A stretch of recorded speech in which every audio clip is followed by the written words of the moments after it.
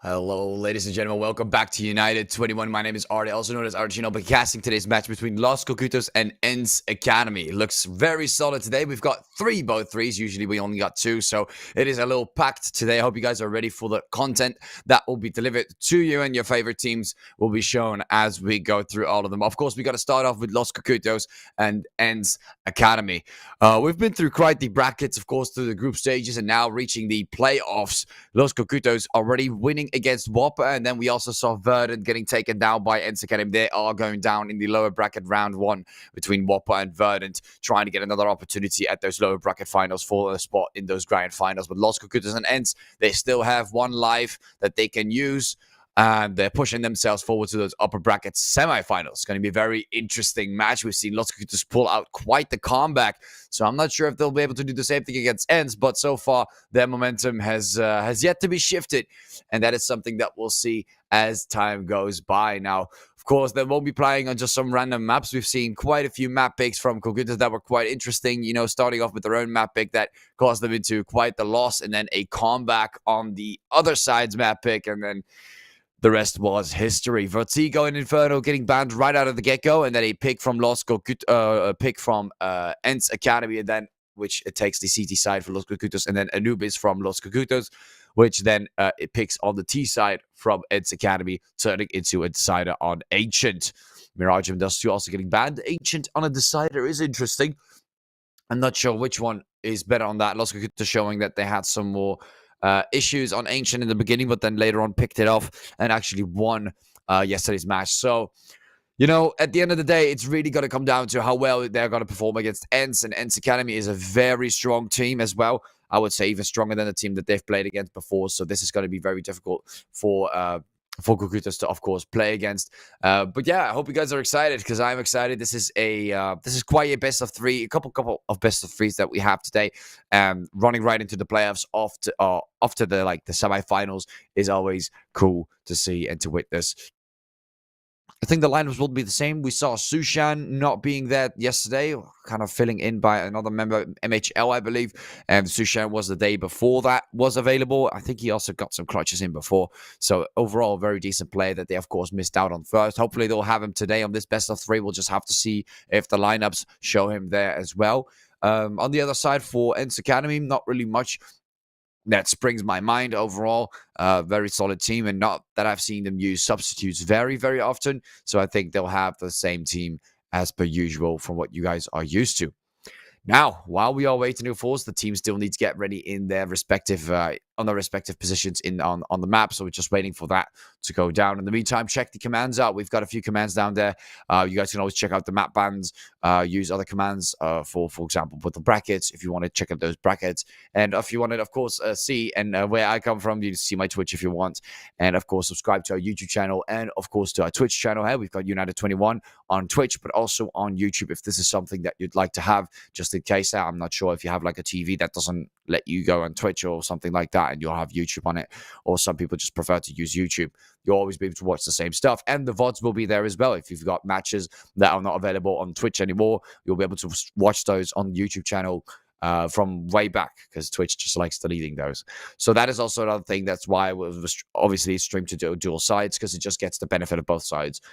So if you ever want to rewatch a VOD from like a team, just go to YouTube. We've got lots of VODs over there, and you'll be able to have a bit of a historical perspective on all those matches from before. So I hope that will help you out, help you guys out as well. Just for the people who just came into the room, looks like we've got another bit of a change, or is this the same? Picking Nuke and picking Anubis. It's interesting. No, it was Nuke, I believe so. Yeah, that makes sense. I'm just checking the map bans again, as it has been cross-examined by our backends. Seems like it is the exact same thing, though. But just for a few people who have just joined in, just gonna show you guys the map bans one more time. We've got Vertigo and Inferno getting banned. Vertigo was the ban for ENS, and then Los Cocutos taking Inferno out of the way. Right after that, we've got ENS Academy picking Nuke, and then Cocutos voting for the CT side, which then Los Cocutos picks Anubis, and ENS Academy votes the T side. When then ENS Academy bans Dust 2, Cocutos banning Mirage, and then the decider taking place on Ancient. So that again, those are the map bans. If you happened to have missed those, they're ready right afterwards. So, and if you guys want as well, we can show you guys the group stage in the meantime, if that is of course possible. We've got the playoffs right now, but the group stage is just finished. But that's so you guys can see what other teams have been playing before. Group A, C, B, D, all in front of you. As you guys can see, we've got a few teams that actually didn't make it through fully. Like for example, Gen 1. Seemed like a very strong team, but they got taken out by Kono, so they weren't qualified, unfortunately, at the end. But overall, very solid team. They've got some, I believe, Jack, and that's usually the name that pops out of the way. Preasy, I believe, made it. There you go. Lumina did get shut down, but then Verdun shut Lumina down, either 2-1. Lumina was also looking like a really strong contender. On the other side, I believe, let's see, Astralis Talent made it through. Viperio was actually the one taken out. A lot of people thought Viperio was the one that's going to take out Los Cocutos, but that was definitely not the case. Semperfi quickly got shut down. But seeing Viperio getting taken out by Los Cocutos really shows me that Los Cocutos might even have a chance against Astralis Talent, which is an interesting one, a really interesting one.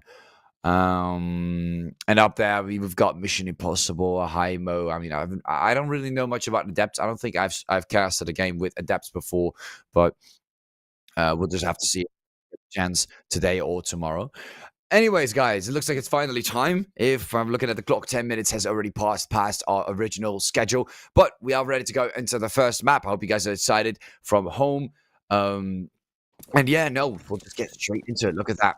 Cocutos and Ents Academy starting right up on the pistol round. We had a little bit of a delay, but we are back and rolling into it. Look at that. And a couple of pistol shots coming in early on. Ezio getting two, and Mary finds Teme. Looking really solid. 3 players are getting taken out. Cocutos is looking for that beautiful start, but Millet and High remain alive, looking for the opportunity towards Nuke. They've picked this map for a reason. We've seen Cocutos play on Nuke several times because of other teams, their map picks. And now we're back at that same level. Goes for the tap, and Sushan finds Millet. And Cocutos actually getting the first pistol out of the way. Notice that the mic was a bit on the louder side. I did fix that. Hopefully that is resolved now. It was accidentally on 78%. It's back to 70. This should fix the issue. Cocutos coming in with the first round on the boards through 2 M4s. I was expecting maybe one more for Sushan. Maybe Sushan. At least he's back. That's good. You know, we haven't been able to see him much of him, but there you go. He's back again. I believe he is one of the original members for Cocutos, if I'm not mistaken.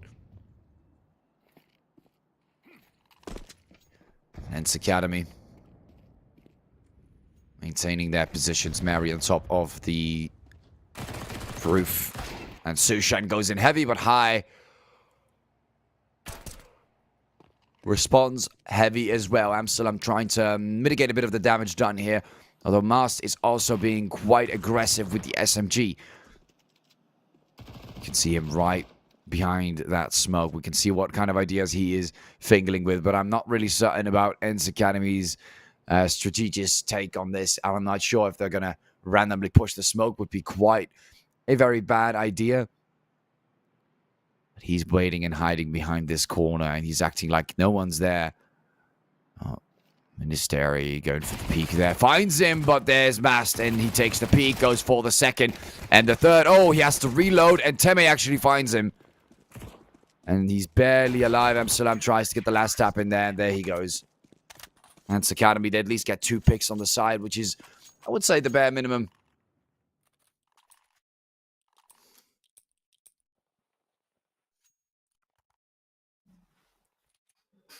So interesting strategy there from Mars. It did work out well, but he was out of ammo.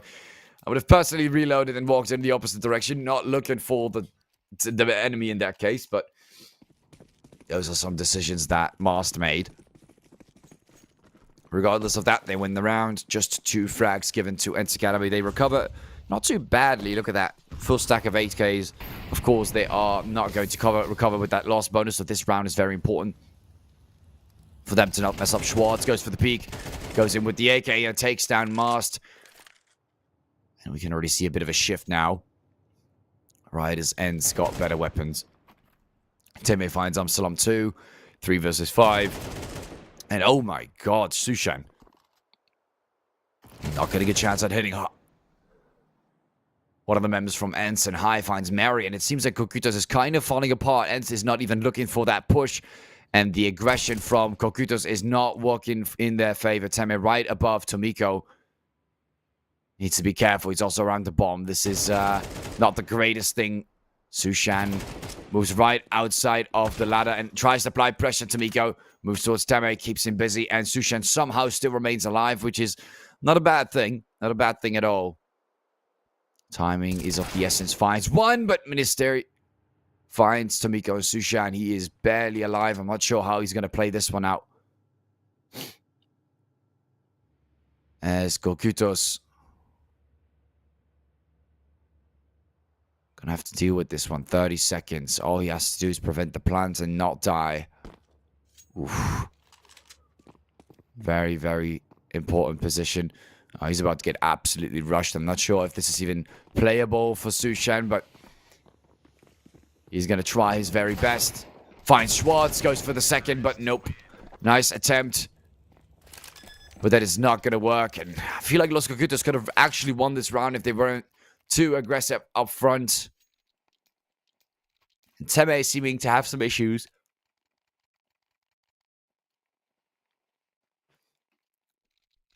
Small little technical pause, ladies and gentlemen, as we wait for Teme to be resolved, or whatever Teme has to be resolved.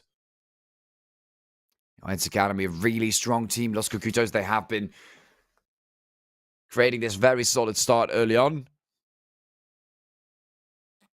Then right on the third round, they had to be too aggressive. And kind of just gave it away to Enz early on. 2-3 frags, I believe. I think if they played it a little bit more strict, as they, of course, should anticipate Enz Academy moving forward with AKs and everything. I think they wouldn't have played it as aggressive as that second round.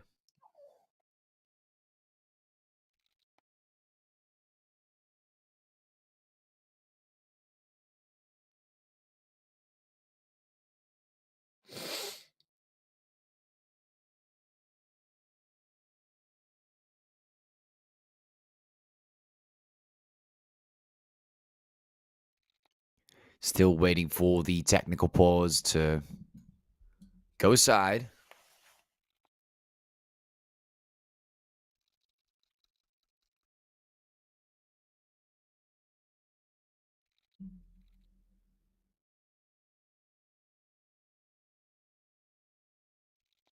Seems like Teme's having a solid amount of issues at the moment. Unfortunately, there's not much we can do about that.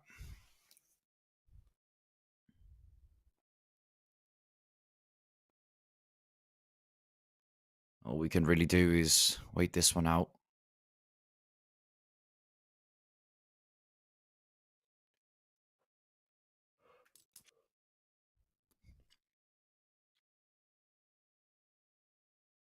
And it seems like switching the sides resolved the issue. Teme seems to be at least be alive again.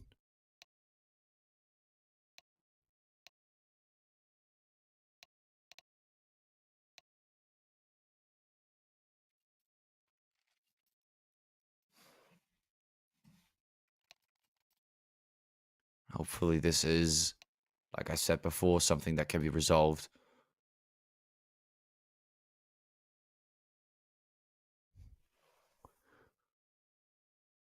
As I do see Time buying, but High is still having issues.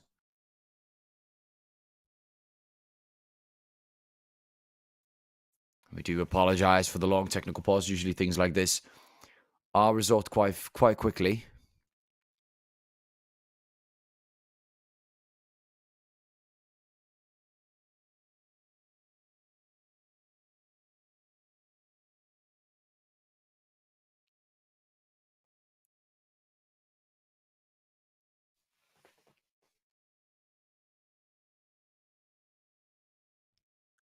And Kokutos, I mean, they might also have some issues as well. Sushan, haven't seen him buy anything.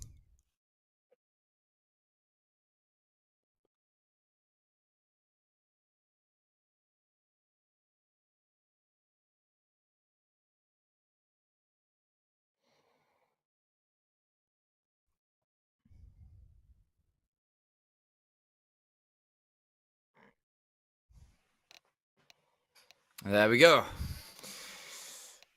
Looking a lot better. Looking way better. Starting off with the 4th round now.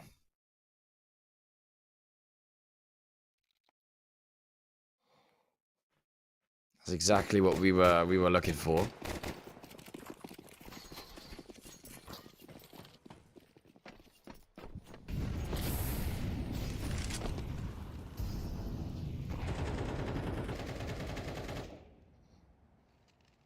So I'm holding down this position right at the entry of secrets and just locking down.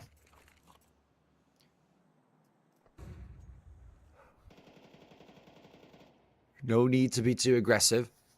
Something they've learned. Mast even down all the way to the pistol. A forceful buy from Kokutos as Ents Academy only takes 1 Galil on high, and that's about it. Everyone else rocks the AK-47. They're looking for more options outside of Nuke. Salam. Dropping the first molly towards the stairs. You can see their movement is getting closer and closer. Another molly. Salam finds one, goes for the second, but oh. Nice attempt there from Amsalam, but he is going to get taken down. The info has been given and they're running for it. Sushan waits inside of the vents with the SMG Tomiko right there. Double peek, but is that really going to work? It does kind of work. Mast even finds a frag with the pistol, and Mary takes down Teme from the other side towards the stairs. And Kokutos retakes their losses by another round. Look at that. 3-1. Maintains that 2-round lead they had at the beginning. And Ents Academy, it feels like Kokutos is just able to hold you guys away. Good trades, and overall, a really nice trade towards those vents as well, as Mast was able to find the last one with the pistol.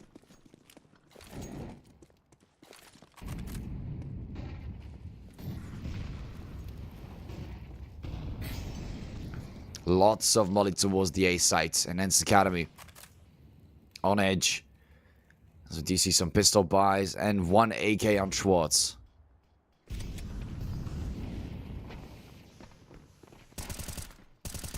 Two, three. Oh, 3 takedowns. Kokutos.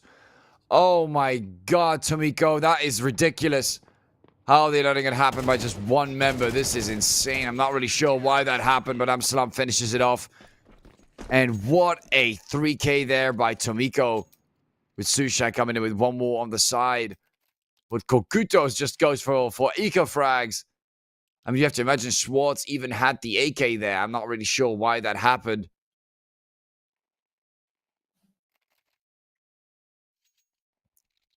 And Ents Academy already down 3 rounds against Kokutos on their T side.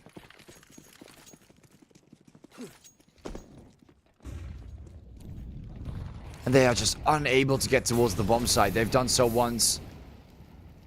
But Kokutos had to play it aggressive. They got the bomb plant just shy of it. But other than that, no real, forceful retakes from Kokutos. Now, finally, a heavy push towards the A side. This could work into their favor. This is already looking way better. Sushan finds 1, finds the second with Tomiko. And they're right up on heaven and high. Tries to replenish the situation. Millet goes for the peak. Amsalam finding high and Millet. Last member standing for Ents Academy. Finds Sushan. Tries to find the second. This is a bit of a tough spot now. Waiting for Tomiko and Amsalam to reposition.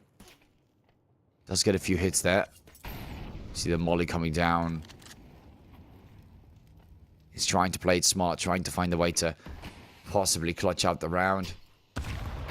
Oh, and there comes the Kobe from Amsalam. Quick Kobe there. And shuts him down with class. And Los Kokutos is off to a winning streak now.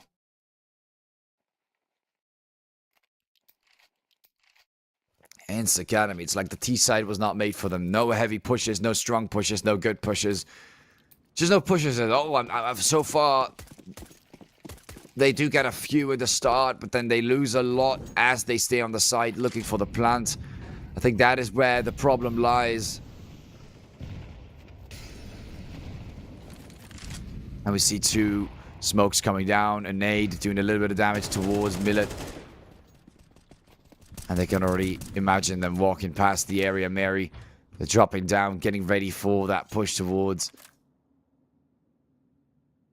the B sites. And you can see lots of them. Lots of them. As they move in that direction. The pistols, I mean, what else are you going to do in a situation like this? All you want is really just a bomb plant. Tamiko dropping down, finding one. And Amsterdam, oh, actually gets taken down there by High. Tries to look for more with the Tech 9 and finds a second. Not bad there from High. Look at that. Double kill and picking up the AK in return. Really solid him there from Too High with the Tech 9.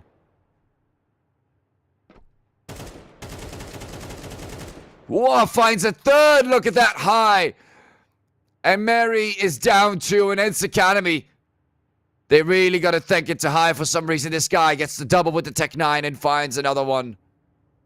And again, Los Cocutos forgetting that they're on the CT side. Not necessary to push at all, and High makes use of it. Gets his crosshair ready and has the advantageous spot every single time. Unbelievable. These choke points are ridiculous, but Cocutos has been doing this for a while now. And Sushan aiming at the doors instead of the Ministry. Like they've wanted to not win this round at all. They give it away just like that. Full pistols. In a 2 versus 5, High gets 3 and Miltsy 1 with the Tech 9. I cannot make this up. And now Mast remains at last 23 seconds. He's got the fuse kit, but he's wasting lots and lots of valuable time. Of course, he has no idea where they are. And there they go. Just like that. 2 versus 5 with just pistols. And Ents Academy does it. And Ents Academy just does it just like that. Let's catch the replay there from High. That was ridiculous. Look at this. Unacceptable. Tomiko. Nope. Not happening. And High drops down. Picks up the AK. Mary's like, oh, I can take it down from that distance. No, you cannot. No, you cannot. Mast also shut down Ministry. Unbelievable.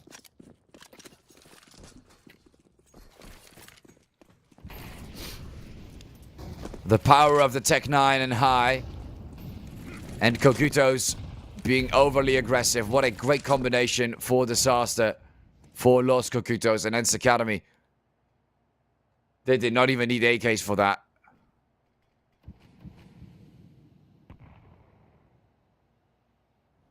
After that disaster, Cocuto still managing to get a buy-in. Mast having to drop down to the SMG, but everyone else seems to be able to get some buys in. But that utility is on the lower side, and Mast missing those shots with the SMG. And Amsterdam likes to reload as if the smoke is a wall, but the smoke is not a wall, and people can run right through it. And Los Cocutos losing their footing right after that round where Ents won with the Tech 9. They are not able to respond. And look at that. Every single player down. And Tamiko still remaining alive. Quite a shock of a difference there. Ents Academy. Only 1 player down as if this is an eco. Cocutos, what a destruction. And is heading towards them. Of course, he's going to save the M4.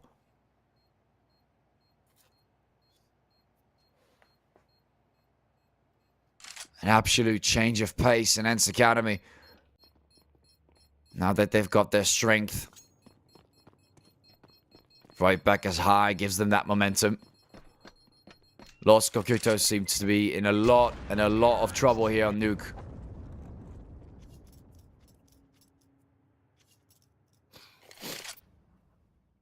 Looking to win more and more on the T side as Cocutos is starting to fall apart economically. Tamiko still rocking the M4, but not sure what they're going to buy on this round. Maybe it's better to just not buy anything at all. You see a smoke and a flash.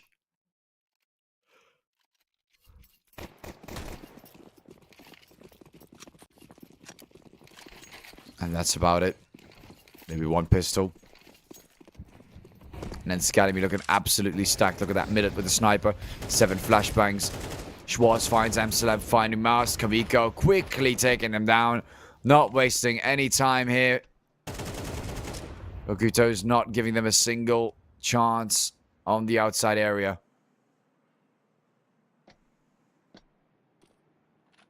Remaining with Mary and Sushan towards the A side. They've got to make that rotation.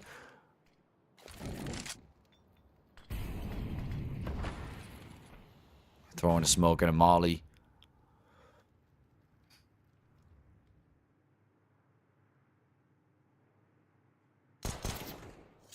Sushan. Not happening today, buddy. Mary gets spotted too. Now it's just Sushan on top of the tower. Does not get Schwartz. Schwartz finds him. Wall bang to the head. And a dumb deal like that ends Academy.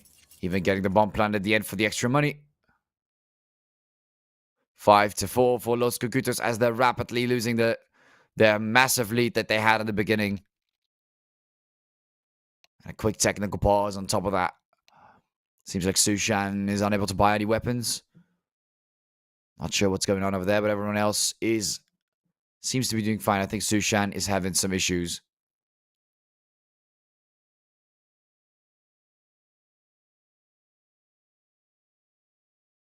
Oh, there we go. I wonder why we have the technical pause. It's always a mystery, even for me. I always curious to see what's exactly going on, but usually it's just some issues with connection between the servers and the players or stuff like that.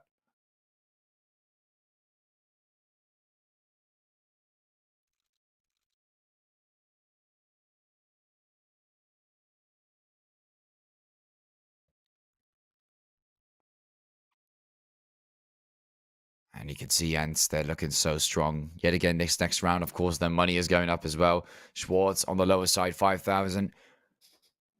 It's not even the amount that Kokutos had right after they made that buys. None of them even come close to him.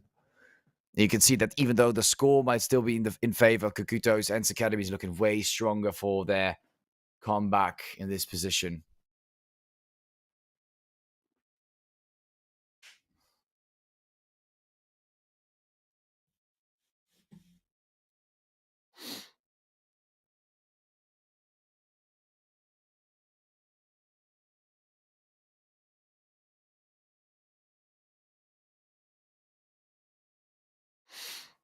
A really, really disappointing look. Just waiting for his technical pause to come to an end. And there we go. Lots of time already wasted. 32 minutes into the match, and we are barely scratching the end of the first half. Looking like it's a lot more tense now as the build-up remains from both sides. And a tactical pause on top of that. Ents Academy. Not sure what they're cooking here. But they've initiated a tactical pause.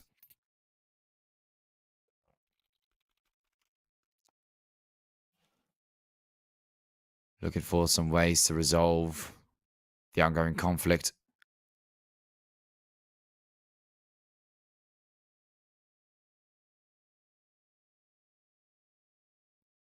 And there we go. Finally getting onto the 10th round on Nuke. 3 more rounds until we get the first half out of the way.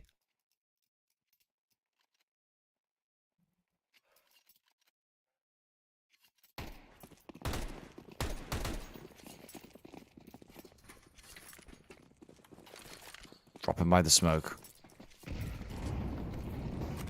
Smokes are up and a flashbang to follow up on that.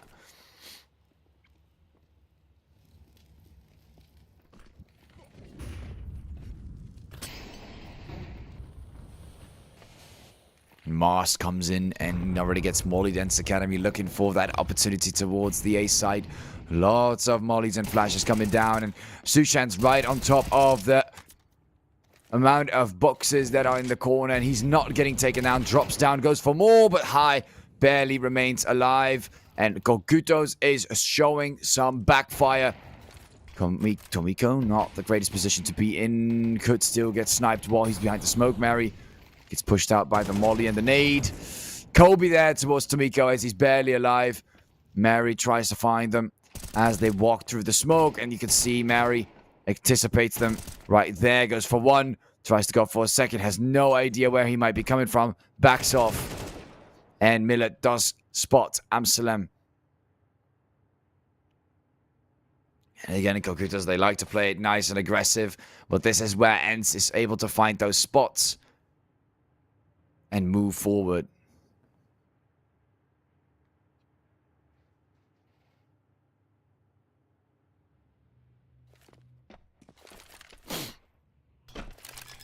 Going in for the plant as the smoke comes down. Mary right there as he opens and closes the doors. Right, as he's in the corner, goes for the taps there. They know exactly where he is. Mask gets spotted too. Mary tries to look for Millet as he's right above this area. And goes for the tap. Takedown on Mary. Beautiful clutch there by Millet. A 1v3.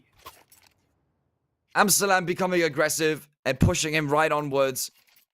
Gets spotted. Everyone else, they gave away their location towards the double doors. And then they move upwards towards the glass. And they still get taken out. And ENCE Academy is torturing Kokutos as they keep moving forward with these rounds. And their victory has yet to stop from happening over and over again.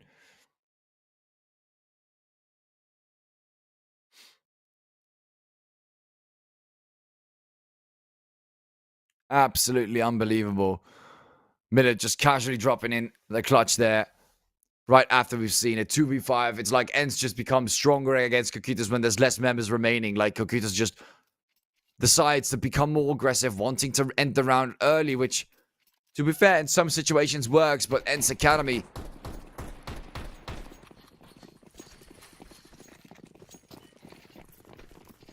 they make so good use of that. It's like they're trained to find the aggressive ones, and it looks like Kokutos, a quick wipe out. Nothing else to be said about this round, as ENCE Academy just comes in hard. Has the better rifles, has the better guns. And there you go. They retake the lead away from Kokutas on the first half. Sushan drops in the sniper. I mean, everyone's just going for a full buyout. Not a single player with a defuse kit. Everyone wants to get their weapons first.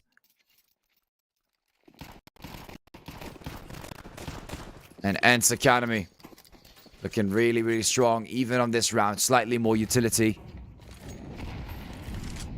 And more concentrated with their movement. Sushan is locking in with this sniper, but of course, no one's going to peek that. ENCE Academy looking for a whole different route to take. The bomb is still down on the ground.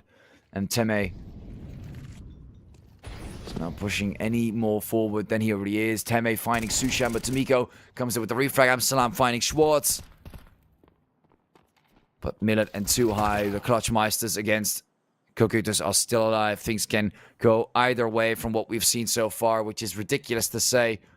But ENCE Academy does lose 3 members early on. Sushan's the only one that goes down. And Tomiko actually rocking the sniper rifle this time. Or just able to pick it up from Sushan after he got taken down. I think that's also a valid way. And Tomiko was able to grab the sniper. I'm not really sure.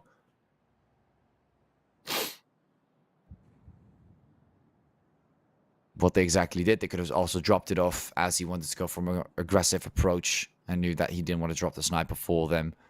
Absalam finds High, but High finds him first. He was already pretty low. And it looks like High won hide and seek. Quick takedown from Tomiko with the sniper. Now Millet, he's got to do it again. 1v3.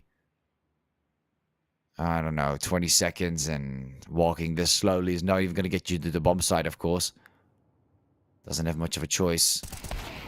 And, oh, here comes the takedown. 11 seconds.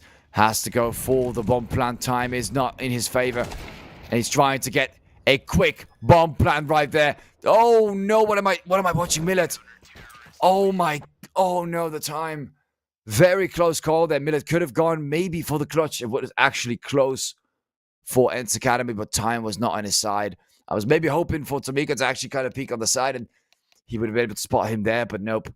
He was right behind the barrels as he dropped down. Not sure why Tomiko even pushed that. I mean, imagine if he got taken out. Again, Kokutos, they just like playing with fire today.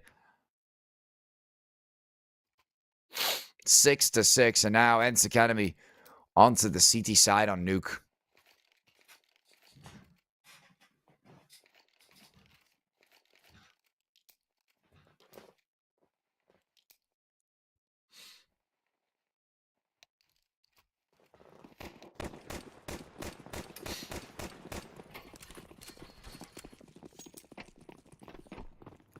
Absolutely unbelievable. Kokutos.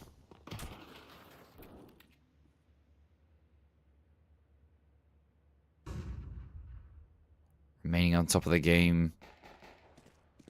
Finding another tap. Mast gets taken down. Goes for the second. Sushan is able to respond. But Amsterdam, we see Kokutos going for the push on the T side. Teme able to respond with the double. Milty finally gets taken down. Teme is pushed back, and this is where they could go for the bomb plant. And Mary finds him. Plant is planted. Money's in, and the round is on Kokutos' side. So far, winning every single pistol round.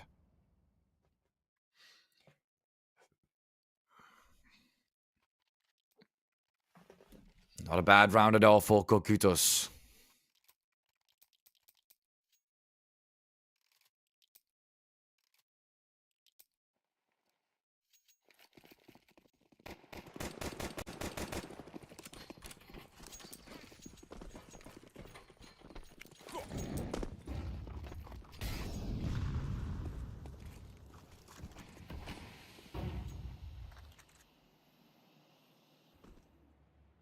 High. Remaining with the hold of the dual Berettas.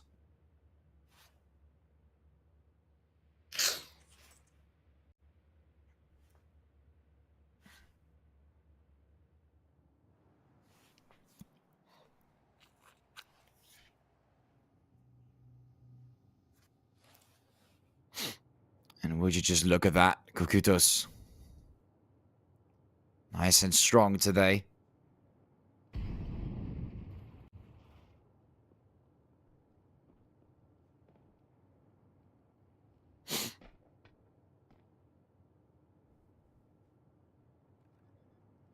Sushan.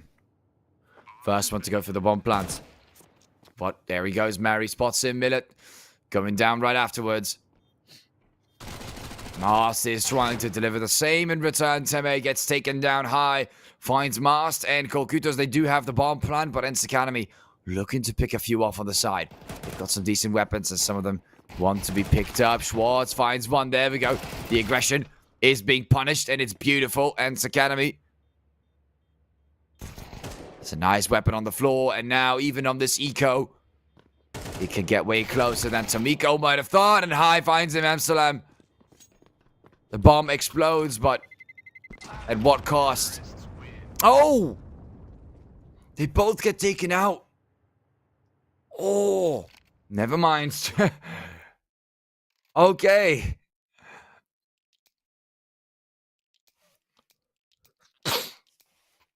Okay, Kokutos, never mind. You guys are not in that much trouble. Ents Academy, I thought they were going to get a nice economical lead, but nope. Gonna have to rebuy every single weapon, and look at that. Their economy has gone back to zero, just like Los Kokutos is. Oh, they are rocking slightly more value. Couple more smokes. Which is to be expected if you want to go outside. Causing that smoke wall that every single team has been using for such a long time now on Nuke. I mean, at this point, you just need to quadrinate those areas, man. People have been abusing that for so long, and everyone just lets people walk. It's pretty clear when they're walking through. It's pretty damn clear. Smoke and a Molly to push Milty out of the way. Forces him towards the vents. Mast, he's looking for Milty. They see them both pushing his area. Finds the first headshot. As Sushan takes the peek and gets the headshot on Ministeri. Which in this case, I believe, is Milty. Ents Academy down through 3 members. Now Mary finding one more. And High, it's out of the get-go. Ents Academy really being punished here by Los Kokutos. Schwartz and Teme remain alive.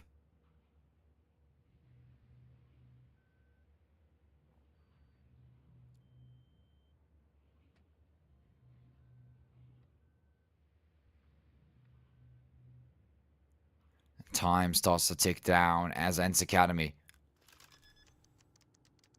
Wait for the bomb plant to come down. Sushan's planting it on the A site.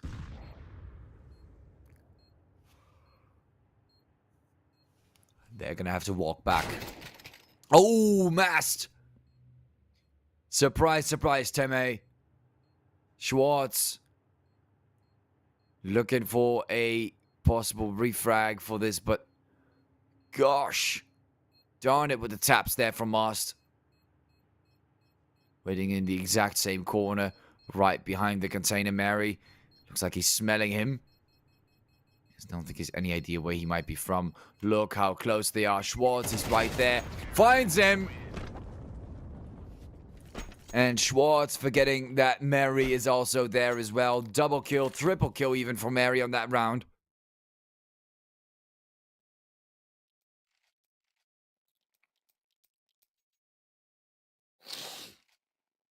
Really, really incredible stuff here from Ents Academy.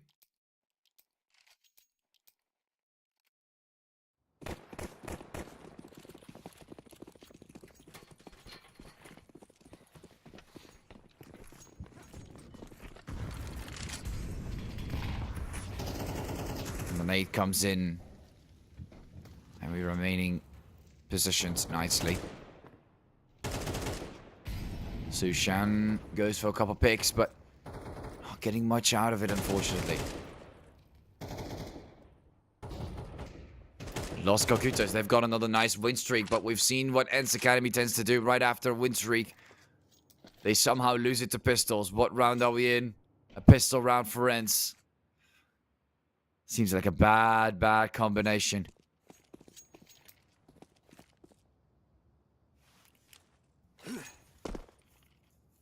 And look how much effort Cocutus is putting into this round there. Well, Ents Academy barely has anything to show. Saving for that nice loss bonus, which once they do get that, their weapons will be looking a lot better. Cocutus wants to, of course, push them into that direction, not give them the victory on this round.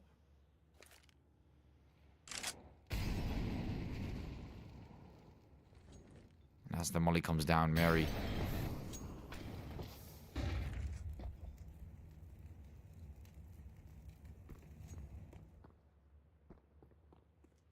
Salam waiting to look for pushes, finds the first one on top, and I don't think they're liking this one towards A. I'm gonna be really honest, they don't like it at all. And Mast, oh my god.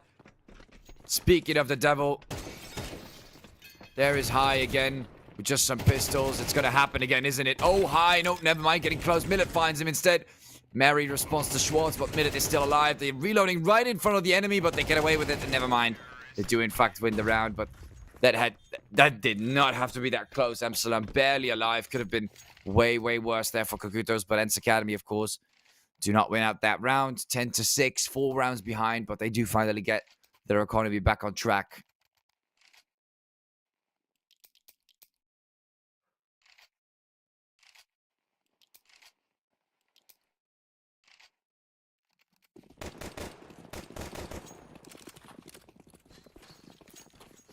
And now Millet with the sniper. 4 more M4s.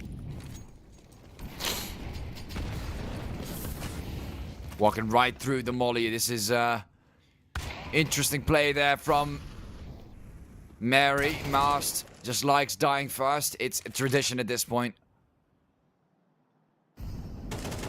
Amsalam finding the taps towards Schwartz. Beautifully moved with the crosshair right there. Very nice there from Amsalam.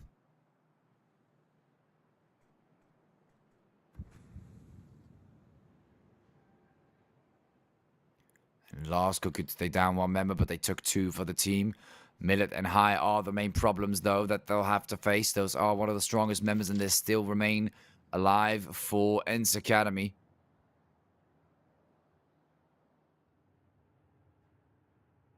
Millet trying to check 2 angles at the same time with a sniper hard scoping towards the B side. I don't know about that one, but it could work. Sushan. Oh, it's such a silent game. Such a silent game.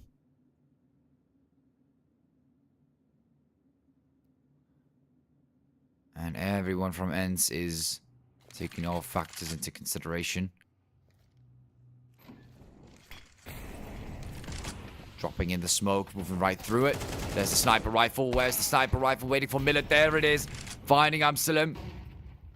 Shushan knowing this, keeping that in mind, but too high also remains alive. Tomiko, very important to not get taken out here. He does get taken out, and this is a problem. Finally, they can win this round. Yes, they can. High. Again, like I've said before, they were in the lead, but those two members are more deadly. They are just better overall, and High finds him first and takes him down.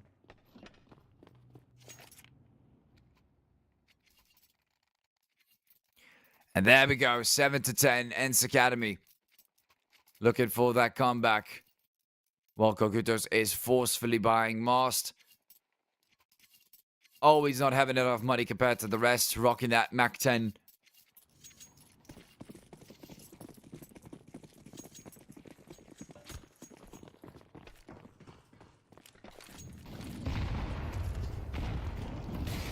ENCE Academy, this is their comeback potential. A heavy push from Kokutos on the A side. Not sure if this magical trick is going to work every single time. No, it's not.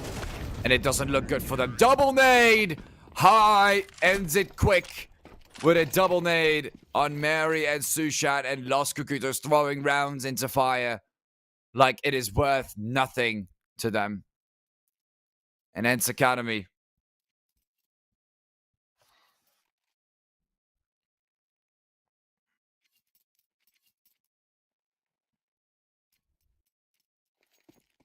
flourishing with that victory. Forward, high, beautiful double nade.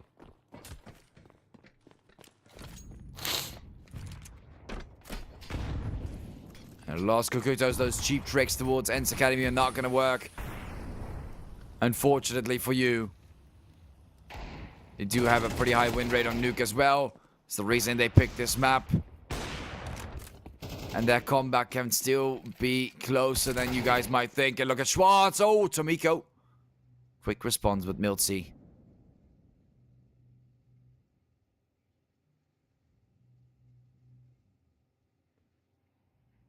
Close quarters with the Mast. Mast is really close, but usually he doesn't seem to be doing too great in duels. Keeps getting taken down. This could be another situation where that might happen. At least they shut down High, but they also lost Amsalam and Sushan. So we'll have to see. I don't know if that's a great trade for Los Kokutos, regardless of taking down High. Mary. Oh my god, Mary, no. Oh, Teme, he was right there, buddy. Millet does find Mast, and there we go.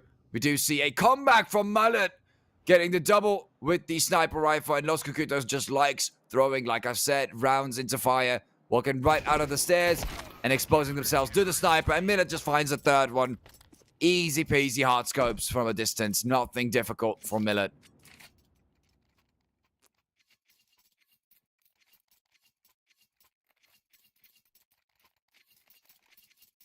Not sure why we did not get the perspective there. We do apologize for that, ladies and gentlemen, but Millet does find a 3K.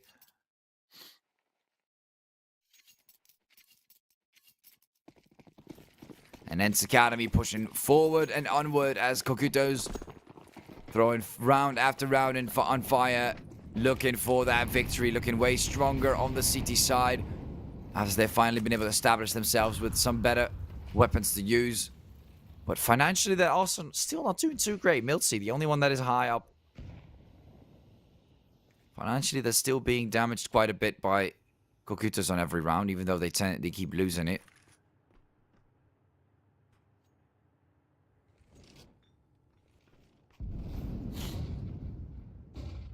And it holds down the position. One, and I mean, look at that beautiful quick kill, and not being greedy, right? Walking back, waiting for Schwartz to also help and support him from that angle. That's the way you should be playing this game, and Millet knows exactly how to play this game, and look at that. The teacher himself, a second frag comes down, and Millet is on absolute fire today. And Kokutos are having trouble with him. But when they shut him down, they have trouble with High. Miltsy has to cover for Millet. I'm not sure when he's going to do it. Finds the quick scope to the side. A second no scope. Oh my god, Millet! Where it's right behind this area. Mast is right there. Gets the scope and finds him!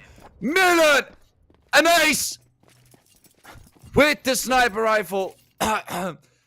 Absolutely gorgeous performance there from Millet. Like I've said before, teaching Los Kokutos how it's done. And the destruction is feeling awful for Kokutos right now. Completely getting destroyed. Good movement from Millet.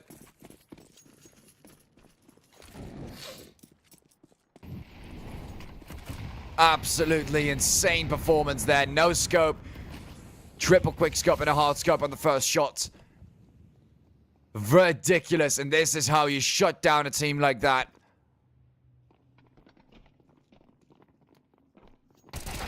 Absolutely incredible. And Mast does get the kill down Schwartz with the Tech 9. But man, it's Millet right again with the sniper. This is looking toasty for Kokutos after making this push with the pistols. Oh, he does get tapped there.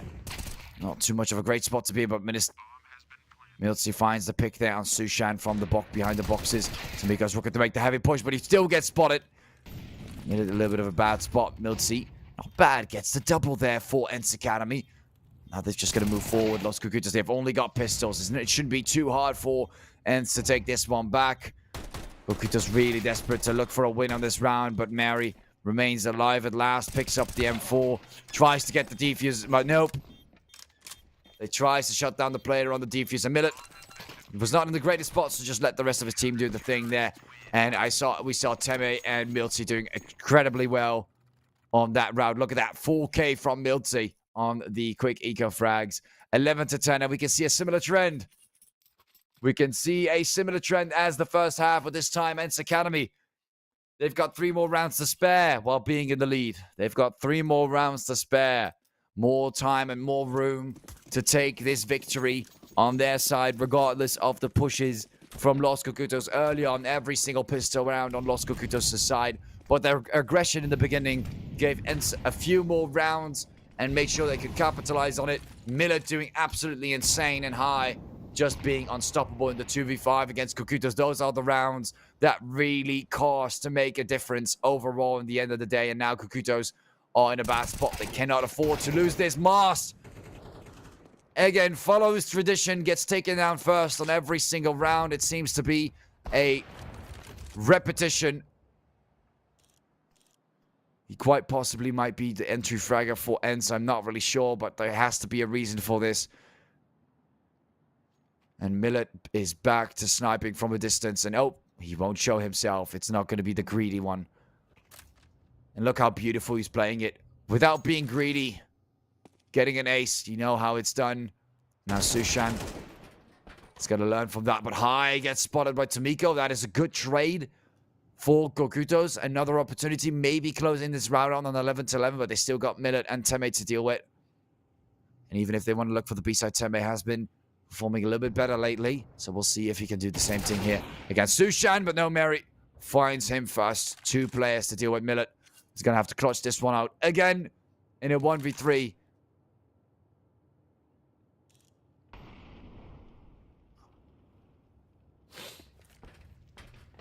Going for the bomb plant, and might actually be nice to save that sniper as well. There's a lot of choices that Miltsy can make. His team is not doing too bad financially, though.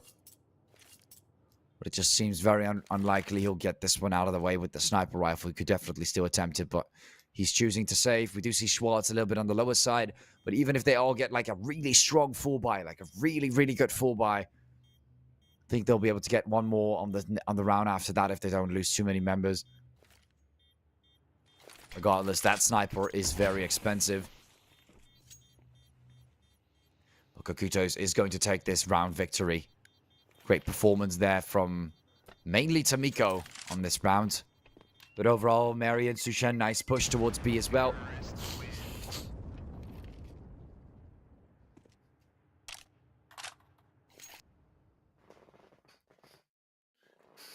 now the rounds are getting closer. What a tense match. Is Cogito's going to shut down Ents on their own map pick or not? A very, very close round. A tactical pause even for Ents Academy.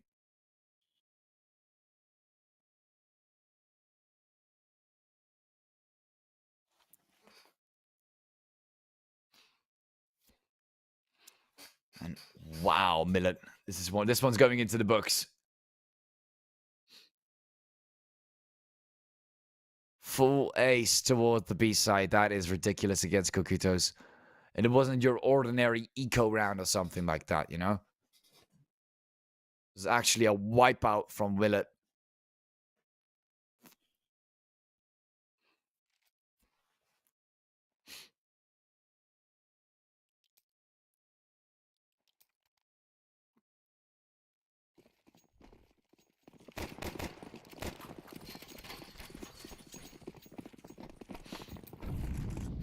And lost Kokutos. They're going for a heavy push towards the B-bomb site. Miller's throwing in the nades. He can hear them coming.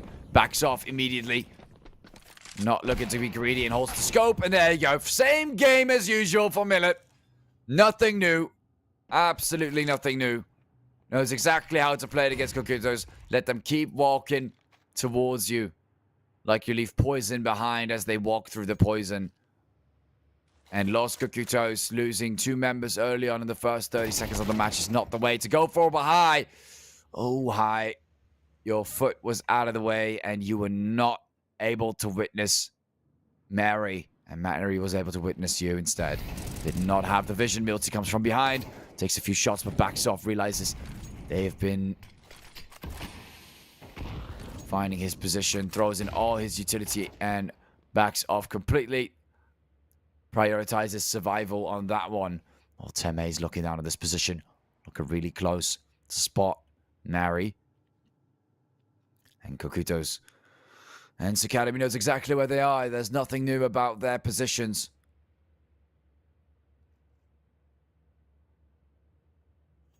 Look at that. They're going for the peak.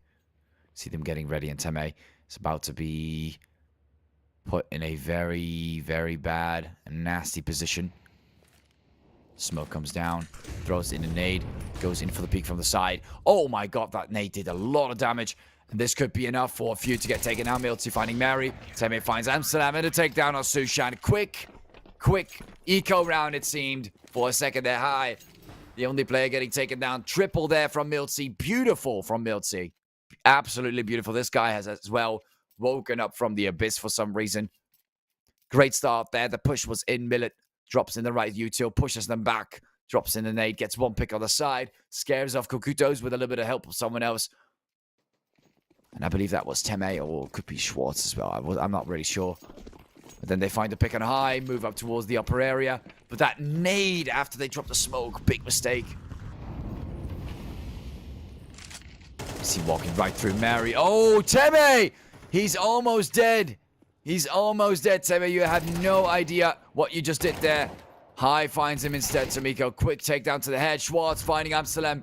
And Kokutos they are in for a lot of pressure. Shushan with the sniper and Marion Mast with the AK Mast. Not looking like he'll do much against High from what we've seen so far. High and Millet. Absolutely stomp Mask. Mary does have a chance, but he is on the lower side. And Sushan, I haven't really seen much from him with the sniper rifle. I'm going to be very honest. Mary, oh, he likes doing this every single time. And he finds Millet. He just loves taking down players around those containers. He's just very good at that. And Schwartz, cross is going to go a little bit lower. Just a little bit lower for Mary. Gets the double there. And look at that, Kokutos. They were in a very bad spot for just a second, but Mary finds them instead.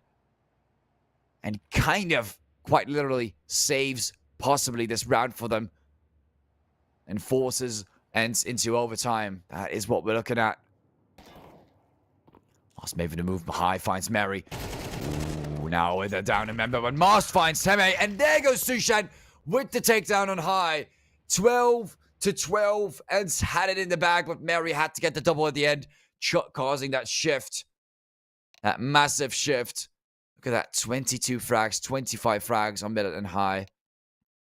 Milty pick it up again, going up to 18 on the other side. Tomiko and Sushan. doing really, really well. Mary as well. Amsterdam kind of lacking on this map, and Mast being Mast. An amazing first map this has been so far. We've been in the stream for about an hour, and we're still rocking towards the overtime, ladies and gentlemen. A very, very close game it is today.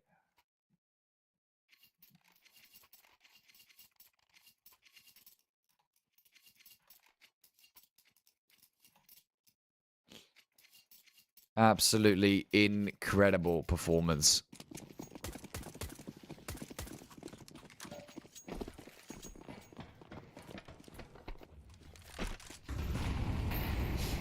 Goes to the peak with the sniper rifle as the smoke remains up.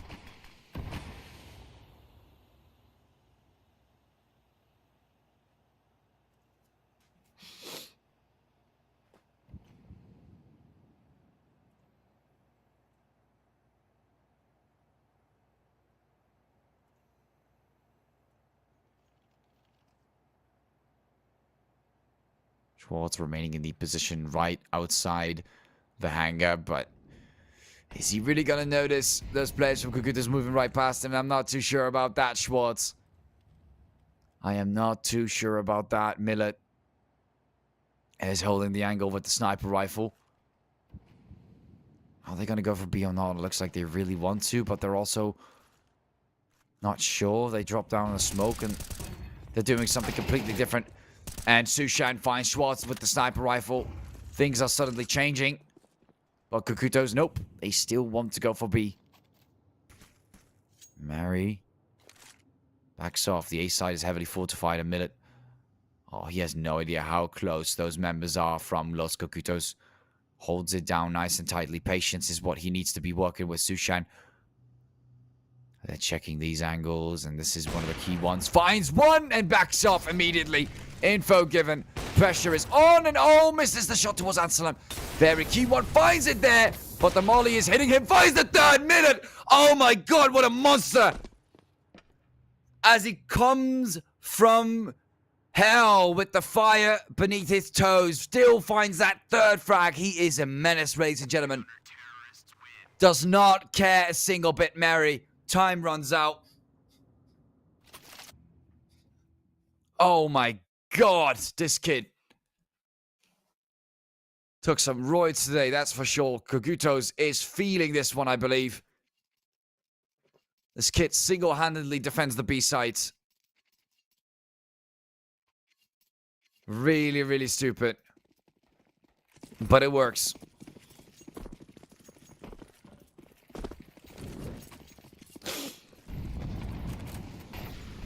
$25 frags each. Tomiko and Sushan also 21 frags each. Schwartz finding one. Mary, Tomiko. Oh, and Millet and Teme. Teme just woke up. A very fast push. Again, these pushes are very cheap. They're kind of desperate. And I'm not sure if they work. And so far, Ents Academy is able to withhold. And for working Sushan. Oh, this is an aggressive move. Even while holding the snipe, I would have dropped it. This is close range, but no! He does not care. Drops in the no-scope. Oh, Millet's right up there. Gets pushed, and now it's done. 14-12. Nice attempt there from Sushan. But another round comes in, and we're off to the final round here on overtime, and Ents Academy is getting round after round.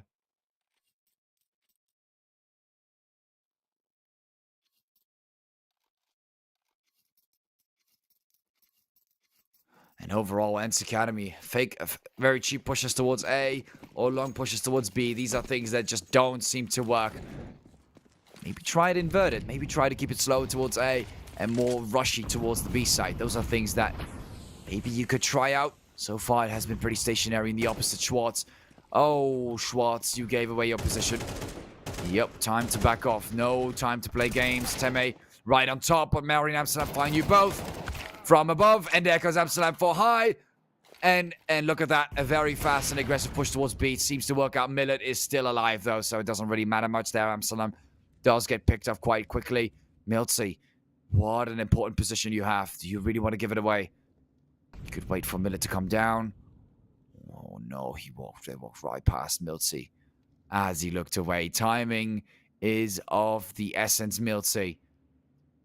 Maybe he saved himself. Who knows? Maybe he saved his life because of this. And they might be looking for the bomb plant right now as Miltsy.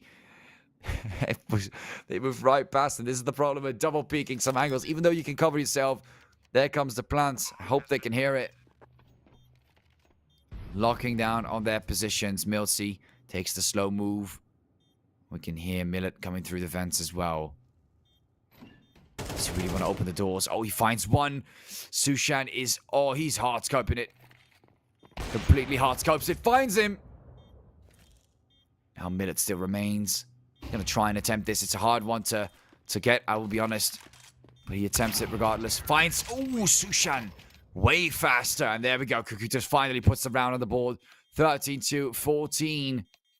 One round behind on this first half of the overtime. And let's see who'll get this to 16 or if we'll have to only see 15. Los Kokutos have to win every single round on the CT side and ends just needs to take one to give themselves more headroom.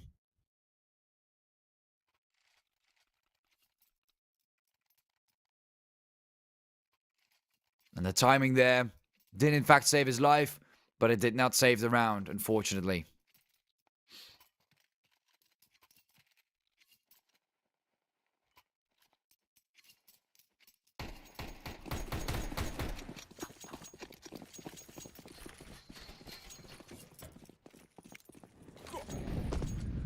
Drop it in the Marley, getting ready for that push towards what seems to be the A side. Kokutos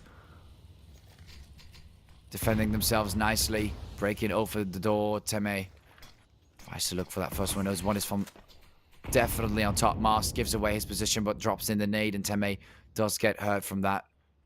Look how much area they're actually taking control over Ents Academy. They're already right behind them. Miltsy on top of the area, trying to spot Anselm and Mast, but not sure if he'll get them first. High. Everyone is locking down on these positions. Mary pushes in, gets greedy, and he actually wins this one out. Schwartz gets spotted. Now Ents Academy in a bit of trouble. Not the greatest early start, but High finds one in return. Sushan on top with the sniper. Doing what he wants in return. Drops down and finds another. And Ents cannot even enter the side, and they're getting picked off.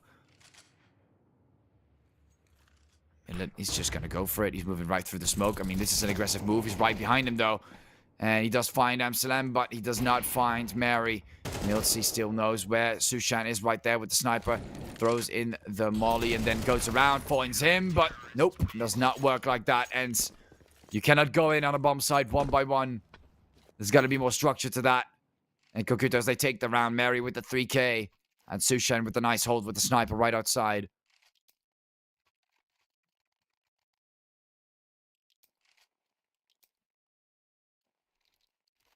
And Ents Academy. Right on the T side again on Nuke. Kokutos are looking to end this streak. A very determined team. Even with their mistakes. They seem all that ready to shut down Ents. And they've shown that by bringing the score to an equal amount.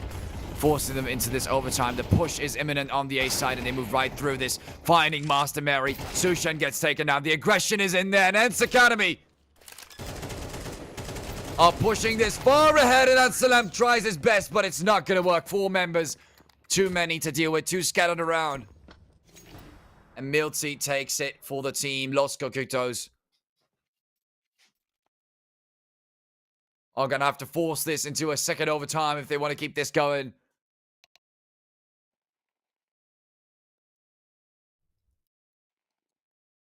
Final tactical pause that Ents Academy has remaining is being used.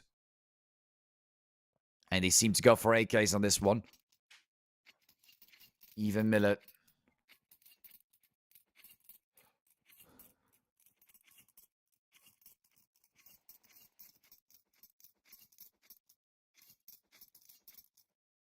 Los Kokutos. One of the most important rounds they'll have in a while. pressure is on.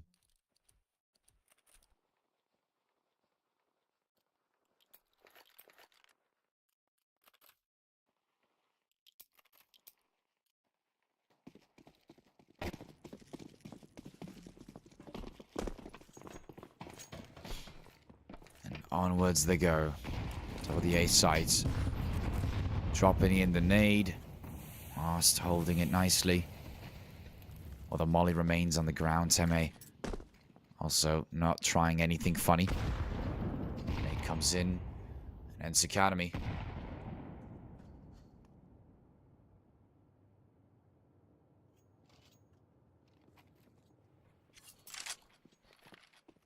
Wonder what their tactical strategy is on this round and whether it will work or not, but they're playing it very slow and steady. Salem all the way towards Secrets. We actually got 2 players towards the B bomb site. It's really interesting because look how they've set up themselves for B.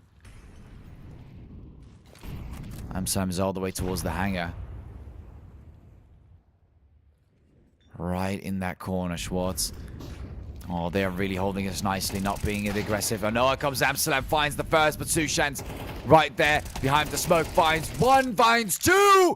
And that is it, Ents Academy. I'm not seeing it happen. Right to the second overtime we go. As Millet also gets spotted by Mary.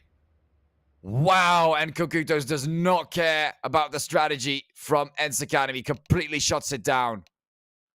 Second overtime it is.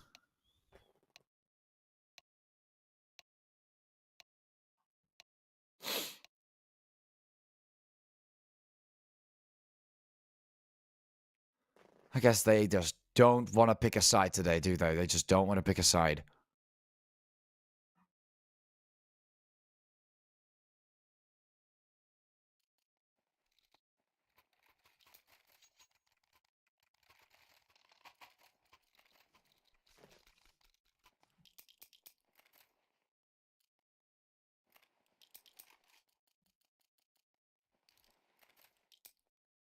This is going to be a long one, ladies and gentlemen. It's been 1 hour and 17 minutes on one map. They just cannot fight this out. They cannot decide who will win this. No one's taking that final round. That little bit of an advantage. That little bit of a difference between Gokutos and Ents. No one's taking it. And Gokutos remains on the CT side. Ents Academy looking to make a difference on the T side. Schwartz finds 1. And Aslam finds him right through this wallbang area. Throwing in the nade, pushing him out. And we do see a little bit of a refrag there. And Kokutos again, they're playing it very well as a team. And Sushan finds 1 more. Mary as well. Ents Academy getting refragged to 0. And High still remains in the hangar. Mary pop flashes forward and High gets spotted. Lost Kokutos is not done yet. Absolutely incredible performance from Mary these past few rounds.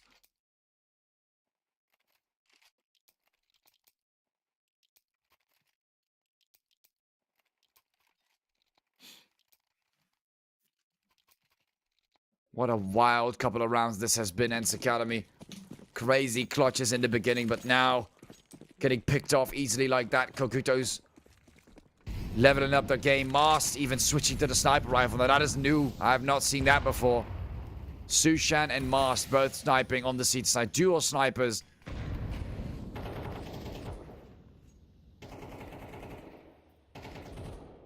And Ents Academy, they just have a terrible time right now on the T side. I'm not really sure what is causing it. They had 1 fast push with the right utility usage. Good mollies all around the site. But they had a very decent push towards A. But look how Kokutos is playing this as well. They're kind of rolling the dice on where they expect Ents to go next. And they still keep everything fortified. Look where Ansalam is positioned. Right on below the barrel. Someone needs to take him away from above. But the flash comes in. Schwartz is, again, nobody's checking the corner. And Ansalam free roam to play. Nilsi finally looks for it from above. Sushan comes in with the hard scope. Shots on Teme. And he's moving right down. Not wasting a single bit of time. Hence Academy, are they really going towards the B side is the question. Making it very, very weird here for Los Cocutos Mast, also with the sniper, but I don't know if that's going to work. Miltsy, oh, he's right below you, man. He's right below you. Oh, and there goes Mast. Millet finds the second one as well. And Ents Academy, they've only got Tomiko to deal with right above as he drops down. Oh, those legs must hurt. And he gets, nope, does not get the second one. Nice attempt, but Ents Academy, the dual sniping with Mast didn't really work well. And those picks from the side, as Amsterdam got taken down, really worked into the favor of Miltsy, really causing a massive difference.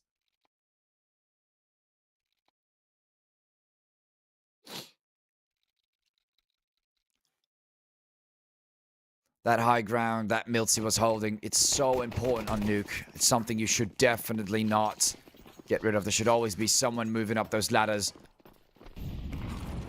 Always throwing in a pre-Mali. And we can see Tomiko finding the first, going for the second, but Schwartz quickly gets the headshot. Mary forced to back up and Mast. Oh, well, there goes Mast. Not much to say there.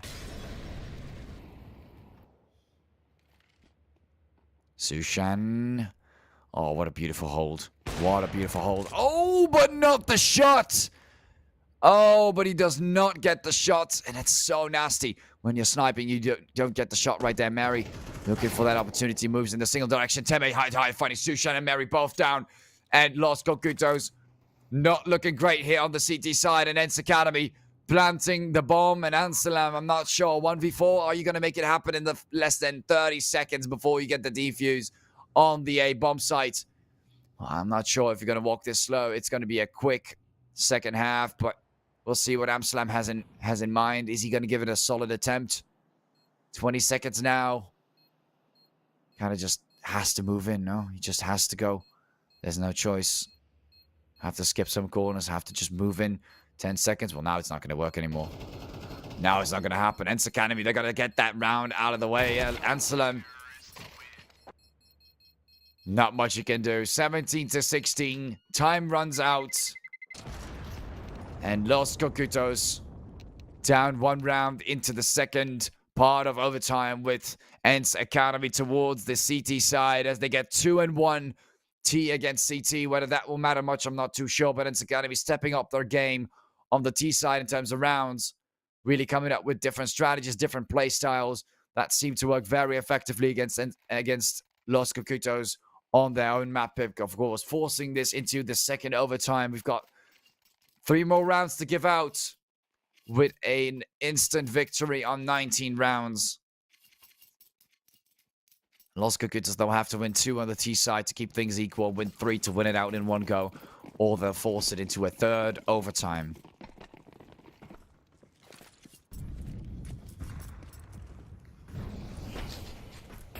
Millet goes in for the hold with the sniper rifle. Teme does not seem to worry too much about his position. Swart is keeping his back. And Sushan with the sniper.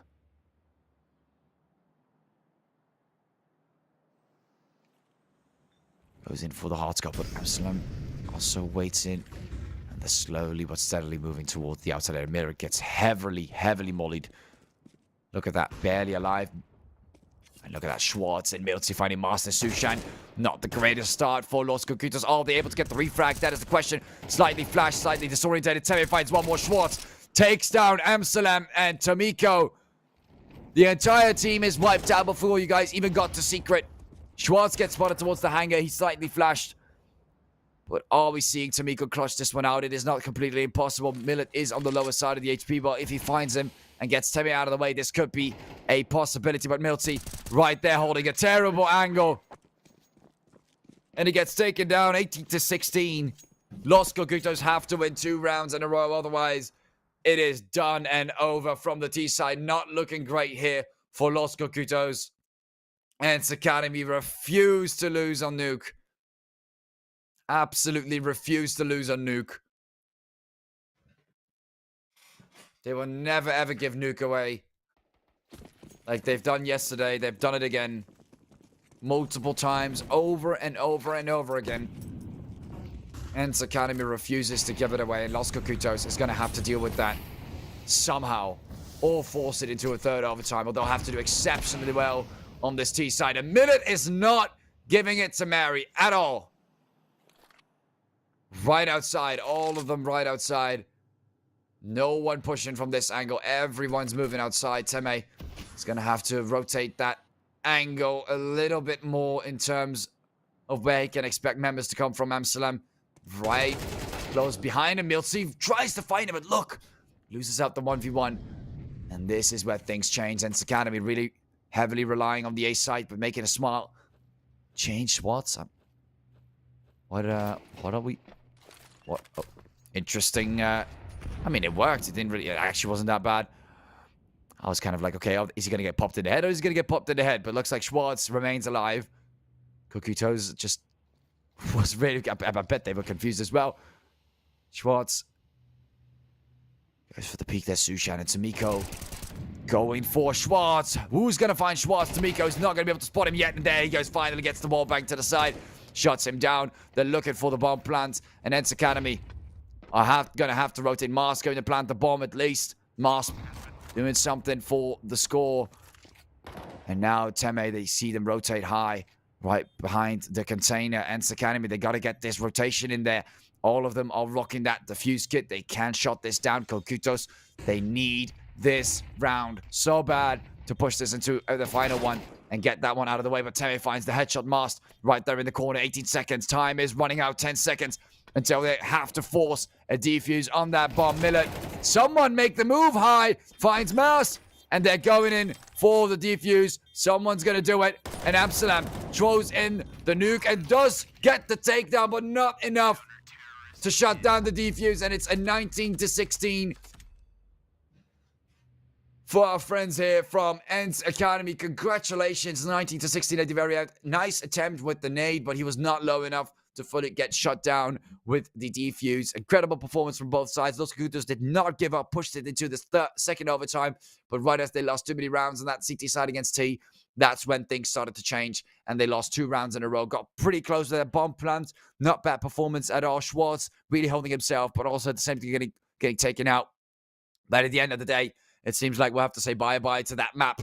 And Ents Academy, congratulations for pushing through and getting that map out of the way. Cocutos are going to have another chance on their second map pick, I believe. This was on, let's check, Anubis. So we saw a nuke pick from Ents, and the next map will be on Anubis for Los Cocutos and Ents Academy voting the T side for Anubis. So this is going to be another very fun map to witness. Hope you guys are ready for that. Maybe we'll see another couple of overtimes in there as well. And possibly, if Cocutos are able to pull this one through, they'll be able to get the decider right out of the get-go. Hope you guys enjoyed this game so far, as it has been quite intense. And we'll be seeing you guys right after the break for the second map.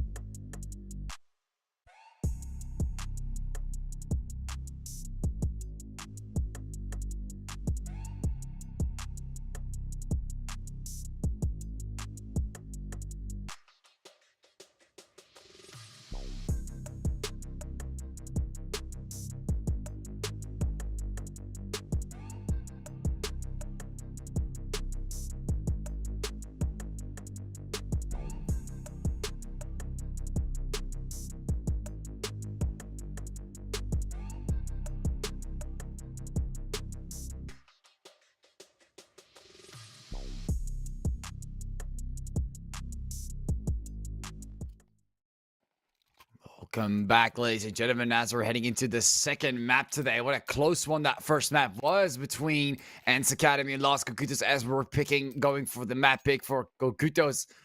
Now, Ents Academy should be having a bit more of a harder time. We've had quite the close game on their map pick, so I'm expecting Cocutos to probably take the victory here and push this through a third map, but we'll have to see how things go. We've got three BO3s today, ladies and gentlemen, full of fun, and it's going to be an absolute blast to see what will go down between Cocutos and Ents Academy today. Starting off with the pistol round. Ents Academy looking for those opportunities in the meantime as Cocutos is stepping back. Look at that. They're actually stacking towards the A side. Only one player towards B, and that seems to be Absalom. Two smokes down. A bit of a push there from Ents.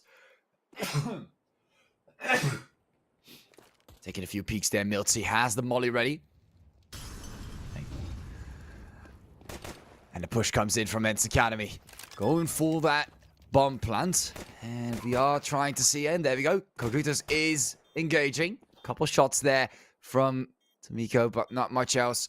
Jumping up and down. Mary comes into support. And Ents Academy is locking down this position. The rotation for Cocutos is coming in. The door is going to get pushed down. And Tomiko and Sushan finding the first two frags. Cocutos going for the retake as they get more players down. Millet, a lot of taps, but no one's getting hit with those taps. Teme remains alive, but gets two. And this is an interesting spot for Teme. Look at that. At the end of the day, still finds Amsalam Mask. Looks like he did hurt his own buddy a bit and a bit too much at Ents Academy. They've got to thank Teme for that one. Getting a 3K at the very end. Of course, the members of Cocutos, they were a bit on the lower side. And they also had a harder time finding Teme as they already spotted most of the members apart from him. But still getting the 3K at the very end. A clean way to save themselves the round. Los Cocutos should have won that round to start things off with. But Ents Academy is not having it and shuts them down on the pistol. Forcing them.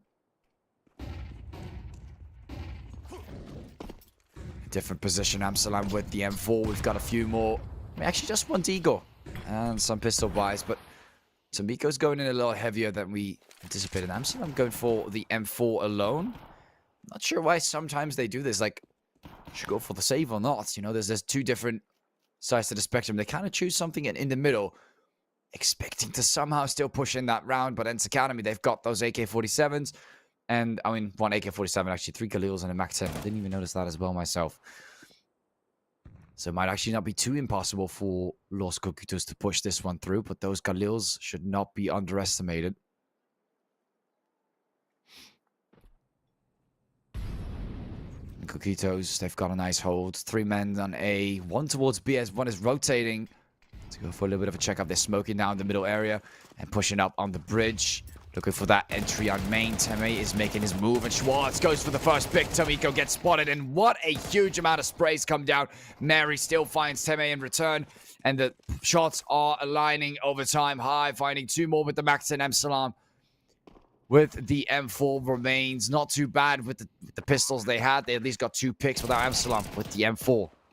See if he can make a difference. Does get hit quite a bit and drops down the weapon, and Miltsy picks it up for free. High. And Miltsy already having the weapons they need, and Schwartz probably going to stick to the Khalil to save a little bit on that economic side. High doesn't mind too much.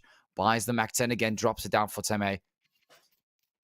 And Millet also doesn't seem to mind the Khalil that much either. Schwartz buys the AK.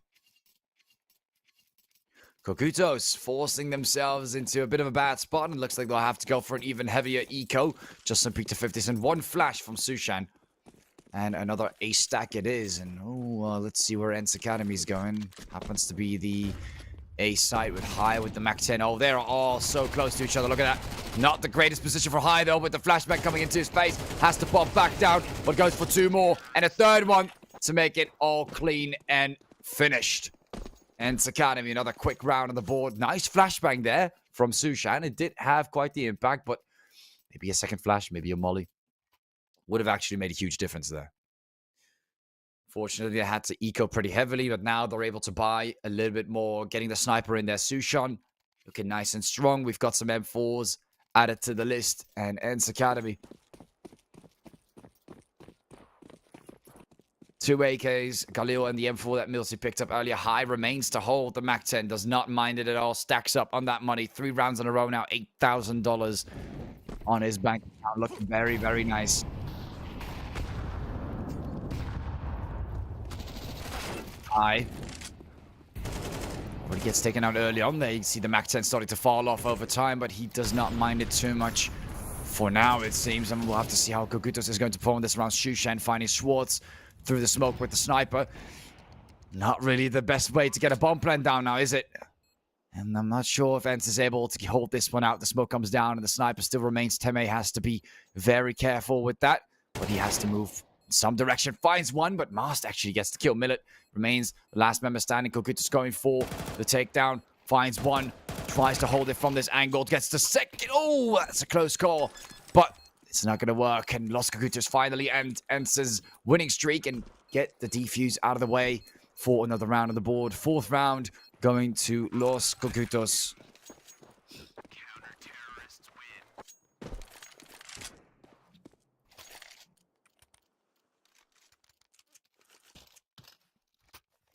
Two quick frags there from Shushan. Great sniper takedown towards the bomb as it was being planted. Mast able to grab himself a kill. He did it. And then Ents Academy started to fall apart.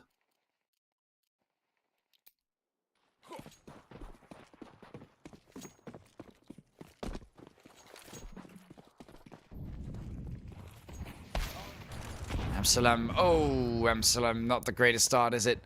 Millet finds you in less than 15 seconds and you're already down. Basically a free frag for Ents Academy early on. Last tries to go for the peak. He's right there in the corner. Gets a few shots with the M4. Does not get the second one. High finds him. Ents Academy stepping up the game. Quick refrag. Miltsy, the only player getting shot down so far. Tomiko looks away, but still here's the gun from High and peeks back. Millet's not going to find Tomiko, and that is not going to lead to a refrag, unfortunately for them.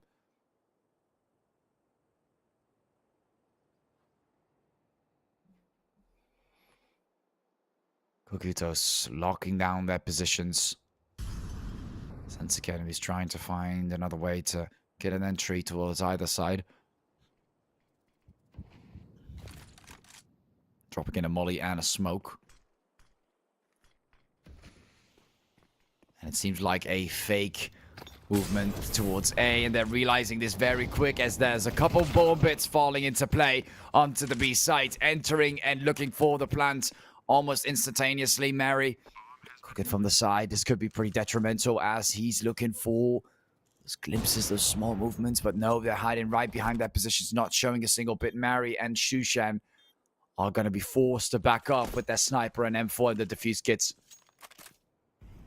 They're not going to go for the clutch. They could have maybe gone for the clutch if they were in a better spot, but from CT, I'm not so sure about that. From CT, things look a lot more difficult.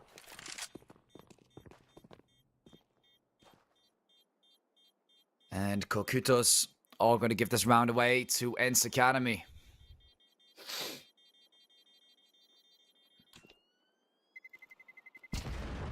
Here comes the round. Ents Academy wins it out.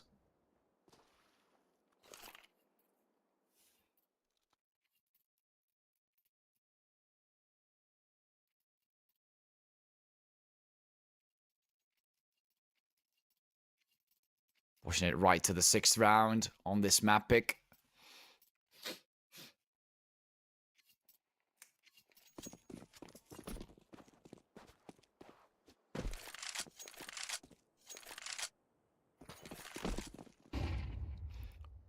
Quick little flashbang this time. Amsterdam does not get picked off early.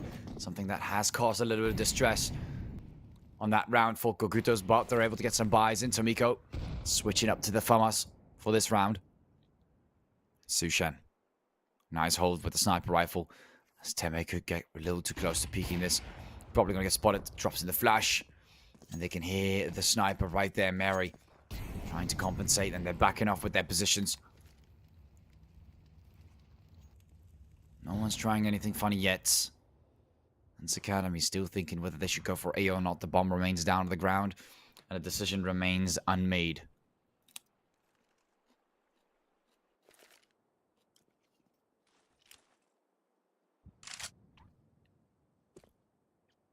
High was planning to throw something there, but decides not to.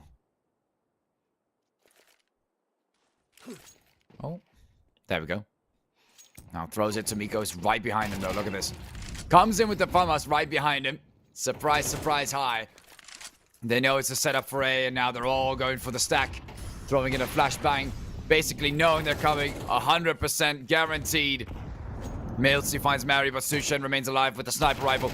Teme, they make the move forward, but no one's getting Sushan. And a nade comes in to make things even harder. And just like that, the moment High got spotted, Ents Academy's whole engage fell apart. Millet trying to at least grab the bomb plant, but I'm not sure. Maybe saving that sniper rifle is also a very good idea. But he's looking for the clutch. He's not trying to back off.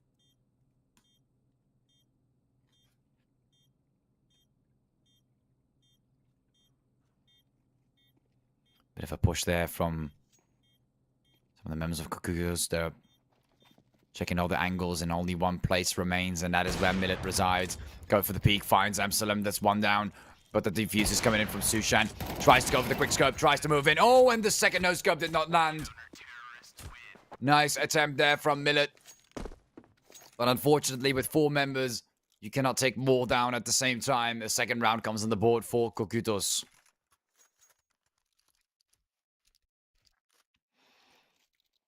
And the second sniper is picked up, and Mary is rocking it. And they're going to go for a dual sniper setup, as it won't cost them the sniper itself. Interesting how Mast was using it before. Now Mary's using it. Like, pick a side, guys. Who will be the second sniper?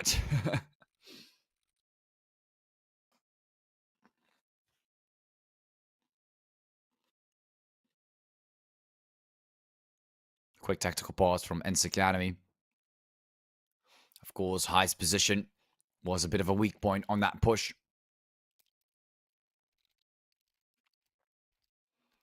You can see some buys coming in. 3 AKs all around.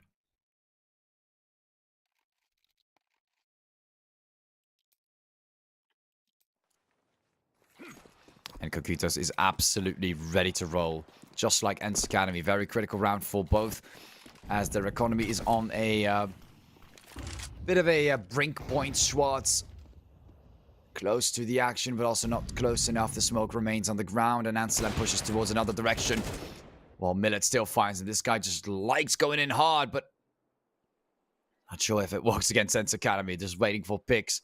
They fired him early. The bomb remaining on the alley. Not being picked up just yet, as Ents Academy has yet to decide where they want to push this towards. On Anubis.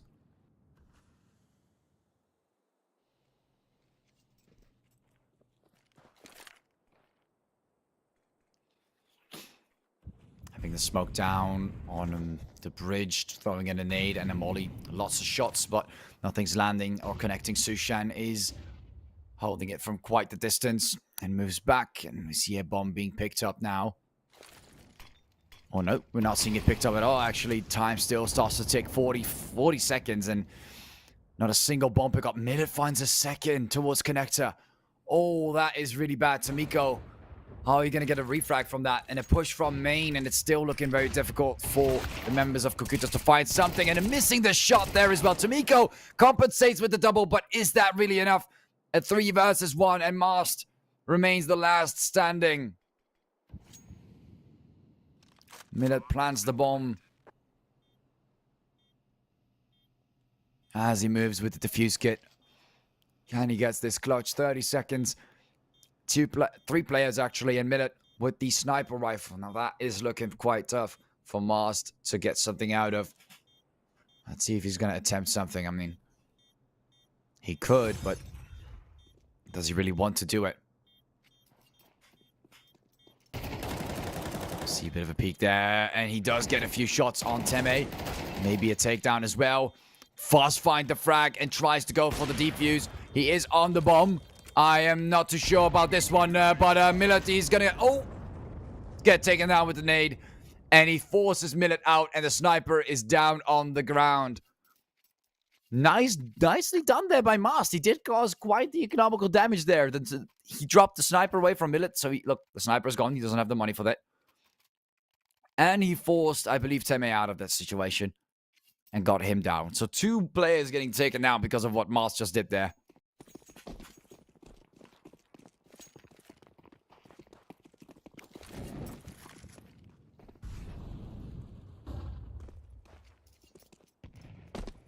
Well played there from Mast.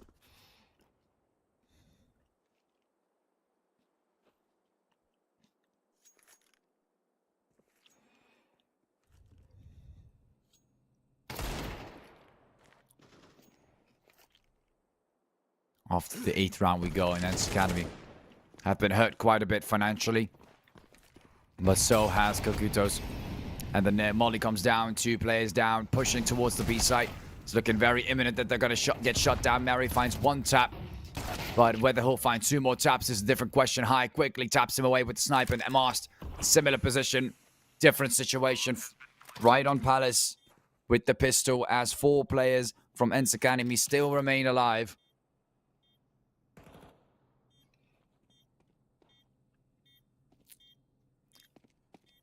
And Mast seems to back off quite far away now. Looks for some holds from the bridge, but every member from Ants is backing off towards B-Long instead. Checking the bomb site until the final 5 seconds, and that's when they move away. Schwartz taking a slight hit for that, but it's okay. It's all right. Just to make sure that the bomb is safe. And we do hear Mast making quite a bit of noise. Schwartz hoping to get something out of that, but nope. Ents Academy 4 rounds ahead now against Kokutos.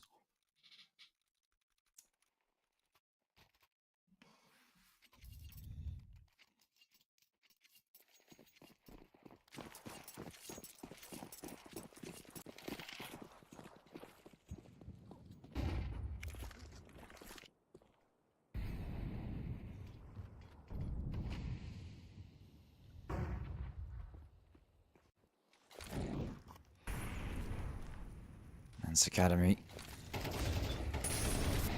Dropping in the nade. Kokutos goes for more. Schwartz finds Tamiko instead. And Mystery. Oh, and there comes the double Amsalam and Mast.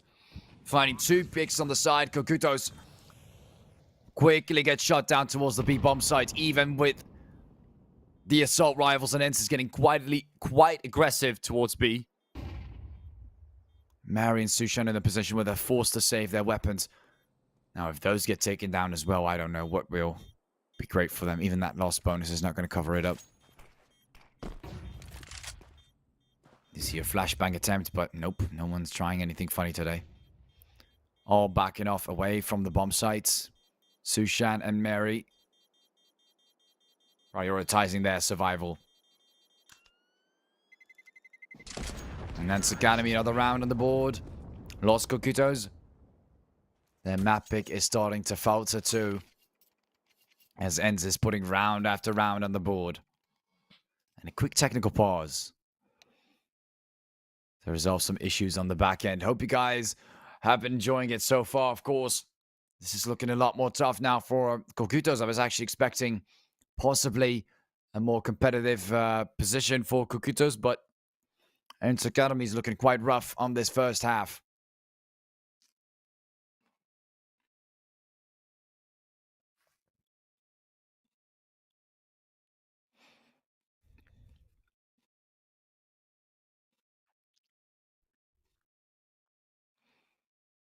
And Ents Academy.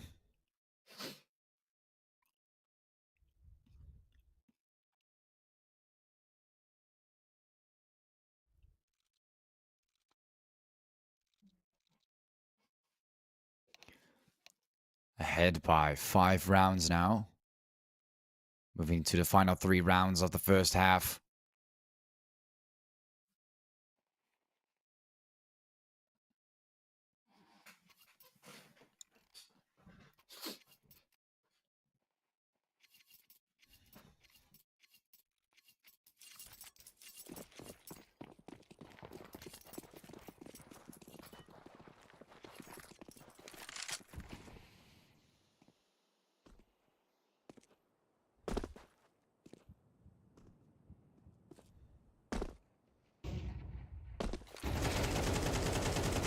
Bit of movement there from Miltsy, but Mary finds two return. Schwartz trying to compensate Mary, and Amsterdam are not getting anything in return. No, they're not. Pushing it right back to a 3 versus 2. Interesting strategy to go for that aggression towards middle, but is it really going to work? Terry does get spotted towards the A site, but that bomb is down toward the other side. Schwartz knows there can only be one member towards that area, but still runs with the knife. What? Schwartz. Very interesting decision making from both Los Cucutos and Ents Academy on this round. I'm really confused. But here we are. High and Amsterdam being the last member standing. As the bomb remains down on the ground.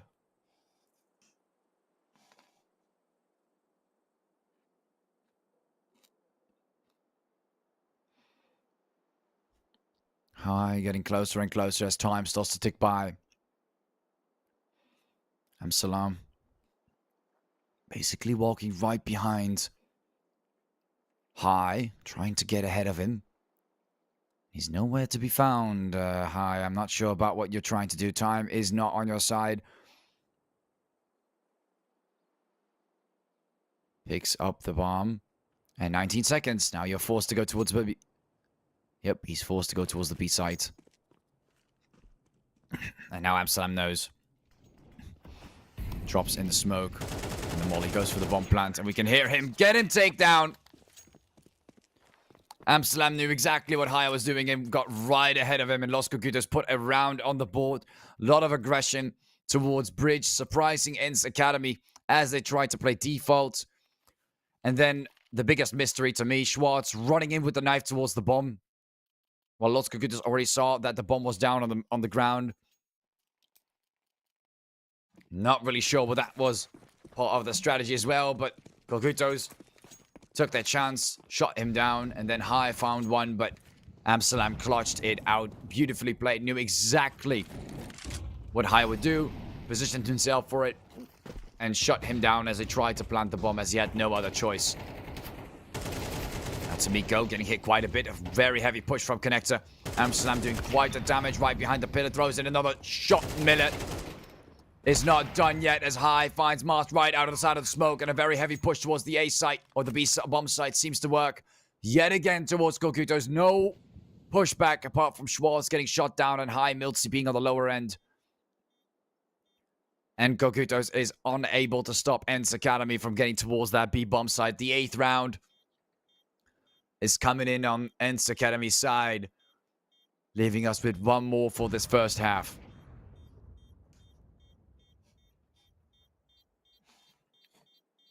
And now Mary with the M4.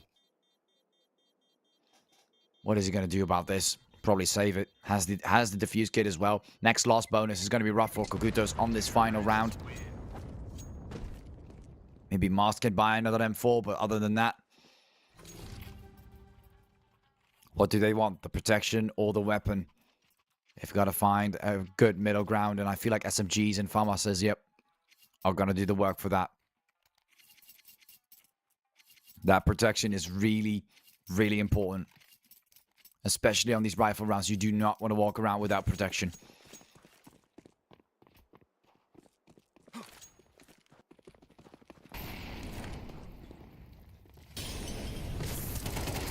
Mars comes in, finds one, but here comes Schwartz to respond, and Mars gets spotted instead. 2 more shots there. Mars gets another. Mary gets the refrag on him, and Schwartz is just not done yet. With Los Cucutos remains alive and strong as he got taken down early on that first round. He's trying to get his dignity back on this one. Tomiko's right there in the corner with the SMG. Of course, Schwartz has no idea as he's about to get peeked from the right side. Does still finds him from the distance and gets the upper hand and shuts him down. And there's the 3K from Schwartz. And Ents Academy, quite an interesting position as we have one more player moving out, Sushan, on the hunt to shut down Schwartz. There's no way a player can get 4 kills in a row. The chances are low, right? You would think so. The chances are low, and they are indeed low. Sushan finds Schwartz, finally shuts him down, and now Ents Academy looking in a bit more of a tough position. High running the sniper rifle, going for the peak. Amsterdam finds him, and High remains alive. They know exactly, he knows exactly where Sushan and Amsterdam might be. He's running a little faster, though. He's peeking right towards Connector. He knows that he has to be there. Goes for the peek, gets the switch to the Tech 9, takes him down. Knew exactly where he would come from. Amsterdam makes the move. with the same area, but look how low Amsterdam is. Close call. But again, clutches it out for Los Cucutos twice in a row so far. Oh, not in a row, but so far, both the last 2 rounds for Cucutos were because Amsterdam clutched it out.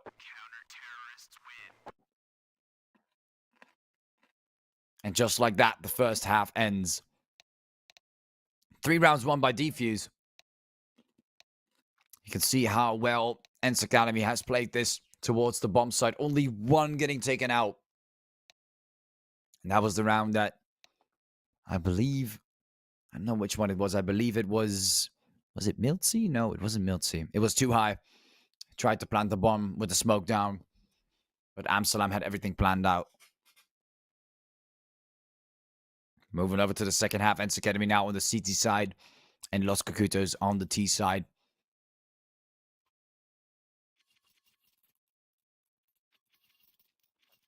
A 4-round difference. Not impossible for Cucutos to catch up if they want to on this second half. That pistol round is going to be very, very important.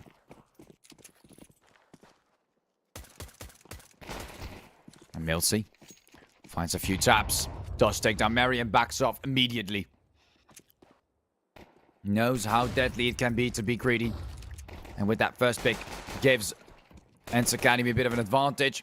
Flash comes in, and another pick from Miltsy. Mars tries to compensate, gets 1 more, and oh, Miltsy, not too great, barely alive. Amsterdam shots him down high, gets shot down too, and they're bringing it back to a 2 versus 2 as they're looking for the A-bomb site. Millet in a bit of confusion right behind the smoke. Sushan enters it. And Miltsy, Millet, oh my god, the headshot there from Sushan. No idea how he actually landed that, but right in the smoke. Sushan finds him. And they rotate right back to the B-bomb side. Great start from Ents, but Cucutos has been able to recover from that. Amsterdam goes for the bomb plant towards the other side of the map, and Teme is going to attempt this clutch. I mean, he does not have the defuse kit. Doesn't have much of a choice. He's trying to get there as close and as soon as possible.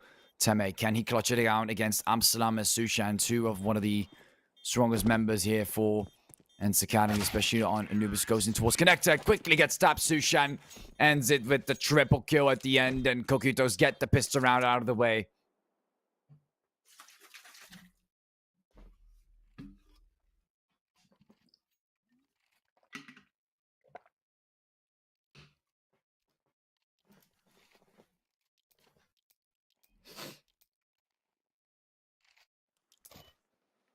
And now Ents Academy feeling the heat of Los Cucutos. Probably going to throw in another round on the board after this one. Maybe even the third. Momentum is really on their side, on this T side, on the map pick. It's to be expected, you know. They picked the map for a reason. Now they're playing back to defaults. Holding it nicely with the bomb on the ground. A few taps towards Connector. They're really trying to find that early pick, but Ents Academy is not giving it to them. Double nade comes in, the push comes forward, and Mary and Sushan find 3 frags. Ents Academy, they attempt something funny, but it seemed laughable at best for Los Cucutos. Not the greatest attempt when there's 4 players stacked around the river area.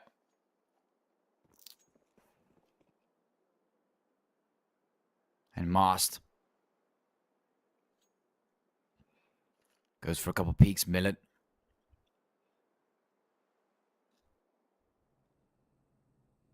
Wants to go for that focusing point towards main. And I feel like Cucutos is really looking towards A now. They want to get it done. And Millet is going to have to lock in on this one if he really wants to protect the bomb site. Not going to happen. Mars finds him. And Salam does get spotted by High. Now there's a weapon pickup there. A possibility at least. And Tomiko responds to High. And now Miltsy remains at last. Does get the tap towards Mast. But Sushan's looking to find him. Drops down from the smoke and quickly gets shut down. Sushan attempting to get the bomb plant right afterwards. And he doesn't get it. Second round going towards Los Cocutos. And the money that Ents Academy is spending on these rounds that they are kind of going to lose anyway, not the greatest. And it's going to cause them to also have to force themselves into an economical position for this third round.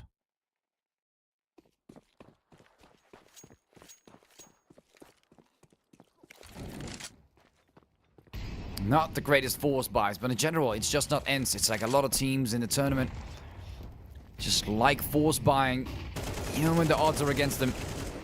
And now the volley comes down. Quick takedown. Mars, Sushan, Amsalam.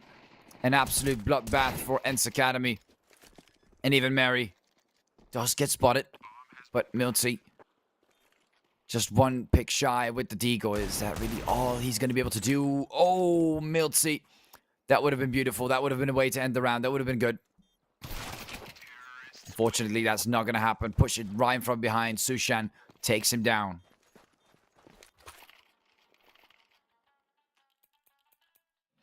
And Los Cocutos is looking for that decider. They desperately need it, of course, if they want to continue to move towards the finals in the upper brackets.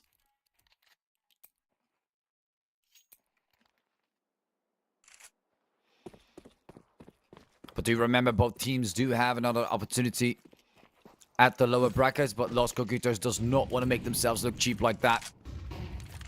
They want to push right onwards. 2 more matches after this and get the prize.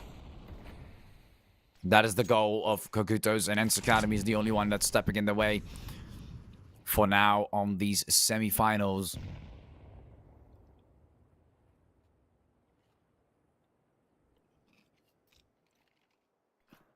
They've gotten extremely close on Ents Academy's map pick. And now they are trying to make that difference just a little bit bigger on the B bomb site.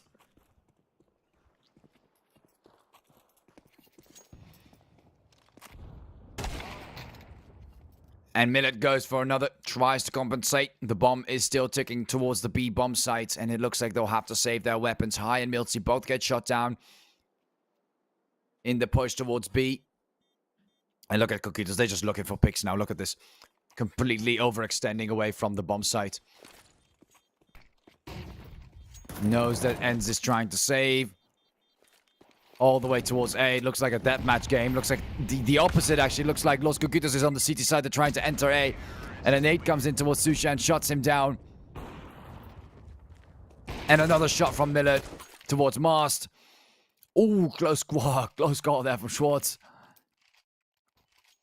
Almost able to get another one towards Cocutos, but look at that. The score is even 8-8.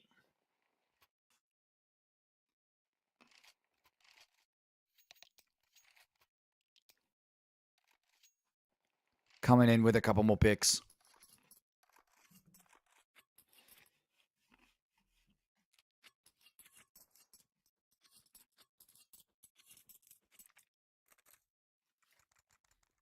Tactical pause from Ents Academy.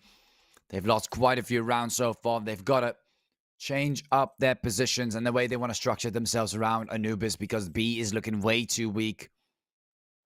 And the rotations around middle are awful. And Cocutos is playing games that Ents Academy cannot afford to lose.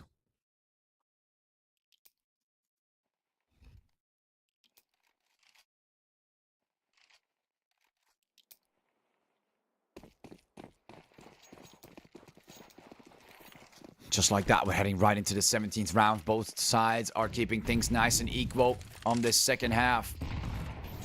Right after Ents took a massive lead on the first one, indicating that Los Cocutos is looking for a rebound. So Milty might create a bit of a change on that as Mary gets spotted early on. Not the greatest start for Cocutos, but they've been able to get back from it several times. We'll just have to see if this is another time and another happening again.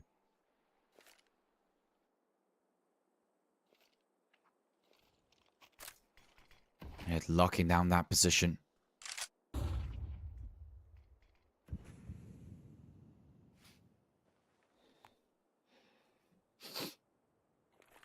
See Sushan and right behind Samiko.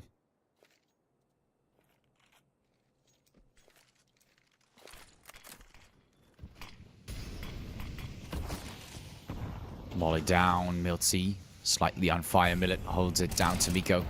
Looks for the peak, and we see a takedown there. Milty and Millet find 2 more picks. Amsalam and Tamiko. Schwartz goes for another. And a flashbang is imminent. Sushan tries to land the shot right next to the pillar. But is it really going to work? Sushan remains the last member standing. Ents Academy.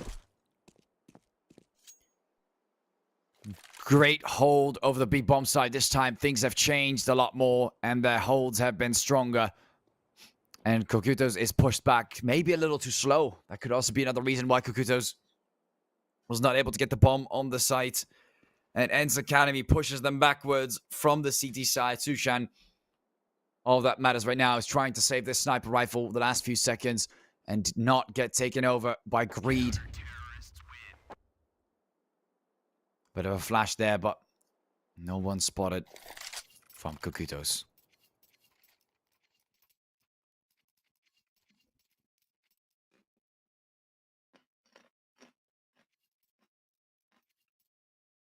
It's Academy.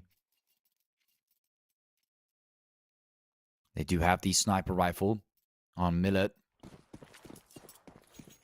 And Sushan, of course, was able to retain the sniper rifle on their side. But financially not looking the greatest. Even with the loss bonus, they would barely be able to get some extra utility. So it's really important to get this round, and Tamiko knows this. Finds Miltzy early on, and Teme gets spotted towards A. Looking really nice here from Kokutos. Schwartz slightly participating. But not enough as Millet finds Amsalam. Pushing it back to a 2 versus 3. Sushan drops in a molly, and they're looking for a bit of a move towards A. Millet's holding it nice and well and high. All the way towards B. They don't have a choice. Ents has to figure out what Los Kokutos wants to do next. They don't have a clear direction that they can put their focus on.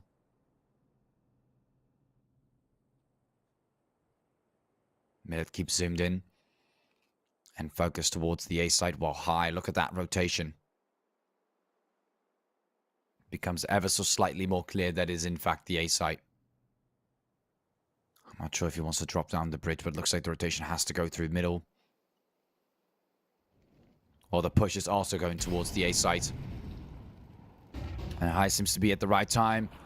Goes for the hold. The smoke is down, making it a little bit more difficult than Molly as well. Millet in not too much of a great spot. The bomb is being planted, and Los Kokutos is having a nice hold over the A site. Millet goes for the peak. Finds one, but misses. And High finds one. Sushan getting taken down. Tamiko trying to go for more High. Really important player in this scenario. Millet finds Tamiko. And now Mast, the last member standing. Both are rocking a defuse kit. It doesn't really matter who goes for the defuse, but someone has to do it. And High seems to be the one to go for it, and he does take him down. Ents Academy put another round on the board. Kokutos 2 rounds behind now as Ents Academy barely is able to clutch that one out.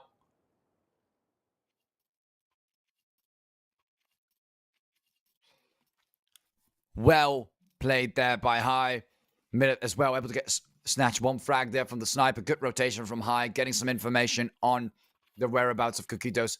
Kind of fortifying the fact that they were indeed going for the A bomb site up until the last second. Did not see anyone rotate towards B.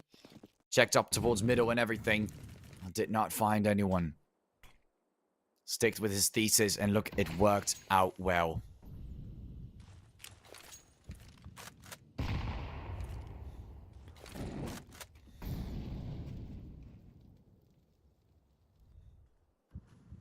Smoke rains up. And the molly goes right behind it.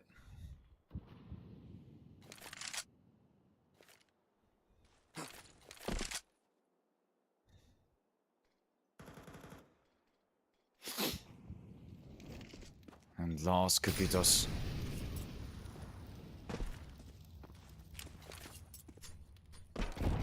See the push coming in from the side of the smoke. And Salam checking on the side.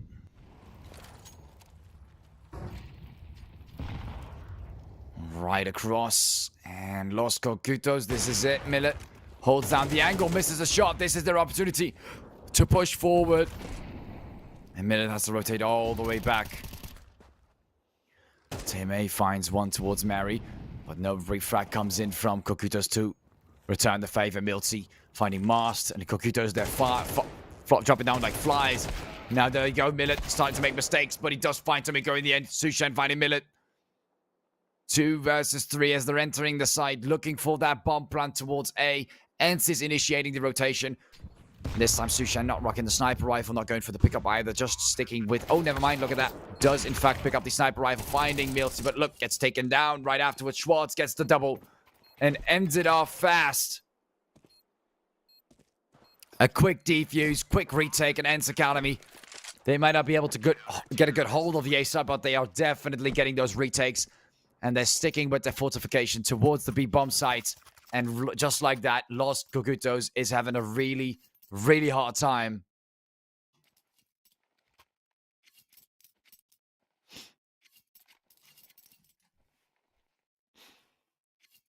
Getting back from this situation in Ents Academy.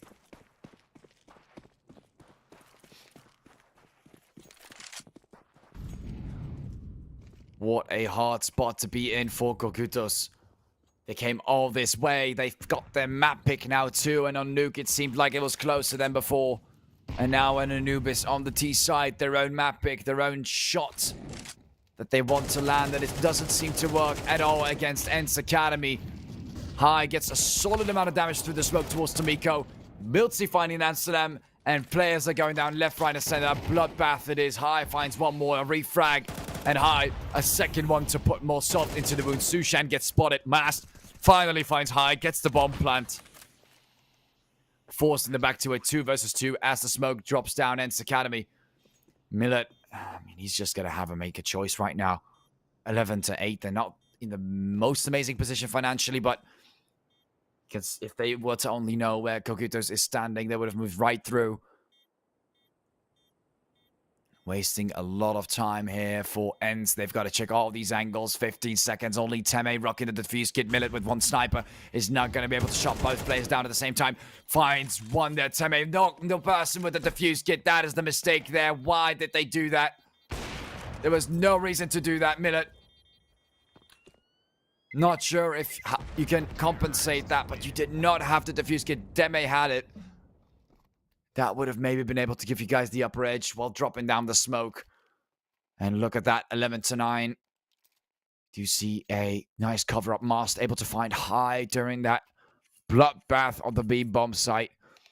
A good recovery here from Cocutos, and they're going straight into a tactical pause as they got to get their stuff together if they want to get a chance at even moving this towards the decider.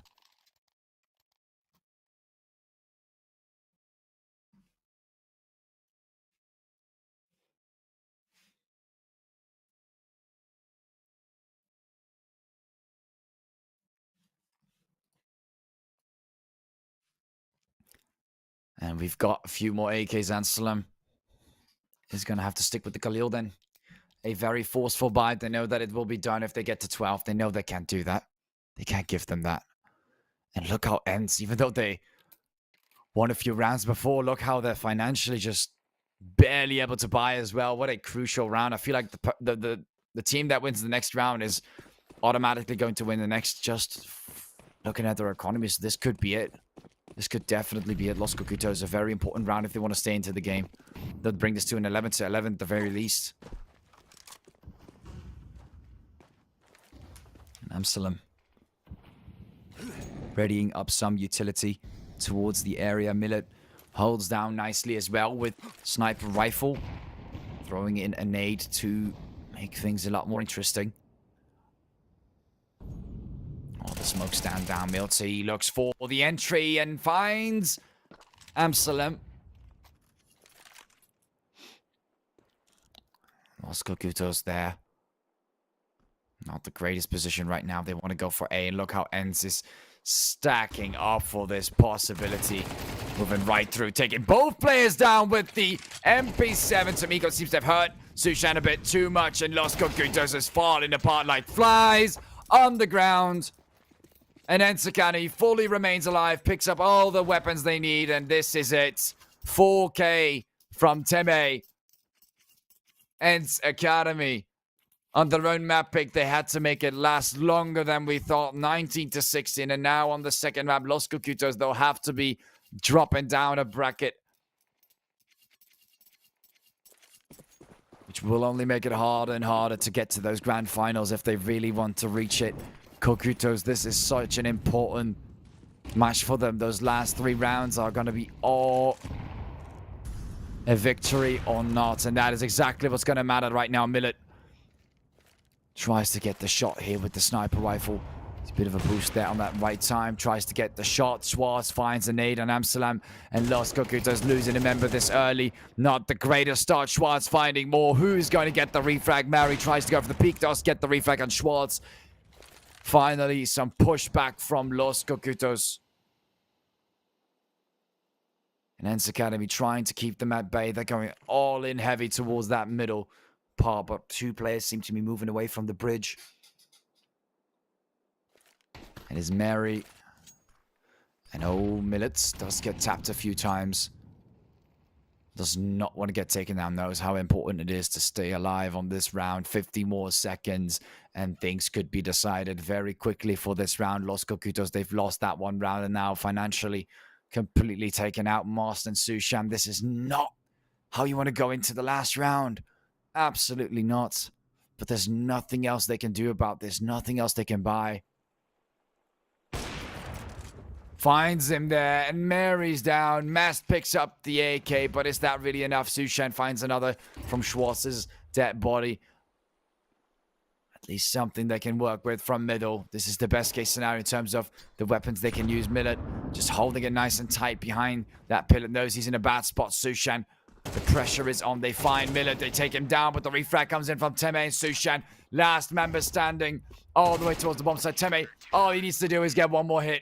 13 to 9, and they ended in a best of 3 with 2 maps in a row. Ents Academy, what a takedown. 13 to 9, a very close match on the first map, but now on the second map, on the map pick for Los Cocutos, where we anticipated a little bit more performance from them. It just did not seem to work, unfortunately. Ladies and gentlemen, this was one heck of a match today. I really enjoyed casting that first map. Now, of course, this is not done yet. We've got 2 more best of 3s coming out right at you, right after the break. The times and etc. and everything will be shown very, very shortly. I think there'll be a bit of a gap in between, as we've only had 2 maps for the first best of 3, so there will be quite a bit of a long break. But in the meantime, go take yourselves the break that you want. This was quite an intense game, especially that first map, and I hope you guys enjoyed it. Congratulations to, of course, Ents Academy for winning against Los Cocutos on this first best of 3. It was an honor to see their play. At the same time, Los Cocutos, they got so damn close. Of course, that second map was apparently just not the way to go about it, but that first map could have definitely been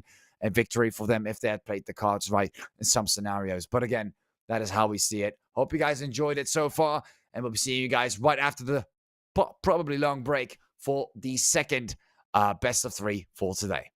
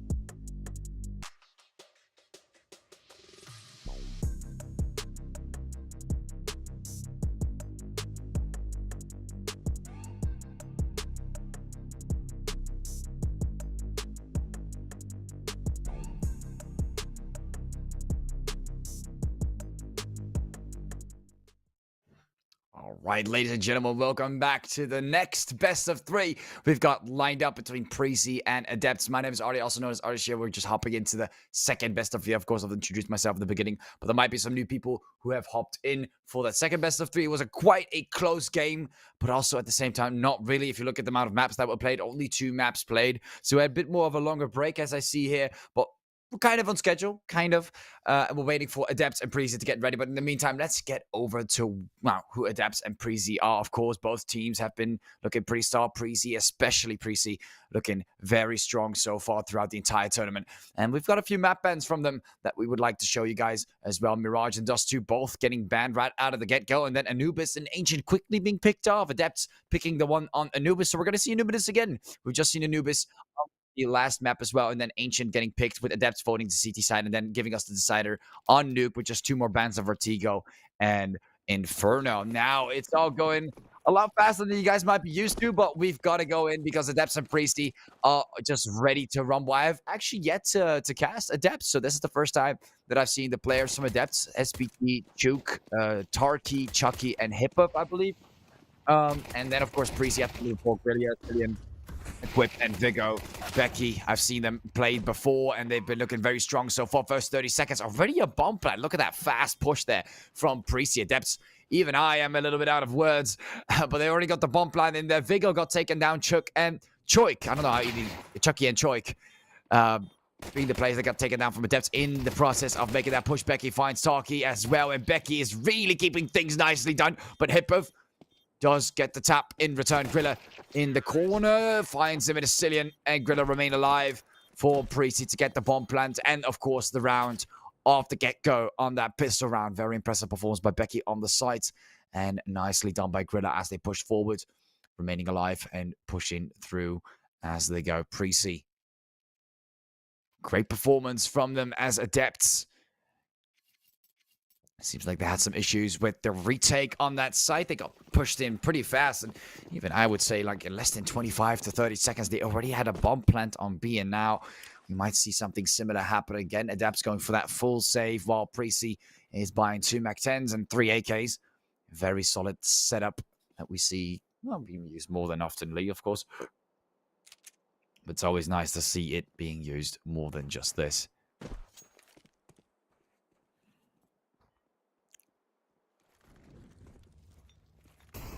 Just like that. Looking for the opportunity. Vigo pushes forward, finds 1, finds 2, finds a 3rd, but doesn't line the shots up. Vigo gets taken down to Cillian here to cover it up, and we only get 1 pick on Vigo, and that is all they're going to get for now.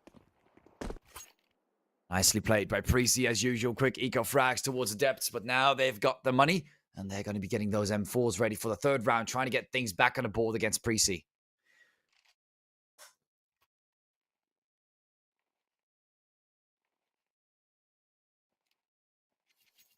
A very close game. This could still be. Adepts has been performing pretty well from what I've seen throughout the brackets. Definitely not a weak team. There's a reason they're qualified, and there's a reason they're here to play against Preasy on this map. Anubis.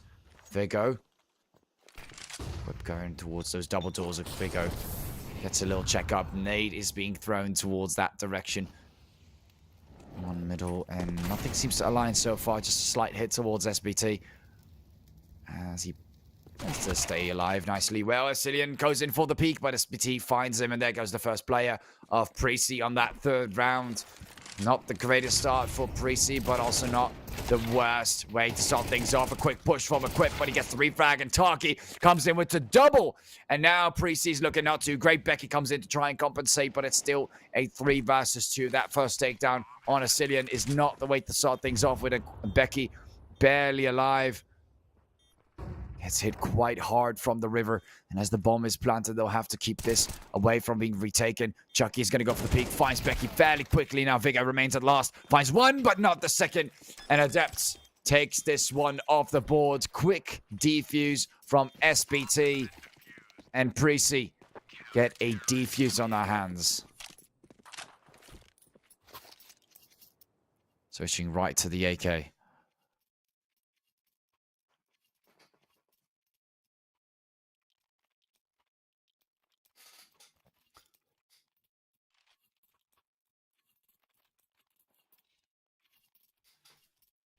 Looking really solid for Adepts to move forward from. Preasy still has the money to get something on the side. Griller having to force himself on that Galil as he wants to keep that utility as well. Push comes in. Molly down on the gate entrance towards the B site, and Preasy is setting up for a very heavy push towards B. After running towards B long, the flashes come in, the movement is in, and we do see a takedown from Choik and Taki. Two players both get taken out. Preasy, where is the first pick? Where is the first pick on the side? Becky.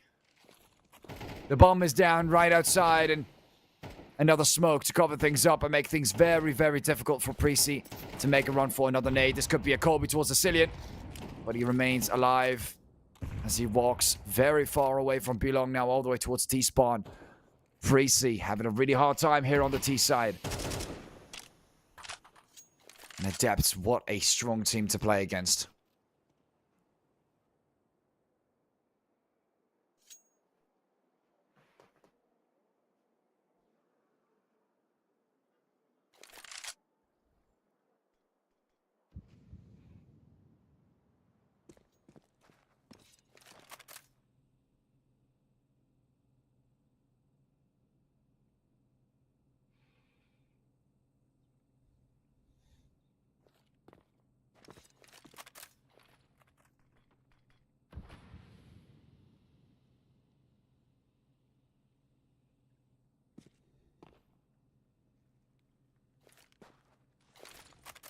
And everything has gone silent as Preasy has decided to go for the save.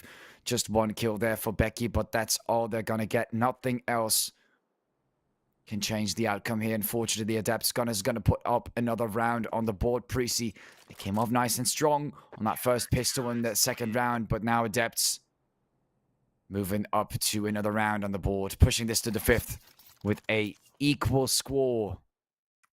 But is it really equal?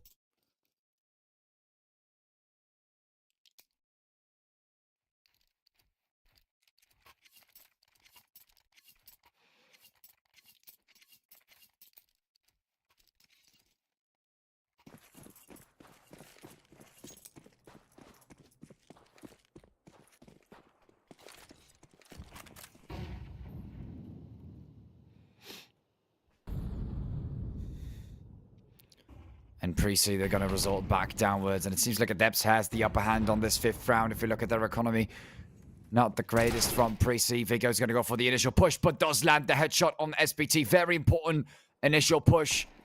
Picks up the M4. The greed is still there. And I'm not sure why he wants to continue and pursue this, but he still gets the second one regardless. Finally, Chucky shuts him down. Jeez, too much there from Vigo on middle. Quick takedown from Chucky, another one from Hippeth, and oh, Preasy. Doesn't really even matter at all, does it really? Cillian, nope. Not happening, buddy. I'm not too sure about that. Maybe throwing in an nade to get a weapon to throw in his direction. Yes, there it is. Oh, no, Cillian. Ugh.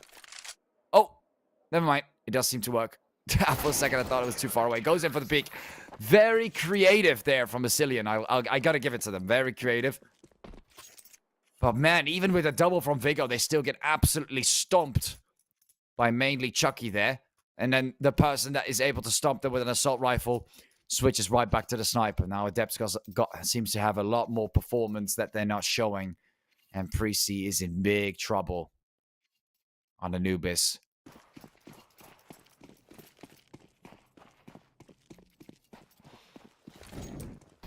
Really, really big trouble.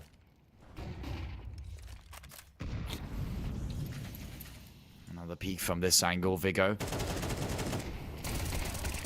Quite the happy engage, and the molly does a lot of damage. Push comes in, and are we even going to see a single frag? Of course, Vigo's got it in him. But unfortunately, it seems like only Vigo has got it in him. Everyone else on Preasy is completely failing. Poor little Vigo's not going to be able to handle 4 or 5 men at the same time. There's got to be a little bit more that Preasy can give. The other members are currently lacking.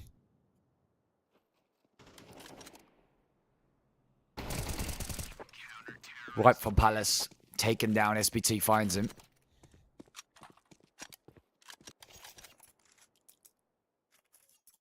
3k there from Choik, and tactical pause from Preasy as they're really getting taken down on Anubis. It is not even funny anymore. 4 rounds in a row from Adepts. They've got to come up with a solution, and a solution quick.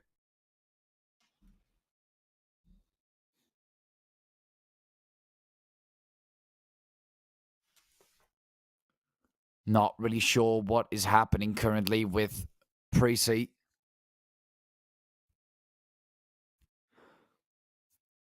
But the stomp from Adepts is looking really, really rough. All of them almost have enough to get full diffuse kits. Choik probably has enough, but he's not doing it. Around 4,000 on average on what they have saved. They could basically get fully wiped out and still buy the next round fully the same way. Maybe Chucky might be a bit of a hard time with the sniper, but other than that, it's looking really nice there for their economy. Look what SPT's doing. Looking to line up. Some utility and Equip does get hit by that. Peek there from Chucky. Quick sniper takedown. Equip gets spotted quite early. Now Vigo around middle. As the smoke stands up, remains up. SPT finds Vigo. A quick early takedown.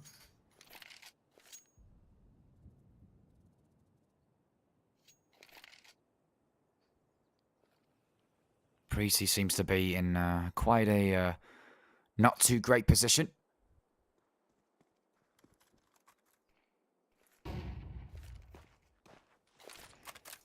Choke.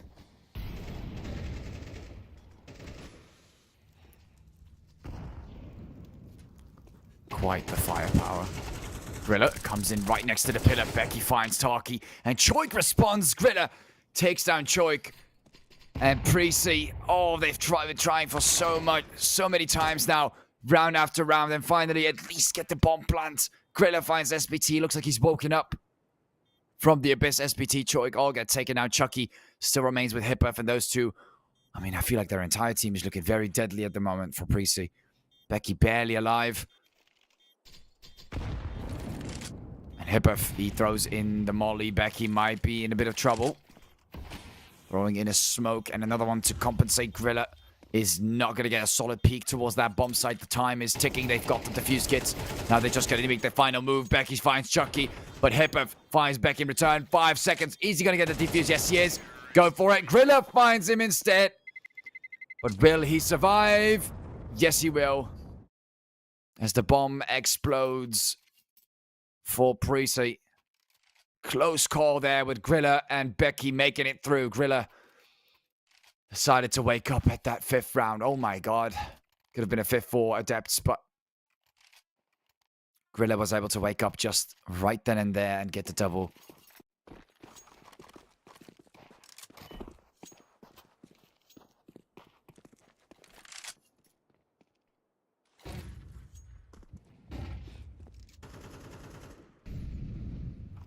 Becky, right behind the wall. Couple of peeks.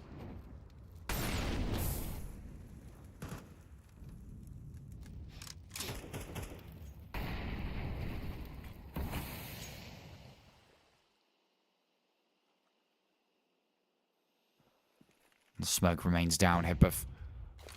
You can see Grilla.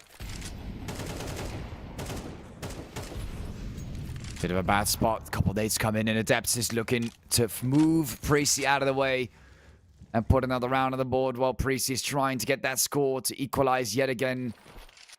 They're playing it really slow and careful and really sweating it out here on the T side. Choik with the SMG. I mean, they're starting to feel it a bit, but like I said before, even if they get wiped out, they can still go for a full buy again. Choik seeming to be the only one that was unsuccessful on that, but everyone else was able to get the right rifles and some util. Even Chucky able to rebuy a full sniper. Look at that. Really hard for Preasy to get them to really get shut down. Grilla moves forward. Quite the hits there from Choik, but he remains alive. Look at how low Equip is from that gunfight. Bombers down to the ground. They're going to go for the replan. Adepts knows that their economy is on the edge, and they are willing to save. A very easy and quick save. Grilla entire team of Preasy is on high alert and under a lot of pressure, while Adepts is kind of calming down, just chilling, relaxing, knowing that this is just another round. It's not too bad. They're able to save the weapons for the next one. And that seems to be the focus here.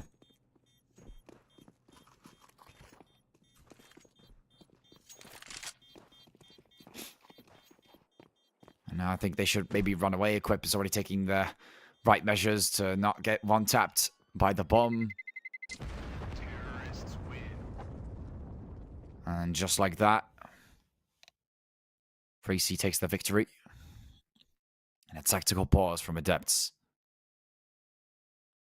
Probably discussing what happened on that round towards B sides. Seeing what they could do to make a change on that, what went wrong, and prevent Preasy from making the continuing move upwards on that first half on Anubis. They know that they want to perform better on the T side right after the switch. That's their goal. But if that's really their goal, they got to perform just a little bit better on the TT side. Giving Preasy too many rounds is not the way to go about it. And it seems like Choik and Taki, I mean, they haven't bought anything yet. Just SBT buying something small, but nothing else. Interesting choice. And they're locking in on that choice. Taki, small buy on the pistol, but that's it. And you can see Adepts is really trying to keep their economy at a stable position. 2,000. More than 2,000 each with a loss bonus that covers it. Trying to prevent themselves from going into an eco. Which is what they're trying to aim for. And really try to maybe pick up the weapons if they get taken out. Something like that. SBT being at the lower side of the HP bar. Also rocking that defuse kit. Not sure why they put him in an aggressive position. Maybe drop off the weapon to Choik and play a little bit more safe. But looks like Choik is moving forward with the pistol. Trying to bait forward, get a first pick, and he does almost get equipped. And oh my god, Preasy! A full wipeout on Adepts. Equip is very, very low. Very quick little pick from Hipov. But Asilian comes in, headshots him right away, and Chucky remains with the sniper. And it looks like another save for Adepts. They have made their decision on this round, and they're going to maintain with that decision. Grilla's trying to find him, but knows it's dangerous. Doesn't really care about that too much. Drops in the nade. He wants the peek, but he knows that there's a sniper there. Chucky moves out of the way. Grilla moving right above that area. Finds him. But Vigo finds him instead. Takes him down. Looking to pick up the sniper for, I believe, Asilian.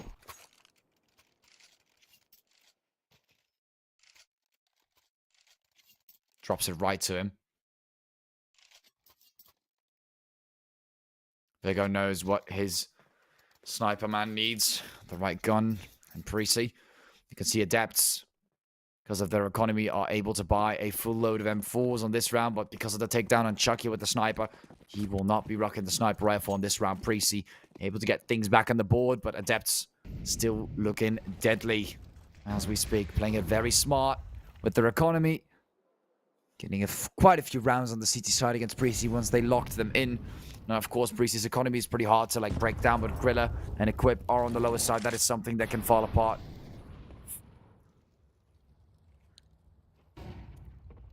Right as they were to win this round, and Adepts positioning themselves still around middle. Look at that, 3-man middle. Vigo, I wouldn't dare to make that move. Look how much control Adepts is getting of the map as they're moving right in this area. Vigo completely surprised Asilian too. And they're playing that very smart, because how are you going to get refracts from this area? Locking off with the smoke, throwing in the molly. Hipov. Oh my god, the multitasking. Dodging the molly and switching weapons at the same time. That's a different level of multitasking. And Grilla knows you're there. Backs off. They find one equipped, but Grilla is able to respond. And they do win out that trade. It's a 2-for-2 now. And Adepts gonna have to force themselves into a rotation towards B. You can see how strong they're looking, even though Preasy didn't have the right rifles on that round. Asilian does get taken down with that sniper on the ground somewhere. SPT Hipov. Not really gonna make much use of that, but Look at what type of position they're holding around connector. That is what they're kind of forcing themselves into. Throwing in the nade. There's one person there, but is there really two people there? Yes, there is! And they both get taken down at the same time as they try to double peek, and that is the power of teamwork for Preasy. Just as Adepts try to do the same thing towards them. 2 full takedowns from Becky. Really nicely done.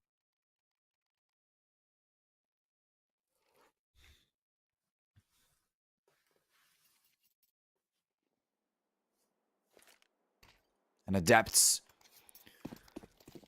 now they're in an eco. Now they're in big trouble trying to walk around with pistols again. Playing around middle is what seems to work very well for them. And Vigo needs to be careful with that. Not drop that AK towards Adepts, as that could cause a chain reaction of a lot of bad things that can happen at a higher percentage chance. Assyrian does not care. The MAC-10 is in his hands and he's just ready to roll. Rolls in past them, gets a lot of damage in, finds one, switches, but I don't know if that was too much of a great idea, but there's a lot of damage that has been done towards Tarky. And that is something for Preasy, but a kill is a kill on an eco round, and that is something you're trying to avoid. Equip!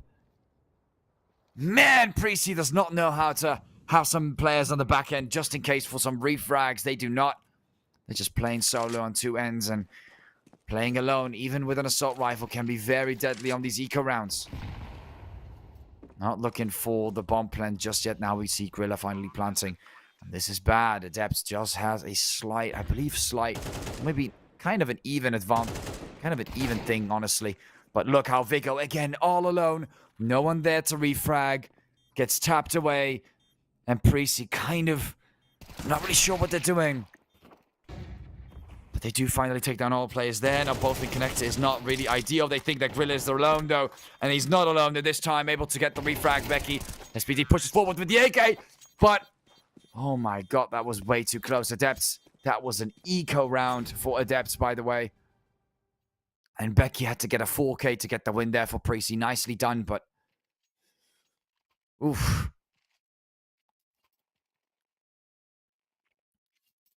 Adepts able to really make good use of the money they just earned on that round. And you can see Chucky switching right to the sniper. 3 defuse kits. Buying as much as they can. At the same time, Preasy also locking in on that equipment. Practically similar equipment value. I mean, that lost bonus is not going to be used, unfortunately. Last round on the first half. And Preasy trying to end this in 8-4. That is their goal. Give them that 4-round head start before they enter that second half. But Adepts is not here to give it to them that easily. They want to make it through as well. 5-7. I mean, not the greatest score, but at least a pistol will give them that even score in the second half and something to build upon.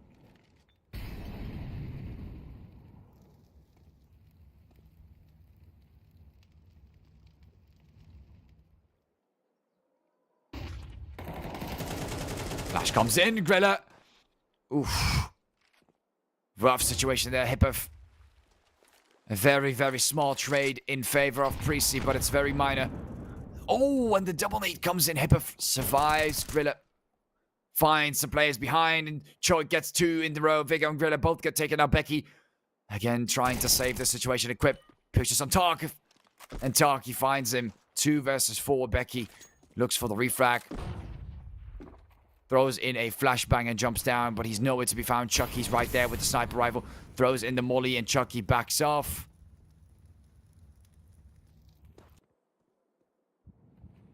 I'm not sure if Becky wants to peek that, but Preasy is looking pretty bad for them. Becky finds SBT, but he's low. Assyrian still rocking the sniper rifle, but will they get this clutch? I think Assyrian has to carry this. He's been using the sniper for a while. I want to see some performance there from Assyrian. Can he make it happen is the question. Poor Becky's going to reload right as you speak. Hippov move forward with that low HP bar. He's probably going to find Becky, but Becky spots him first. He's on the lower side, but still gets 2. And here comes Chucky. Assyrian. It all comes down to Assyrian. Misses the shots. Chucky knows he has got the sniper. Time is running out. He's going for the defuse. Fakes it. Knows it's a fake. Peeks. Not defusing. Assyrian. It is over for Adepts. Where is the defuse from Chucky? It is not happening. And just like that, Seems like time was in his favor, and the fake was not something to be reckoned with. Could have been really good if he actually went for it on that, but nope. Drops in the molly. I don't even know if the molly even hit or would have hit Preasy. I'm not even sure. That was a 2 versus 4, and damn. I don't know what Becky did there in the end, but again, caused a lot of mayhem. Tried a lot. And look at that, 17 frags. Becky is just... I feel like Becky is online and everyone else is not really as online as Becky. We've seen a little bit of performance from Vigo and Mid as well, as Grigler, as Cillian. At least he was able to win the round. That is what counts. I mean, he might not have as many kills, but he was able to get the round for Preasy at the end. But God... he was responsible for holding the other side. Can't really blame too much on him, but 8-4 Preasy. If they cannot constantly rely on Becky, they've got to come up with a way to even things out a little bit and put in the work too, as Adepts might have a lot more of an easier time once Becky is taken out. That's not how you want to go through with these rounds. 17 frags is ridiculous. And maybe it is Becky's playstyle, I'm not sure, but something is not working well for Adepts from Becky, but it's working extremely well for the other players.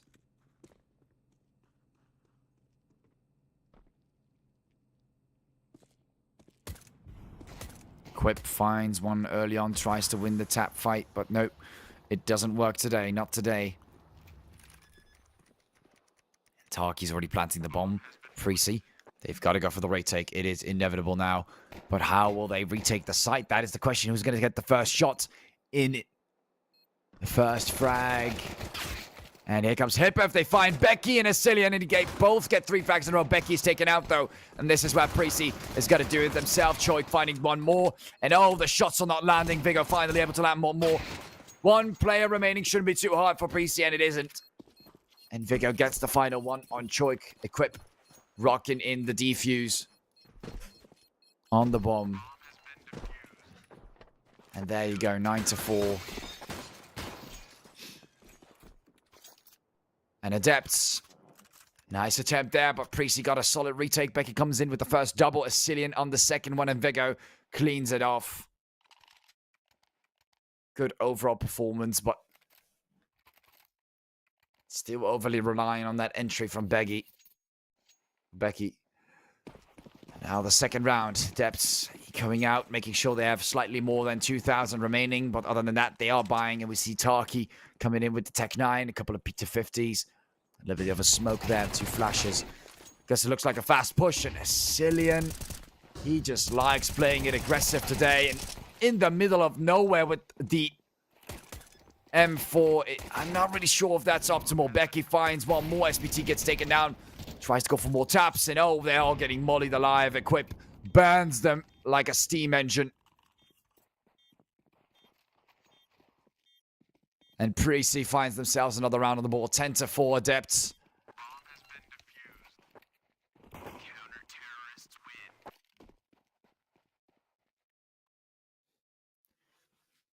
Would you look at that? 2 picks from Becky. And Adepts in a lot of trouble now. They had a very strong run. You guys remember that on the CT side? Very strong run. Really seemed like they looked stronger than Preasy, but Preasy's picking things off on the CT side, and they're feeling amazing. 6 rounds ahead. Just 3 away from getting this map out of the get-go. And Adepts, it was their map pick too.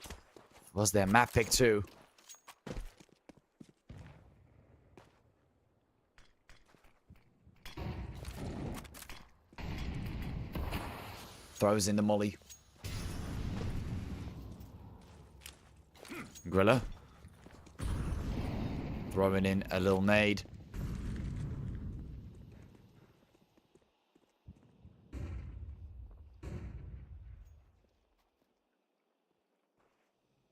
And time just starts to tick.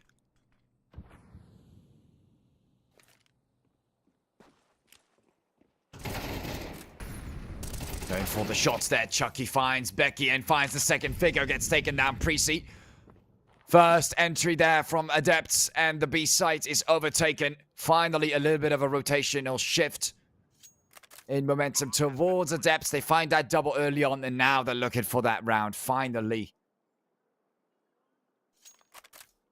And Preasy, it looks like that's going to be a lot harder to get those rounds on the board. Adepts making it clear that they can also just as easily push B and surprise Preasy heavily from the river.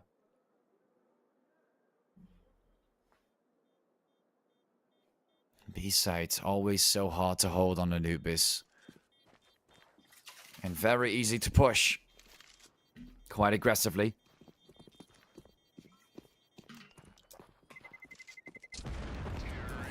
You know, you would think maybe it's better to just leave the B side open.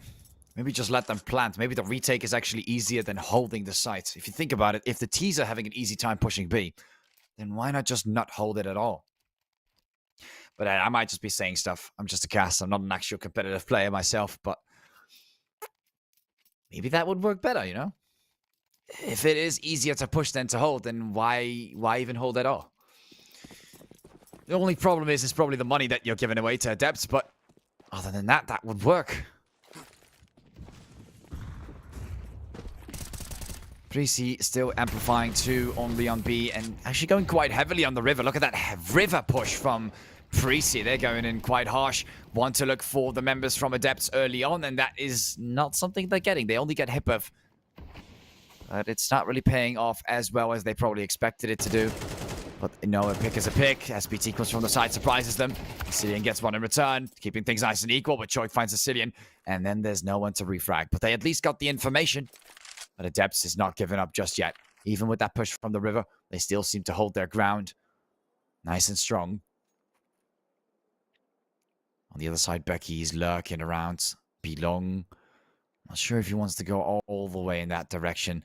Look how silent things are. They know that they're so damn close. Equip with SMG is finding the first, but gets tapped straight away as Griller has to back off and wait for Becky to come because this does not... Oh, never mind. He takes it on the riskier route and actually finds a pick. Now, I'm not sure how that really works. Drops into Molly, gets spotted, and now Taki versus Becky. That is what we're looking at today. Goes straight for the bomb plant, and Becky knows exactly where to look as the bomb is planted. Peeks from the other side and finds him. And Becky comes into the rescue for Preasy. Picks up the AK, looks for more, and gets the defuse in there. Look at that. Beautiful from Becky. Great rotation in there. Nice hold from Griller as well. Getting the first one and then the second one right after backing off. Instead of waiting for Becky, he went in for the more aggressive approach. And it did seem to work for a second, then got taken out.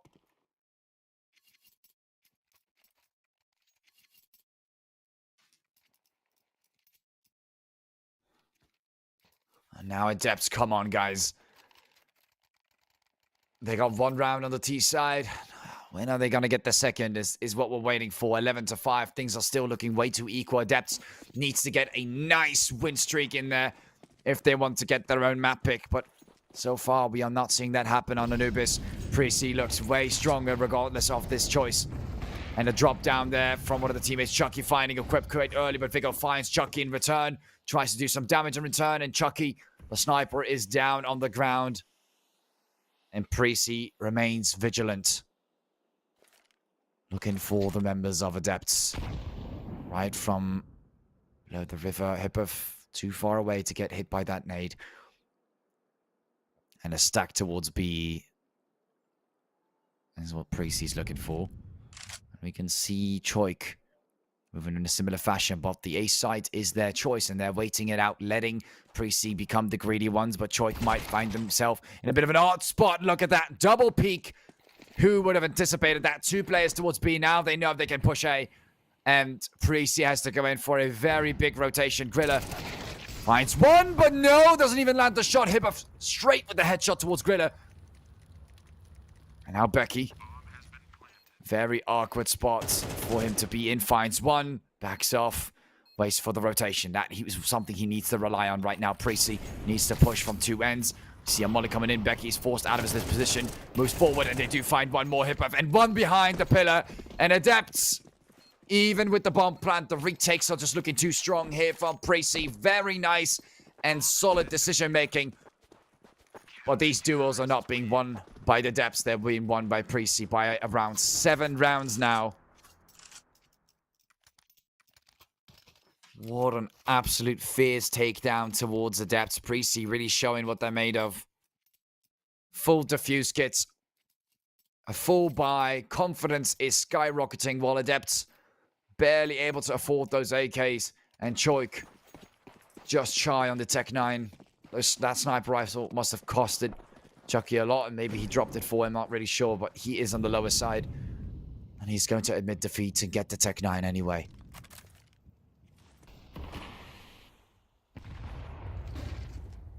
Gorilla moves forward, right beneath the doors, finds one, Hippo finds a second. Oh, it's so close!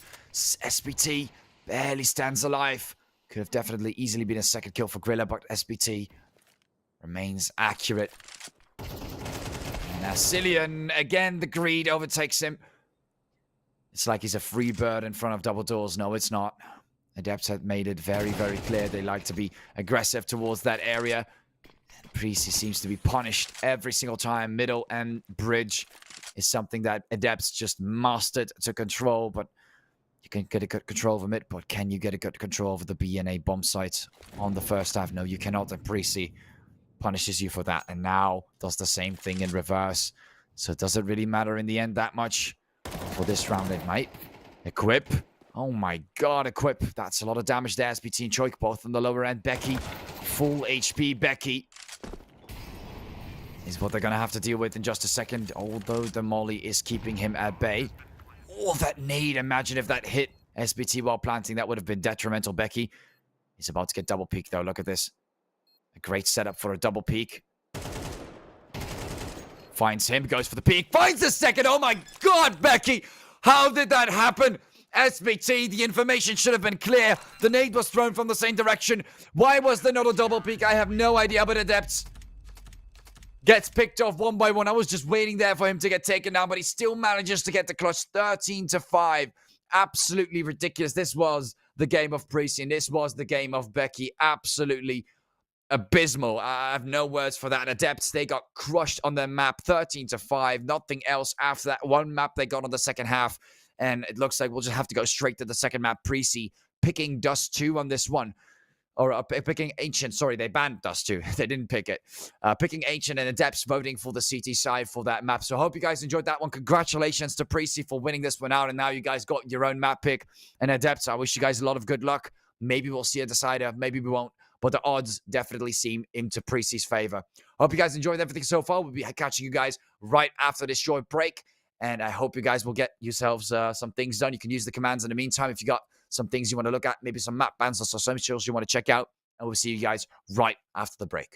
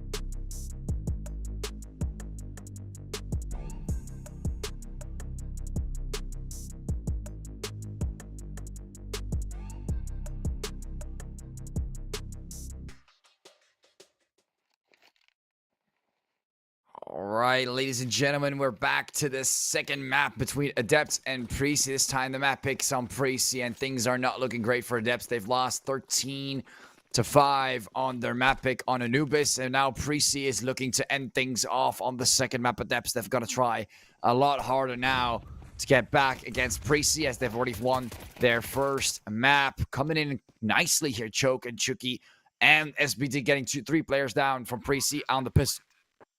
A quick takedown around the A side as they tried to push in, completely surprising them. And now Asilian, I mean, I'm not sure if they're going to win out this pistol. That is looking awful and rough of a start. They do at least get the bomb plan, but I mean, I don't see Vigo getting 5 kills. No, we're not. I'm sorry, Vigo. Maybe if you were Rain, but not today. Getting the defuse. Even the defuse kit was ready on SBT. All a stack on A, and then a quick rotation towards B. Very simple and clean. And Preasy, I'm not going to get that pissed around, that's for certain. Starting off pretty bad, but great for Adepts. And I mean, they kind of need this, you know, they really do. After getting shot in the foot like that in the first map, you can see it in the top right as well, 13-5. It's not a way you want to start things off with, that's for sure.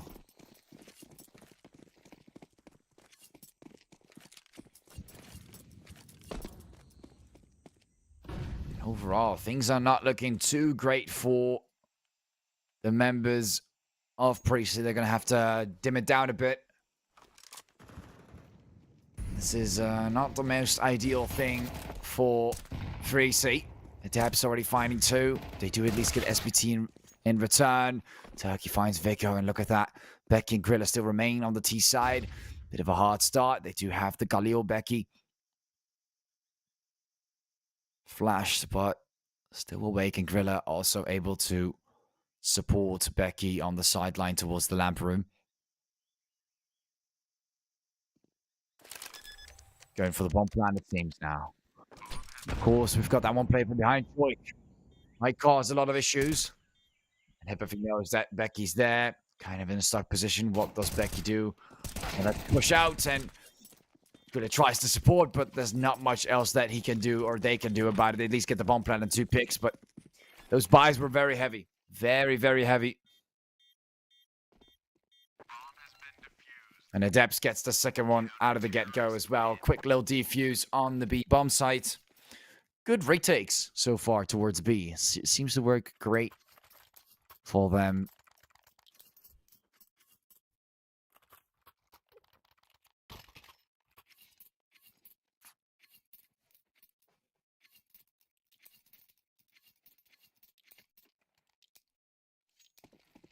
And Preasy not looking great with this start after the 3rd round. We do see Equip coming in with the Mach 10, and Asilian just barely decides to buy the Galil. And Vigo right outside of that molly. Flash comes down, slightly flashing Vigo, but Vigo does not seem to mind too much. And there it goes for the heavy push from the side. And they're getting quite aggressive towards Ataki. Remains alive alone, but not much he can do, Chucky.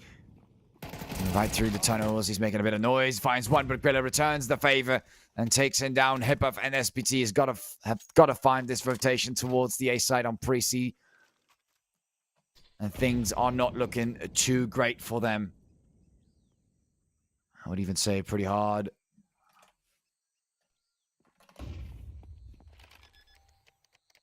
Hippuff notices the bomb plant, tries to go, gets a couple shots through this wallbang spot. They know where Hippuff is. Try to find an SBT, moves forward. Asilian finds SBT, second one in there, and Preasy finds them quick.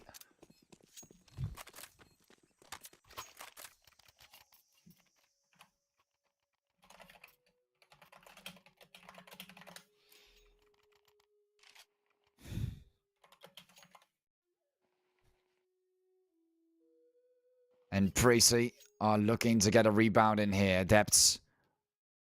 2 rounds on the board, but Preasy does get the 3rd. Once utility starts to kick in, they start to notice a little bit of a shift there, and Adepts is going to have to accommodate for that. Lots of flashes and Vigor. I mean, this guy does not care a single bit. Look how fast he's already moved towards the tunnels. He's looking for a wild one. Makes the move here with a smoke. And, I mean, the noise that this kid likes to make, I'm not really sure if it works. But so far gets surprised. And, oh, no, does not get it. Choik finds it instead. Grilla finding 2 in return. SPR, SPT, and Taki. Finding 2. Hippov in a bad spot. But Chucky comes from the side. Picks up the AK. And a clean start. Or a clean possibility of getting a retake. Adepts has the potential.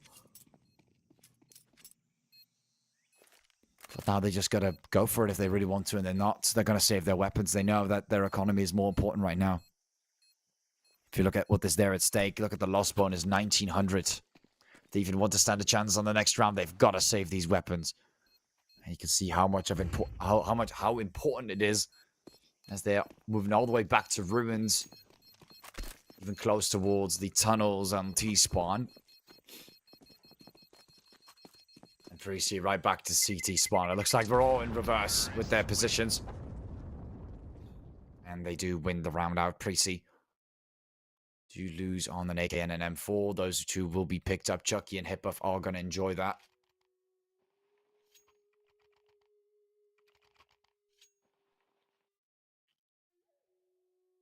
And Preasy, look at that. They have 3 M4s. They've picked up 4 M4s on one round. They have 3 M4s right now. It's insane.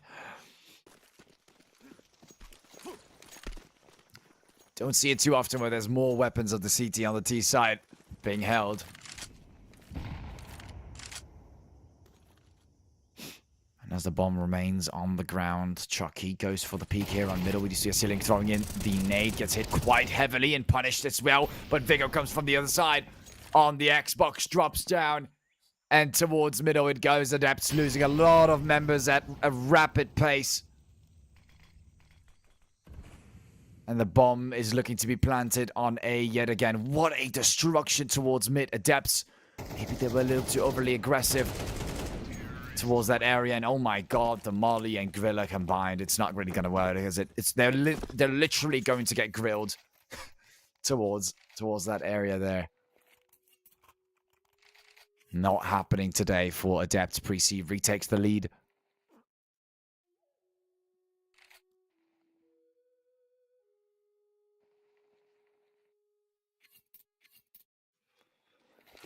And Preasy is not here to waste any time against Adepts. Smokes down and they're walking right through. Throwing in the nade. And Becky looking to hold these angles from a different perspective. Not able to land too many shots though.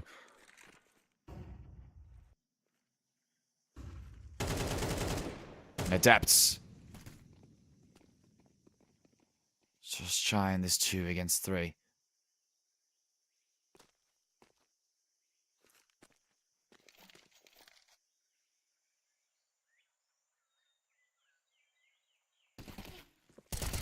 Hippov goes in. Equip finds Hippov.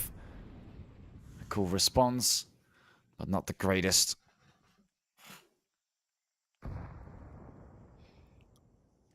Vertigo looks for the bomb plants. Smoke is down in the depths.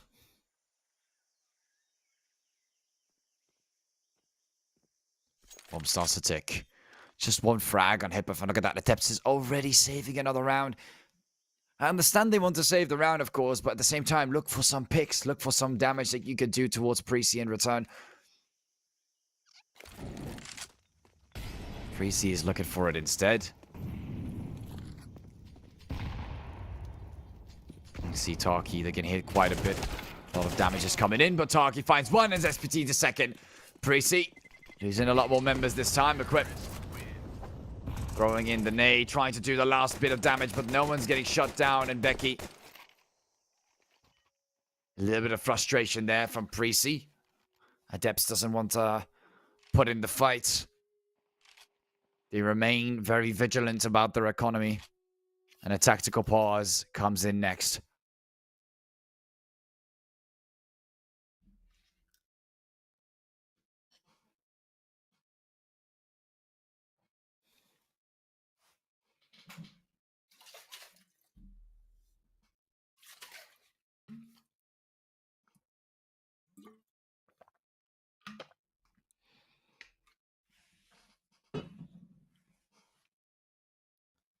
while they're getting the tactical pause, we can see a couple small buys.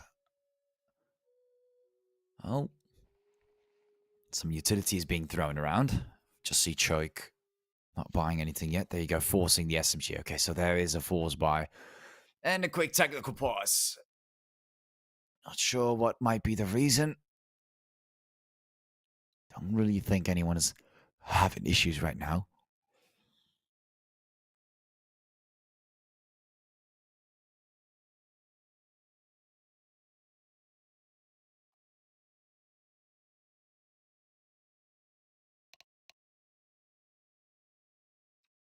Just waiting for this technical resolvement.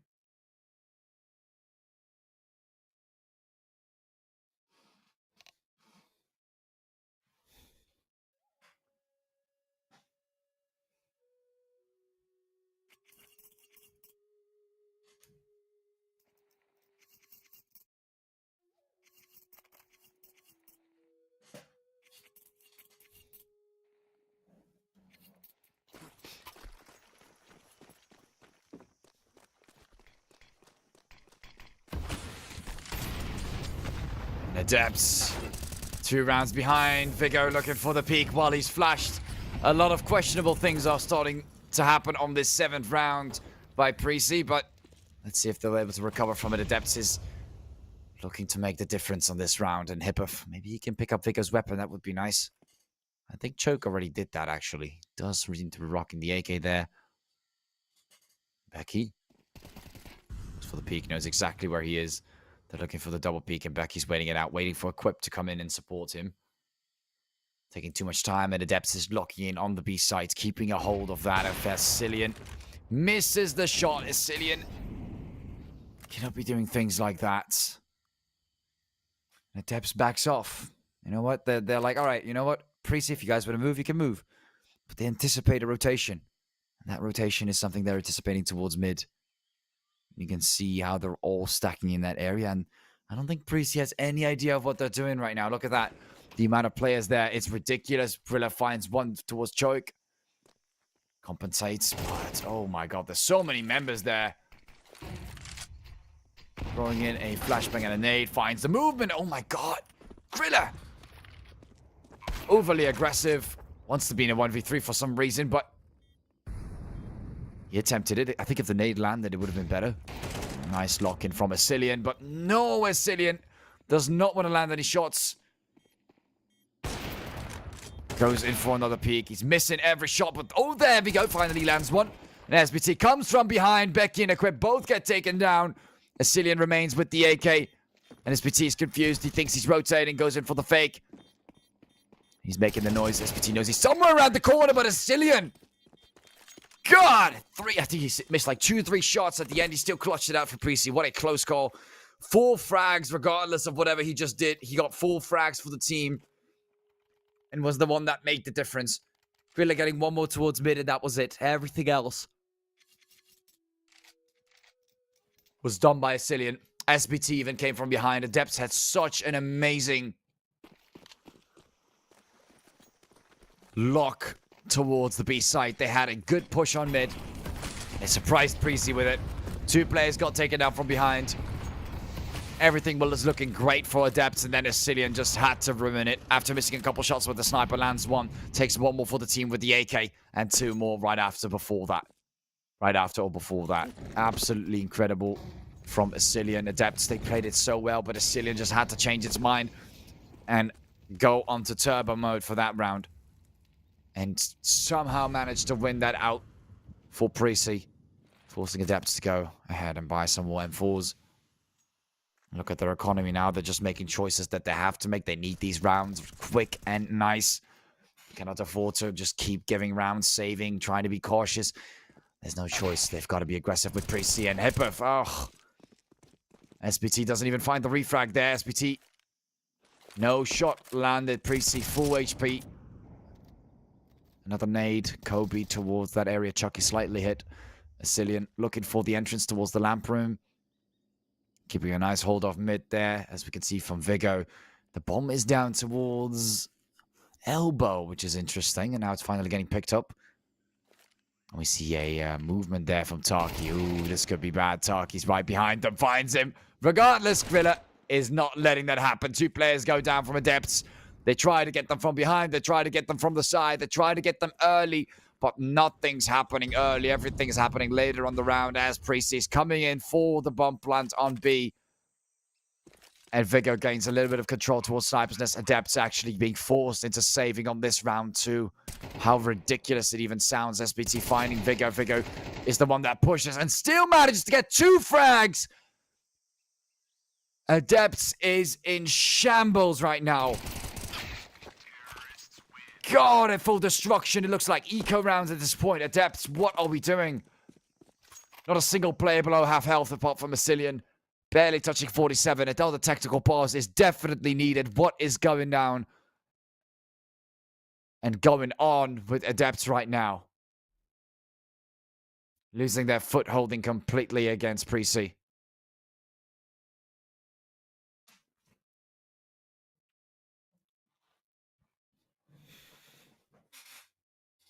What a yikes this is.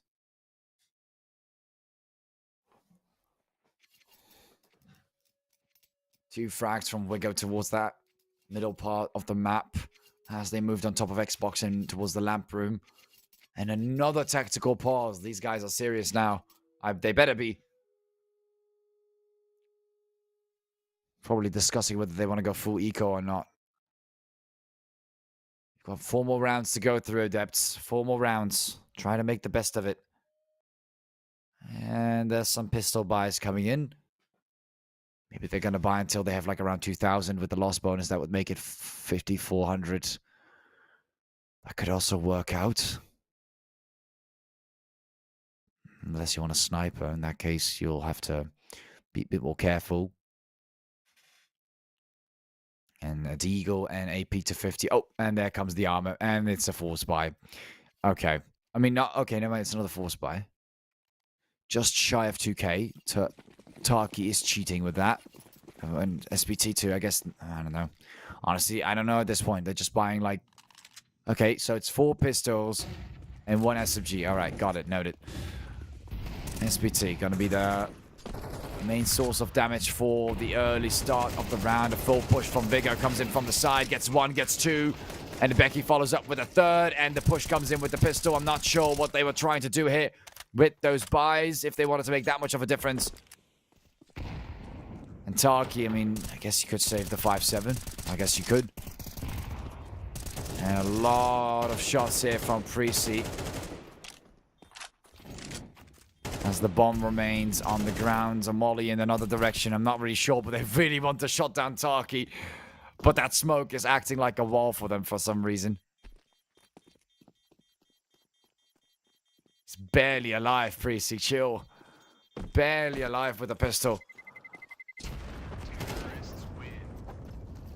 And just like that, the bomb explodes.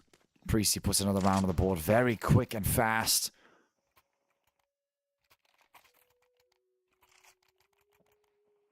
You can see Asilian start to buy up some more utility. Everyone else and Preasy doing the same thing. Just stacking up on more and more util. Becky's on around 14,000. Asilian on 9. And I think they're set for the next 3 rounds. I don't think they need to go eco a single time unless they really get shut down 2 rounds. Like a full takedown, not a single frag going towards them. Something like that would probably, that would probably cause a lot. Vigo. See one member of Preasy finally being spotted early on. Becky's looking for that push.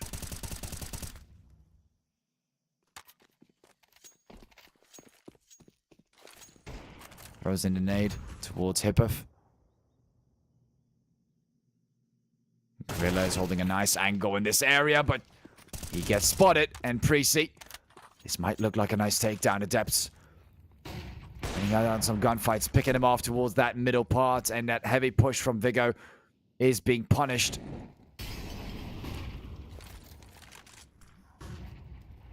And Preasy having to deal with a very nice full buy. Oh, and there goes Asilian, and there goes Becky. And that is what you call a full takedown. There you go. Not bad. Not bad at all. Now you need to cram in another one, and I think even after that, Preasy will still have enough money, actually. I'm just checking this one out. Yeah, they'll still have enough money. 1900 loss bonus. They'll still have plenty and plenty of money. I guess it doesn't really matter that much, does it? Maybe Asilian won't be able to buy. Nope, Becky's alive. 10k. Doesn't matter. Preasy. Indestructible. Adepts trying to find that similar position. And I think even if they lose this round, they also might. So we're looking at practically 2 overtime rounds. Vico finds choke target, tries to get some damage in there, but doesn't land the final definitive shot. Equip gets the second one. And SPT gets taken down too. But the heavy hits are still there and remaining. Grilla and Equip on the lower side, and Vigo just with the slight hits. Just one hit from an assault rifle is all it took. Grilla is a little bit low, though. He hasn't gotten a kill in return for that. So Adepts might be able to get something out of Grilla. But they'll have to push mid again, and I don't think they'll do that. SPT and Choik already lost their lives to that.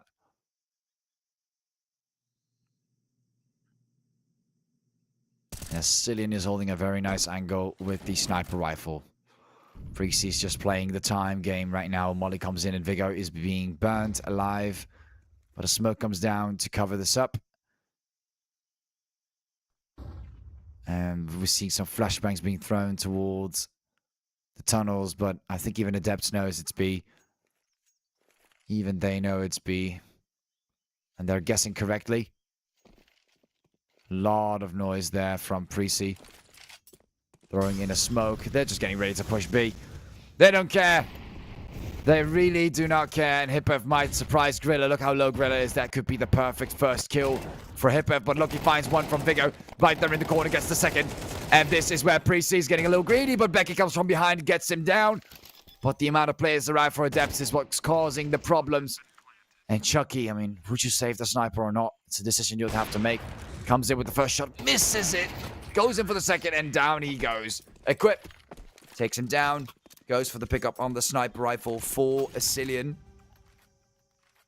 3k there from Equip. We saw 2 picks as they were holding around the lab. As we were trying to look for an entry towards the lab room right outside of Heaven towards the Xbox. He took both of them down towards Elbow in middle. And now he also gets the final pick. 3k there from Equip. Very solid round for him.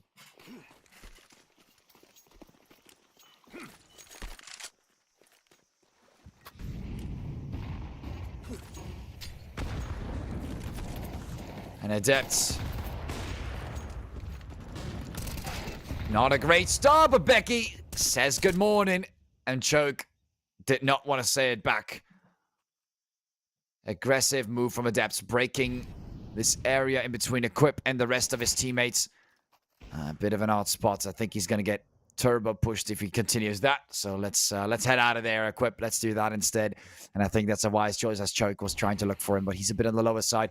And we do see Grilla holding a very aggressive hold with his crosshair as Hipev is getting closer and closer towards that entrance. Looks like those mollies are coming down, so keep them at bay. But when are they going to plant the bomb? That is what we're waiting for real this time. Equip finds Choik. And SBT remains, picks up the M4 Grilla at the nicest angle possible. Finds him, but Hipev wins it, and Chucky gets another shot on Asilian with the sniper. And this is where Preasy might actually give away the round. Vigo gets taken out and Equip all the way on the other side of the map.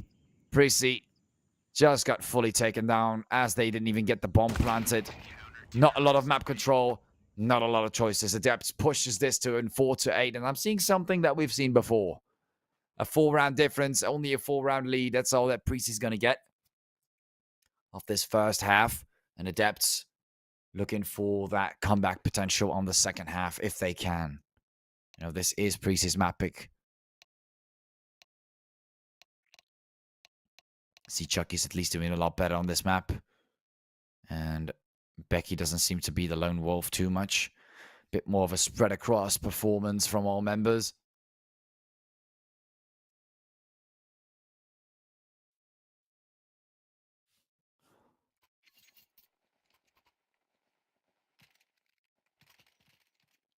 And man, if Preasy continues doing this, I'm not even sure if we'll get it decided today. It just keeps ending way too quick.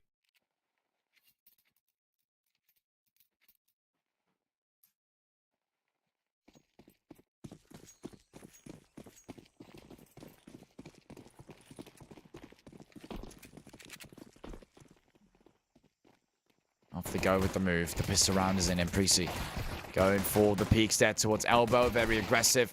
And whether it will be worth it is a different question. Vigo finds Choik and Tarky gets taken down. A little bit of hits there from Tarky towards Choik. Assisting his own downfall. But SBT is waiting right in the corner. No one's checking him out. He's right there behind the corner, guys. Gets the double. And runs away with it. Great job. And Vigo's trying to shut him down. Everyone's trying to shut him down. There goes the 3K. And Preasy throws it right back to square one. Gorilla barely alive. They do get the bomb plants. No one's rocketed defuse kit Vigo. Very important to get the first pick. The molly comes down and he's kept at bay now. That is not going to make him move forward at all. And he's about to get pushed from the side. Probably going to look for a round win on Adepts. Chucky.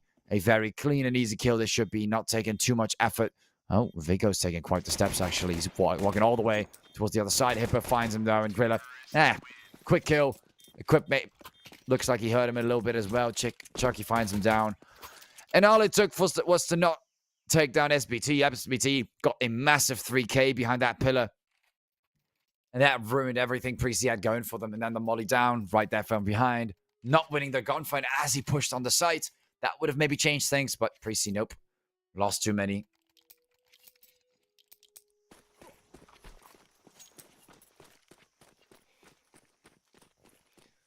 SBT making sure Adepts still has a chance. Gets the pistol round out of the way for Preasy. And heavy push with SMGs. And oh my god, Preasy. Call it eco-frags. Call it a full takedown. Adepts, quick 2 rounds in the beginning. Not giving Preasy any time to work with. And they are getting destroyed right now in those first 2 rounds. Whether this will keep up is a different question. That's something we'll have to see as the 3rd round unfolds. You see one measly little diffuse kit from Equip. Making the ever so slight difference.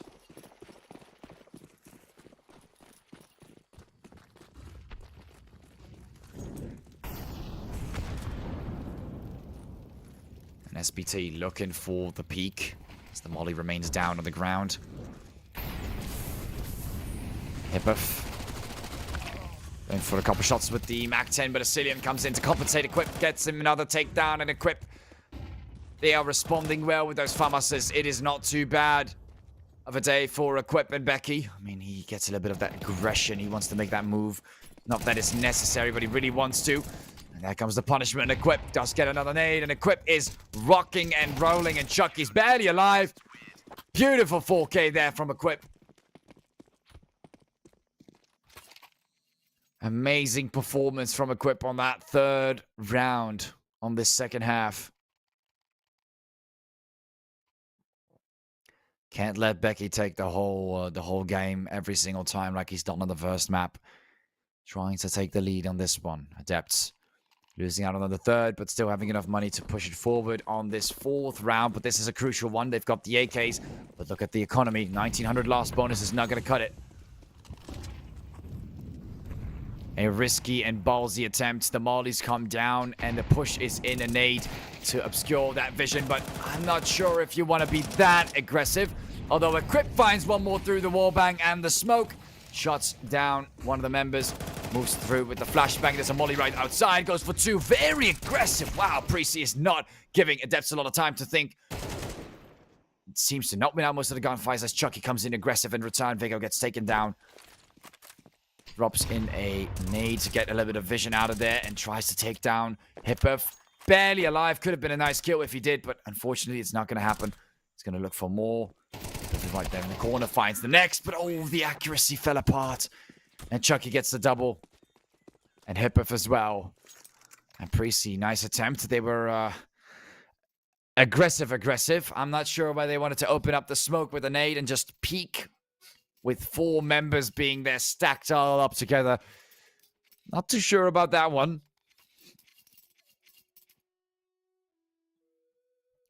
But that was a round that Adepts needs to get back, and they're looking for this comeback. Look at that beautiful money flowing into their systems. Just 1 player shy here with the MAC-10 Choik.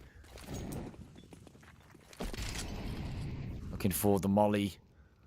And oh man, a double nade in this corner would have, or a double nade in this corner would have been beautiful. But look at the utility, Jesus. Preasy is not going to have it. Becky finds one, and Choi gets the next one on Becky. Not sure what those deagles are going to do in those pistols as well, but they're looking for it. Choik right outside here, peeking right and wide from this angle. Couple shots from the side. Has the nade ready. And Preasy, they are nicely stacked around, but who's gonna take the first move is the question. Taki peeks right outside. I mean, it's a 4 versus 4, but Preasy has like nothing. Oh, Vigo, little ballsy there with the pistol. And Equip backs off. A few more shots to make it harder, and I mean, at least they got the 2K, right? At least they got the 2K. It was looking quite nicely, but...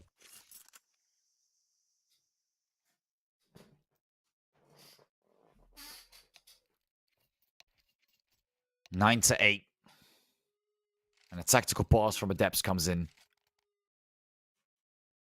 This is it.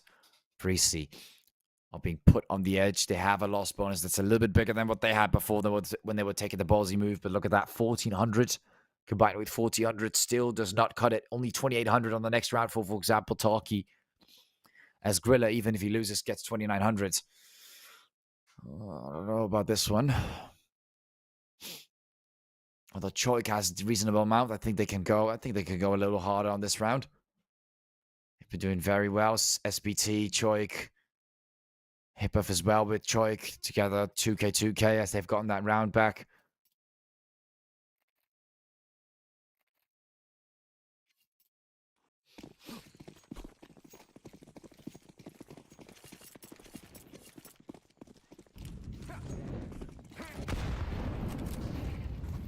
Bit of a hit there towards Vigo, and again, this aggression.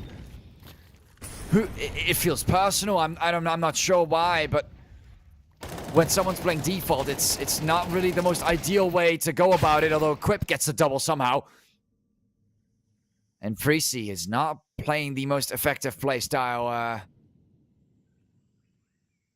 against Adepts. This is overly aggressive on Ancient. And it works, but just not against Adepts. Not against what Adepts is doing on the map. Way too harsh, way too strong.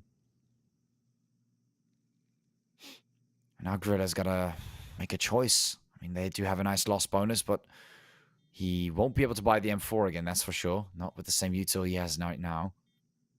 Probably some exit frags he's trying to go for. I mean, I would recommend maybe like a molly or something. He's not going to use any nades, anything that he has bought.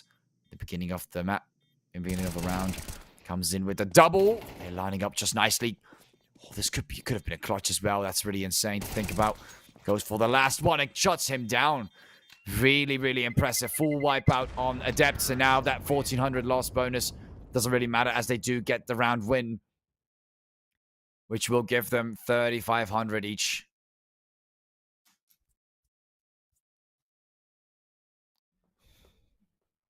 But Preasy is stacking up on that loss bonus. Look at that. 3,400.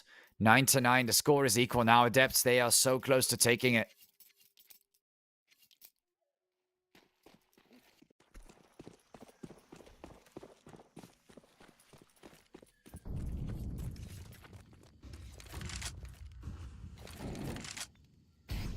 Throwing in the Marley. All the shots are coming in next to Vigo. Grilla takes a few more in return.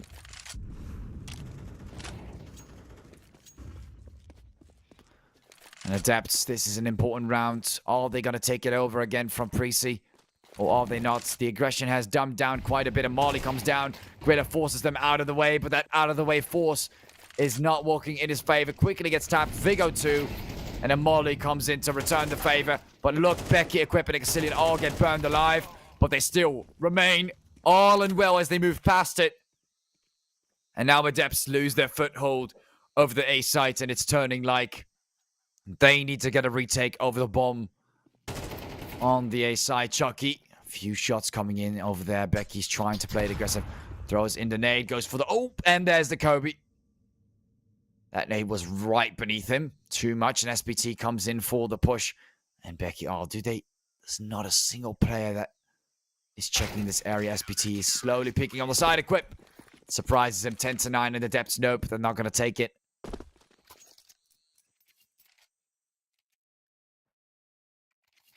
And Preasy straight into a tactical pause.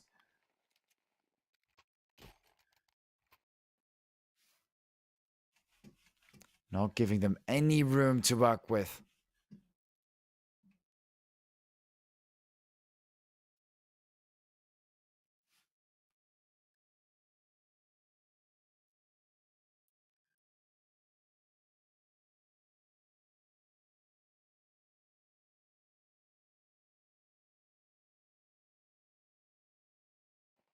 Three kills on that one round from Equip.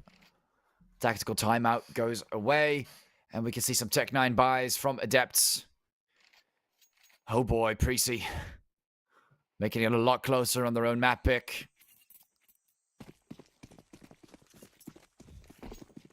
Cillian finally rocking the sniper. I haven't seen that in a while.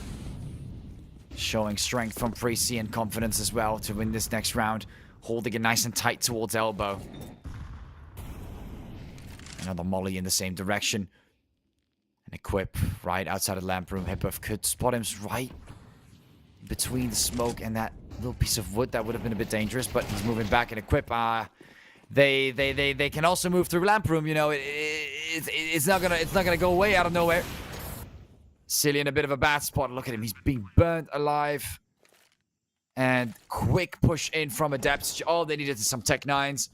And they can make it work. And they definitely made it work. 2 AK pickups. Or at least one of them had to be picked up. Because I believe one of them already had an AK. And just like that, Preasy forced right into a save. Adepts getting a free little round there. Lost bonus is going to come in for Preasy. But the money's going to flow back to Adepts.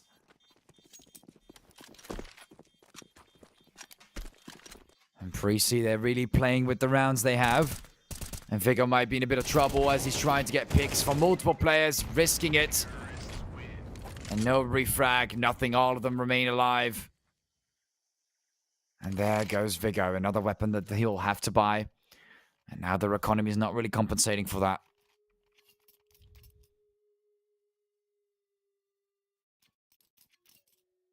It's the best they can do. And Viggo's going to switch down to the SMG.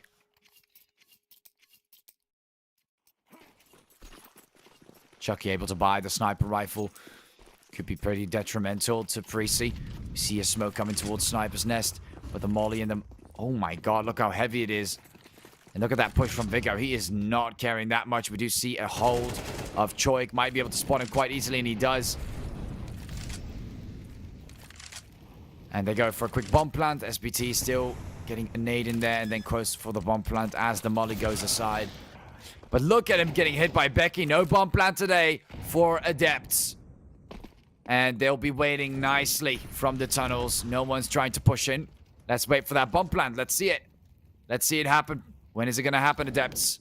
Preasy is lurking and waiting. Although we can see a little bit of aggression that maybe Adepts can play around with. There's no reason for Preasy to make the move. First shot down here. Hippov takes down Equip. Grilla right behind him to cover for him is Cillian. Very risky and ballsy move. Misses the shot with the sniper, though. Goes for the second. Misses the shot again. And Hippov is looking for the tap. And he gets the tap. And Preasy had such a nice foothold. And just like that, they give it away. And Becky, not too bad. Saves himself from that situation. But gets taken down in the end. And Grilla, even with the pre-fire, gets taken down. Tarky and Chucky barely alive. And Adepts retakes the lead.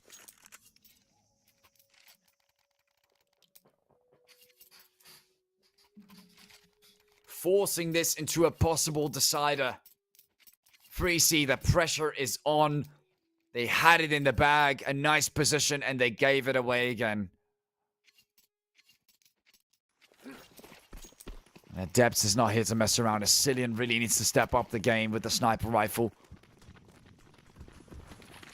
It's a lot of important shots that could have definitely changed the course of the round. SBT, you can see that heavy push on A. Preasy, it looks like they don't even want to hold it anymore. Molly's come in and Grilla slightly hits. Tries to shut down the bomb plant, but nope, not happening. You guys are going to have to force yourself inside. The smoke is going to get rid of that. Molly and Hippov. Can afford the opportunity. Viggo with the tap on the pistol. And I mean, okay, so an SMG is not going to work, but a pistol is. Great logic from Viggo, but it works. Picks up the AK, and this should give him the opportunity if he wants to. Equip moves forward. He's barely alive. Becky and Equip both get shot down by Hippo. It doesn't really matter much. SPT finding Vigor. And the 3K is in. Asilian gets spotted too. And a 4K from Hippo just like that.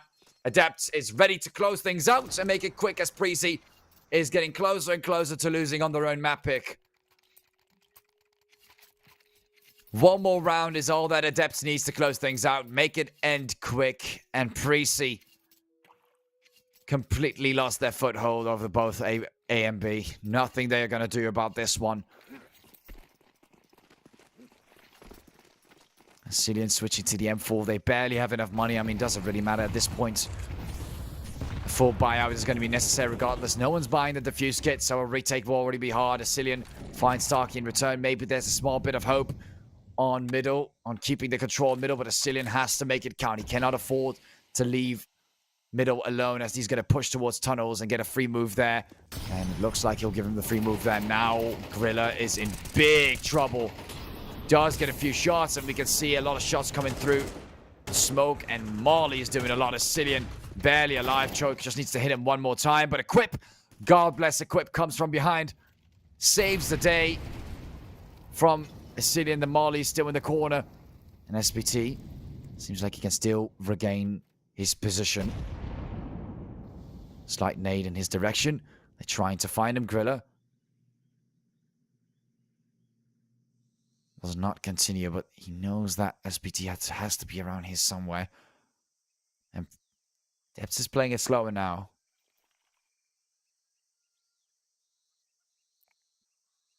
Preasy, they about to get double peeked, I believe, and Hippo with the sniper rifle. Now, I haven't seen that before. Becky could get spotted by that. SPT goes for the peek. Grilla gets spotted. Quick headshot to the side. Shot from the sniper. And then second one, SPT. And Preasy is looking to give it away yet again. Adepts looking for that 13 to 10. They're also beautiful 13 to 10. Bring this to the decider. That is what they want. And that is what they want to deliver on. Look at the move for the bomb plant. Asilian takes him down, though. A second attempt with the bomb plant. And they know where it's coming from. Right behind the box. But nope. This time SPT lands it. Oh, and he has the molly ready for the attempted defuse. Look at that. Exactly what he wants. No one with the defuse kit. They've got practically 20 more seconds. Preasy sniped down. Equip as the next one. And all Hippo has to do is take him down as well. Right there with the sniper rifle. Equip. Looks like it's too difficult to go for the defuse. And Hippo, they don't even know if he's going for the defuse or not. Yes, he's not. And time is out. GG. No scope. Adepts cleans it nicely right there. Beautiful comeback, 13 to 10.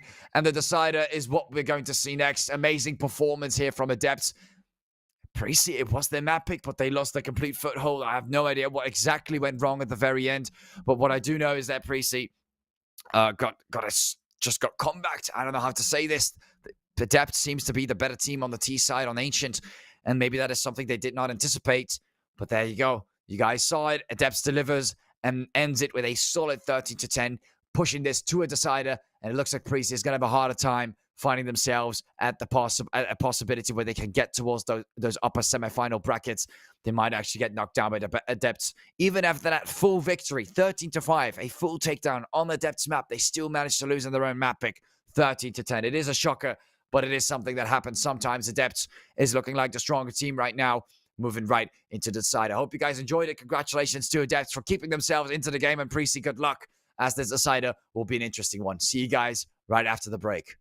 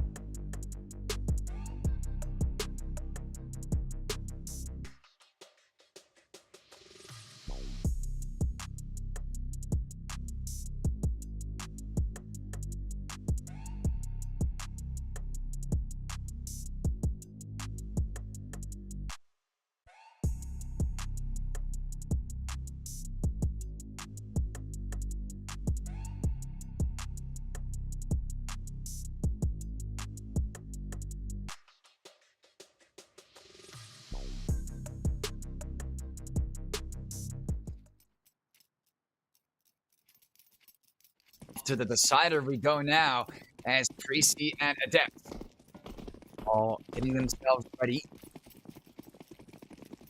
for the 9th round. Who will decide which side they will take on the 9th round? And it looks like Adepts even takes that one away from Preasy. So it looks like we're going to be seeing Nuke. Nuke, the map where Adepts and Preasy are going to be having a quite a battle of their time, because this is going to take them to the lower brackets or the upper brackets. It's what's going to decide a pretty important part of the playoffs, and whether they'll maintain to keep their, small little life that they can use, that little lifeline, or whether they'll be able to, have to give that away and be in a forceful position where they have to win every single battle they see until they, of course, reach those grand finals. So it's going to be very important. Preasy, they had something going for them on the first map, and now moving over to the second, things are just starting to rumble up a little bit in the wrong direction, as we do see Preasy losing on their own map pick. A 13-10 Adepts is looking strong and ready to rumble and ride as they win the 9th round here. I bet that they're going to start on the CT side on Nuke as well. This is going to be interesting. Will Preasy be able to get back on the board, or will they give this one away to Adepts? We're about to see as the pistol round starts off from the get-go. And Adepts is starting to adapt to Preasy's playstyle. Right after that second map, they seem to be warmed up. They seem to be ready to go. And Preasy, a lot of pressure. They had the opportunity. They had it right in front of them, but they just could not completely finished what they started. Unfortunately, that is not what seems to be the case here.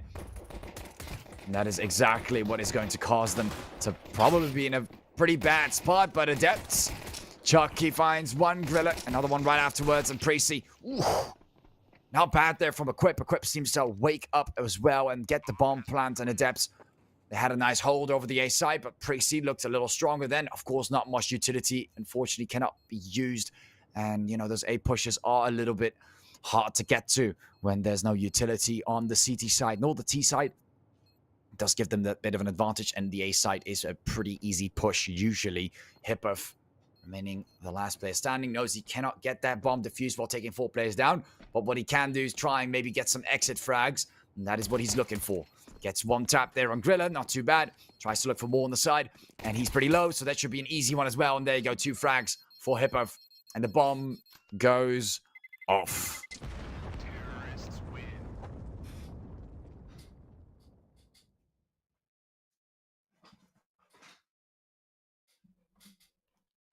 And Preasy winning the pistol. Of course, this does not mean anything in the eyes of Adepts.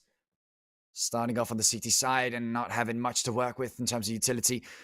Are they going to go force, though? Let's see. I do see a pretty forceful buy there from Hippov. I think we see a force buy here. That is aggressive. And Preasy comes in with 2 AKs, 2 MAC-10s, and 1 Galil.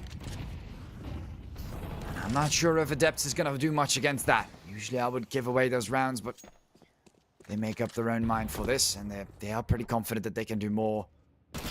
But their current artillery, and Viggo is gonna have to disagree with that. Finds Hippov pretty early on, and Preasy trying to ignite that fire once more that they've had on the first map against Adepts after getting taken down on the second one.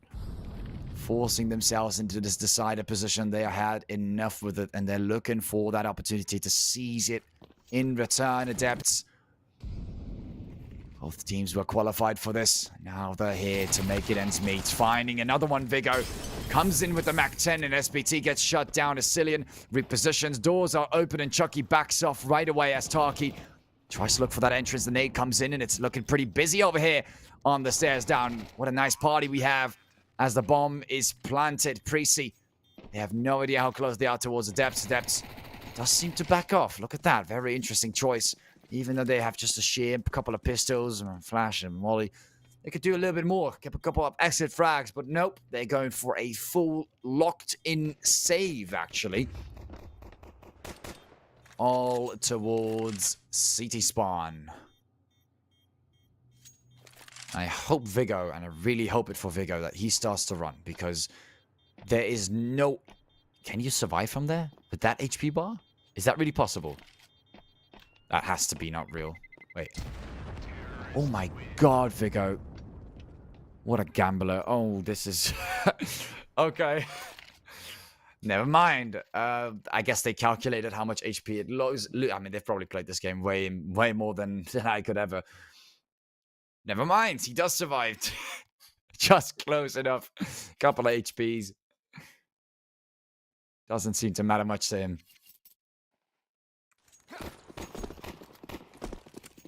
Remains alive and adapts because of the force buy is starting to set back a little bit.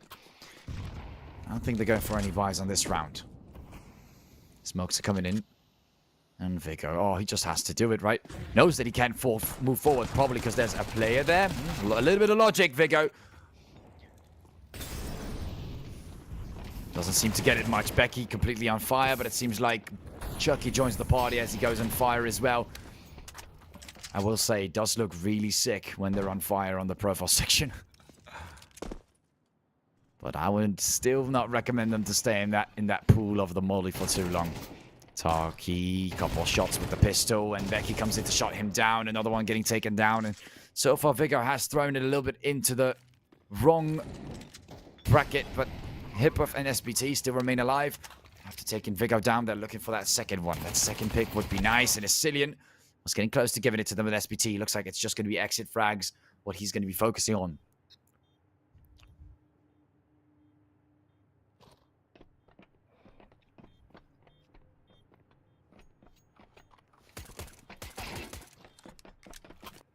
And SBT finds Becky.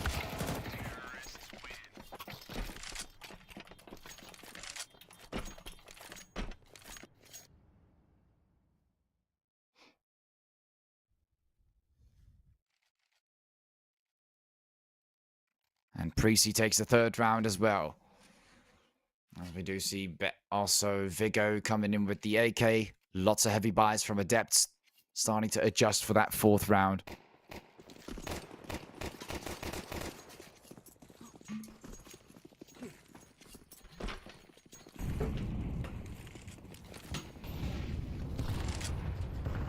A very heavy hit. Adepts smokes off.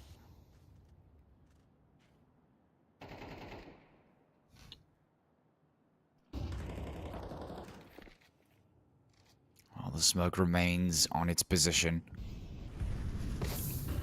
Preasy's getting hit a little bit. SBT not having too much of a great time here. Quip does get spotted. Becky finding SBT in return. Taki! Just keep like to return the favor back and forth here around the tower. Hippuff maintaining his position right at the corner, but I'm not sure if Becky's going to make the move in his direction. He is kind of doing it, but Taki seems to be the... Nope. Never mind, Becky. Just... Oh. This could be it. A lot of noise is being made. Taki can hear it. And he's getting ready, but he's ready enough. And Hippuff right below them. And the nade comes down. Preasy's looking for that entrance. Hippuff right below them. Oh my god. This could be really bad if Hippuff were to make the sneaky move. Maybe they could sneak behind him. It looks like he's not doing it just yet. Becky is actually looking down as well. It's a little bit too late for that. Preasy, and you can see that even with that, Chucky finds him and Choke finds Ascillion. Now Grilla remains the last member standing for Preasy. They're looking to go for the defuse on the bomb, throwing in a bit of a flashbang, but they're already going for the defuse. He has to make the move, but he's not going to get there. And the defuse comes in. Adepts heads the defuse on the CT side. Preasy not going to be able to do much now as that first victory cements towards Adepts.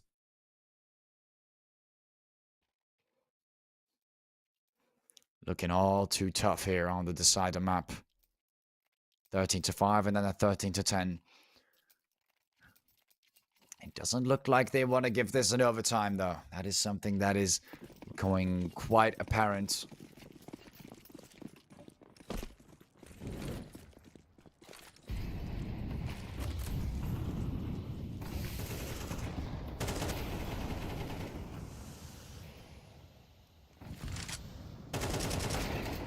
And Chucky receives the blow to the head. Vigo comes in and takes it. SBT taking down Vigo with the quick refrag.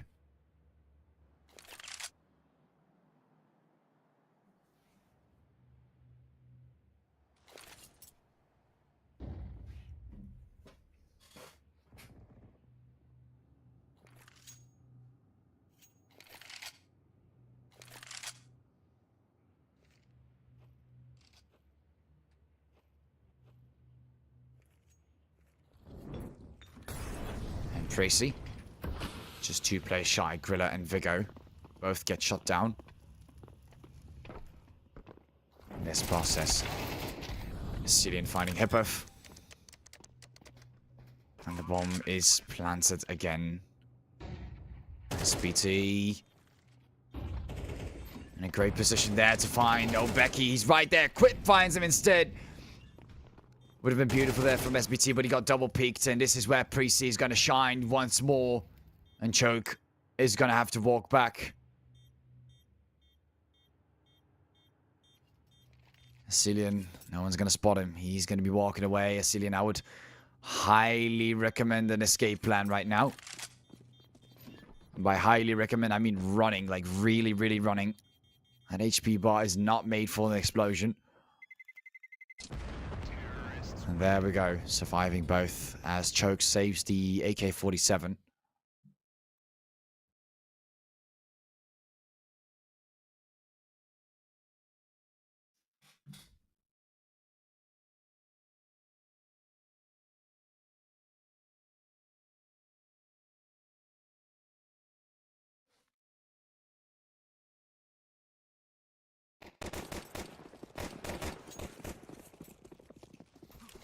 Grilla takes a few shots.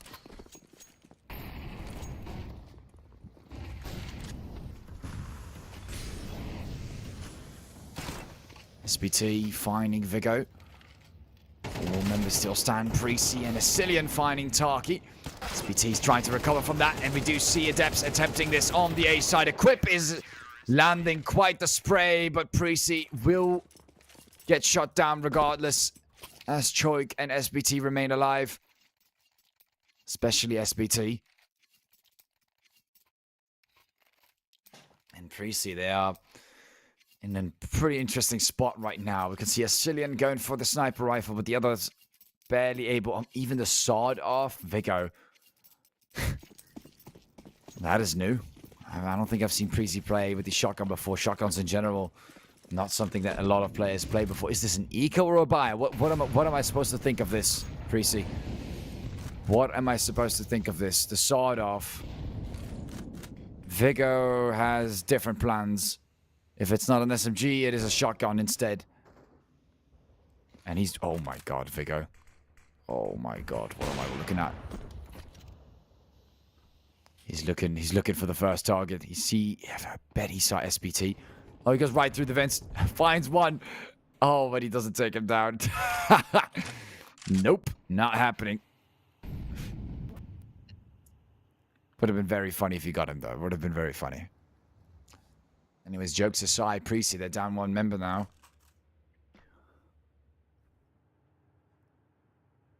And the B site's looking like an option. Although I'm a little afraid that Hippov is... ooh, that's quite the burn, actually. Did somehow get to him. It didn't really look like it should have gotten to him, but it kind of got to him. Quip. Gets spotted. Quick tap with the sniper. Chucky finds him. Nice and clean. Nothing else to be said about that. The sniper is down on the ground on the outside. Preasy. They are not giving up. They know they have to do something about this. Cillian hard scopes. Hippov right from the corner. Gets him right through the wallbang spot.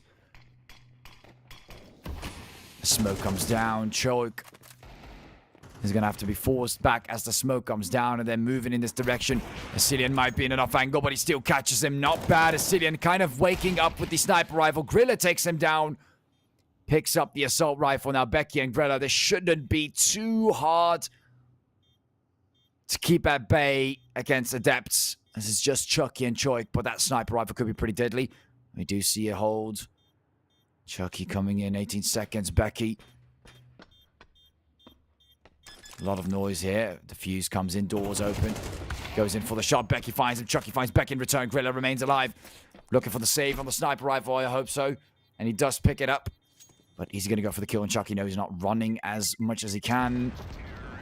Quite the hit there, but maintains to be alive. Preasy barely able to scrap off on that 1 round. 3v5 it even was. Not too bad. And Cillian actually got the double.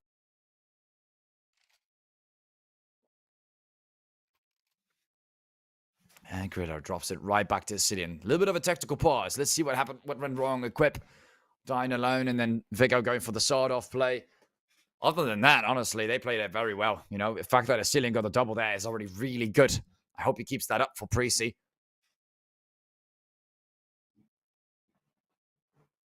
That kind of gave them an easier time, and then Griller and Becky did the rest. I think Chucky remained alive. Yeah. And that's kind of how the round ended.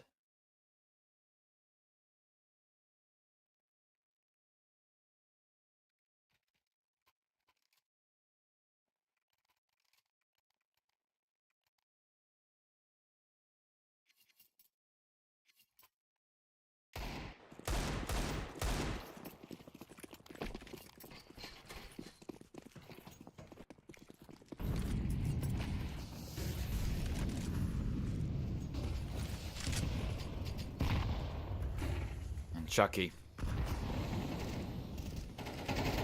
making a different move as SBT pushes through the smoke.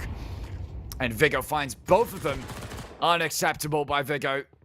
But here comes the refrag from Taki, trying to compensate a bit. As Preasy makes them move outside with those smokes. Takes a lot more control there.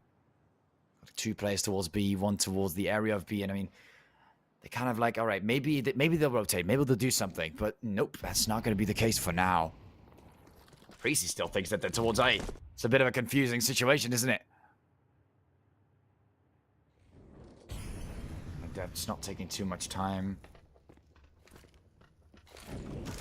But Preasy is. And Becky drops in the bomb plants. And Hippov looks for the opportunity. On the outside, maybe some exit frags. Nope.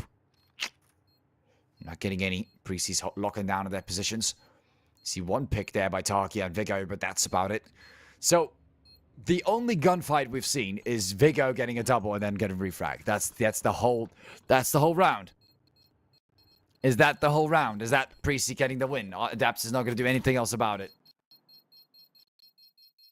No. Okay. Just like that. Preasy gets an explosion on the A-bomb site.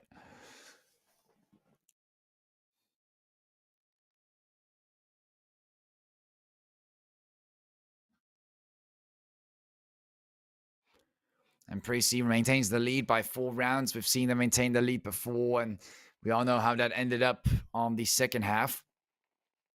This time round, they're starting off on the T side on Nuke. Well, that should be a lot more different.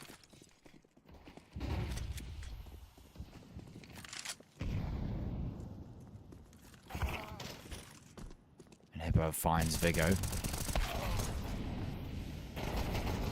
Nuke finding Becky in return, and Adepts finally tries something in return on the outskirts of the map on Nuke. And Preasy, realizing that it's not that easy. And Equip. Gorilla probably last member standing. Taki coming from behind, so this should end not too fast or not too long. Yep, there it goes. Quick takedown from behind. Adepts locks in. And they get the round quite easily. Pick up on the sniper, some utility. And off to the 10th round they go. Wonder who's going to get the final 3 rounds.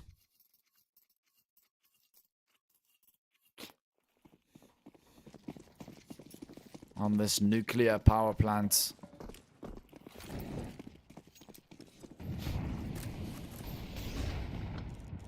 Chucky would have been beautiful to see a pick there, but I'm sorry, you're just not like Miller. Oh, you might be like Miller though, getting the quick no scope there, but Griller finds him right afterwards. Nice attempt, but you're not going to run away too far. Maybe if he got a kill right there to the smoke, it would have been nice, but it's not something you can do too easily.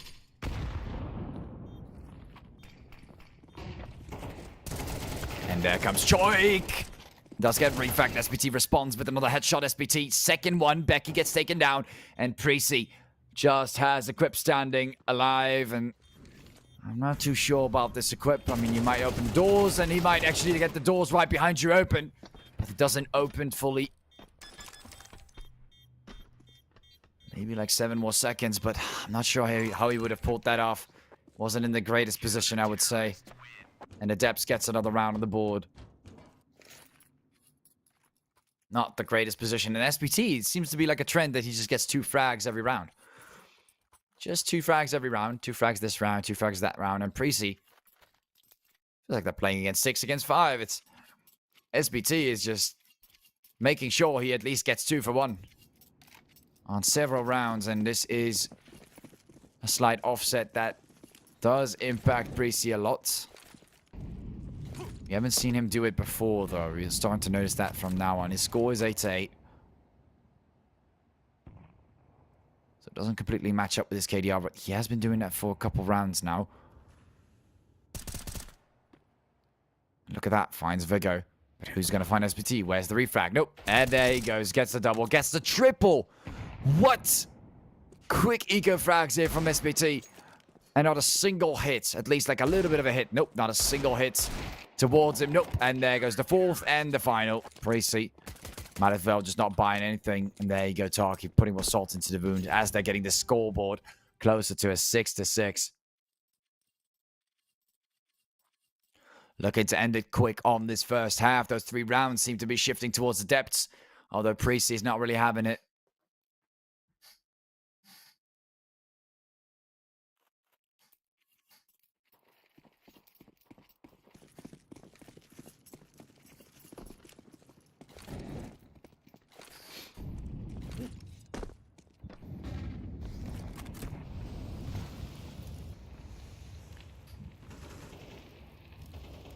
Off to the final round of the second half. Hipper finds one. Griller comes in with the headshot towards Hipper.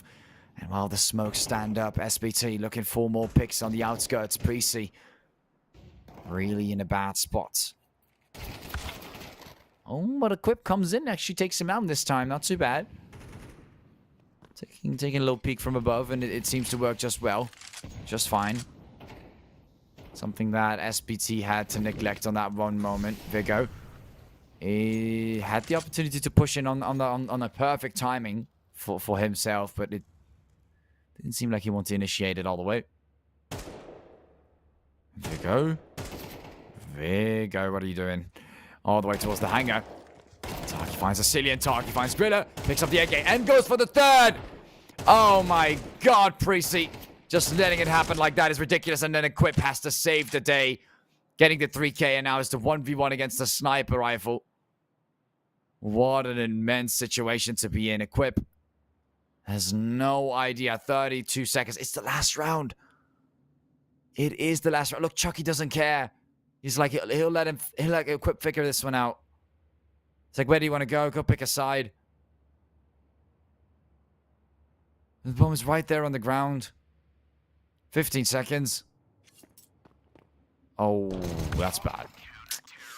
Oh, no. He actually pre-predicted that. That is insane. That is insane. There is no way Chuck could just go away with that. That is stupid. He didn't even scope it. He just stood there with a pistol. Completely thought ahead of Equip's movement. Knew exactly what Equip was going to do. That is hilarious. And no, he didn't use the sniper. No. He used a pistol. He used the pistol. He had to rub it in. Interesting there from Chucky, but okay, interesting. Preasy, you guys are up for an interesting fight now. Switching off to the second half. That's what you call thinking ahead on a different level, on a different schematic. If the bomb is down and the player and he doesn't know where you are, just wait on bottom vents with a pistol, and he should run towards you with a knife. Should, most of the time. Most of the time. Too afraid to plan towards A. Thinks that he might be peeking right as he plans, so tries to drop down. I mean, the more you think about it, the more obvious it is that someone like him would do it.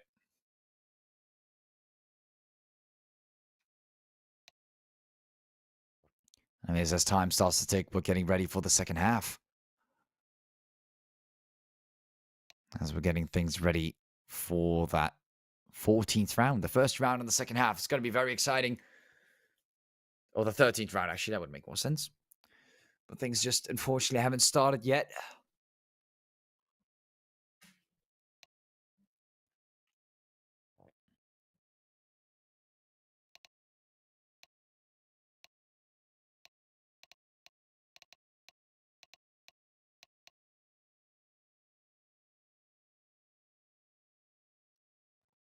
And there goes the timer. I think this should get us a swap in there. There you go.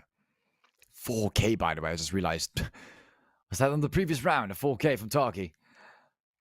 Oh, yeah. He got the 3K there. And then he got one more outside. That's true. Oh, my God. I've completely... I was so we were so focused on that final bit of the round. Tarky actually landed a 4K against Preasy. Oh. He did get the 3K there as he picked up the AK. That was ridiculous, by the way. Preasy should not have lost that round, but... Okay. Sometimes those things happen. Tarky just had to be the better player on that specific moment in time. And now they're going straight into the pistol round on the T side. Preasy's on the CT side. Asilian right in the smoke. Doesn't see a single thing. Vigo.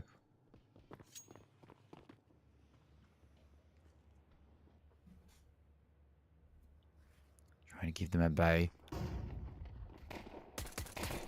And Becky finds one. Chucky as well. And Choik finding Vigo. Becky getting a quick reflect towards the head. Asilian and Grilla trying to look for that retake. But it's not in the greatest position. Kind of obvious for Adepts to push towards. But they also need to plant the bomb. So as long as they keep up the pressure, which just disappeared, they would be able to prevent that. Tarky barely alive. But other than that, Preasy unsuccessful. Adepts taking the pistol.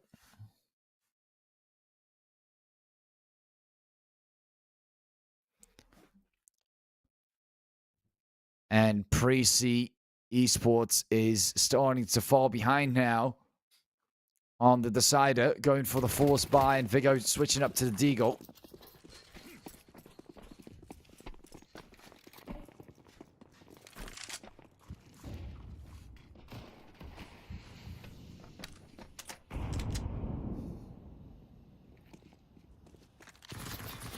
SBT dropping down towards the stairs, towards the B side. That's what he wants to go for, SBT. Looking for more. Grilla is waiting there with the SMG.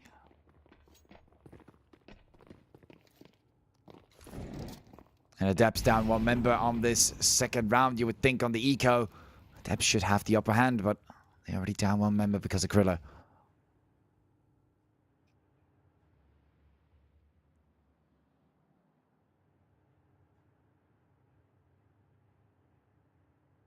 Adepts, they're taking their sweet time, nice and silent. Tries to find the first, but Grilla is first on Tarky, and the second one goes down. Preasy not sure what's going on, but there's more players now against Adepts. And they're dropping down. Equips tries to find them. Goes for the push, but Chucky finds him. One more tap is all they need, and Vigo, God! Not a single hit from that Deagle. They start to come in like minions.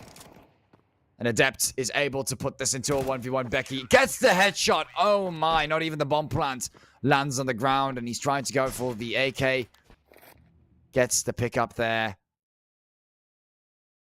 I actually tried to get the pickup, but couldn't. I don't think there wasn't even AK there as well. I don't know. I think he's still stuck with the Galil. That's the Galil, yeah. Not bad at all from Preasy. They actually won out the second round. The eco. A push from B upwards with Grilla finding a second. I'm not sure how this even worked out for them, but good job, I guess. Good job.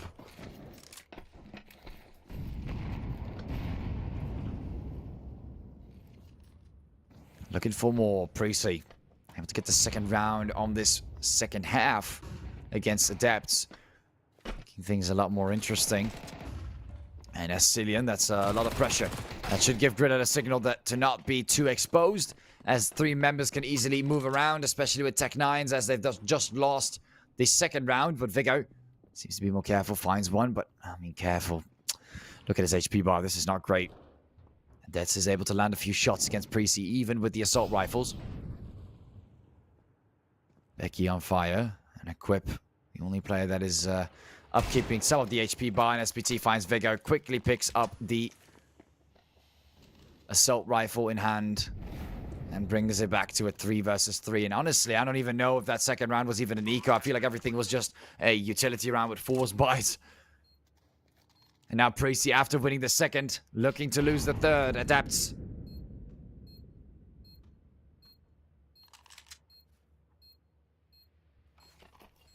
The bomb remains planted.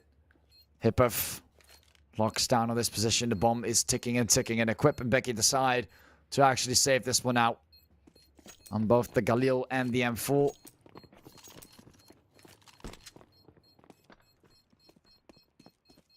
Although Hippov is looking for them. Look at that. Wrong direction, my friend. There towards T-spawn, unfortunately.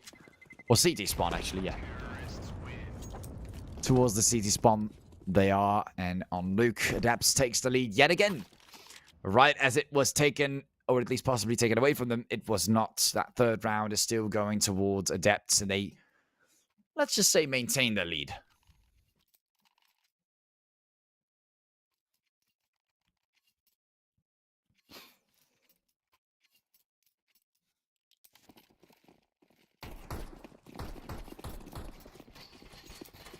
And I'll be ready to approach it. Briefly, we're going to try the best. And in return,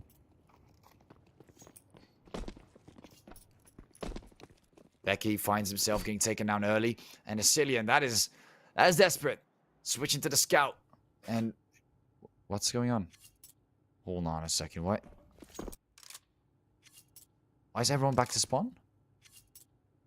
Huh? Guys? Wait, what are we doing?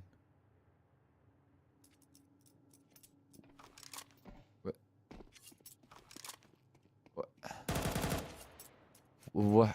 Huh? Hold on a second. What?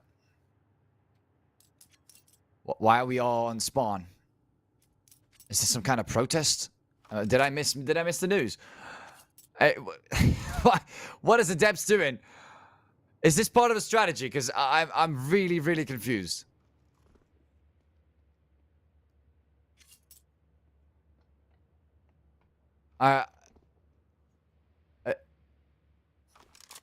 Adepts, hello? Guys? Vigo. What? What's going on? Okay, let's do a little reset.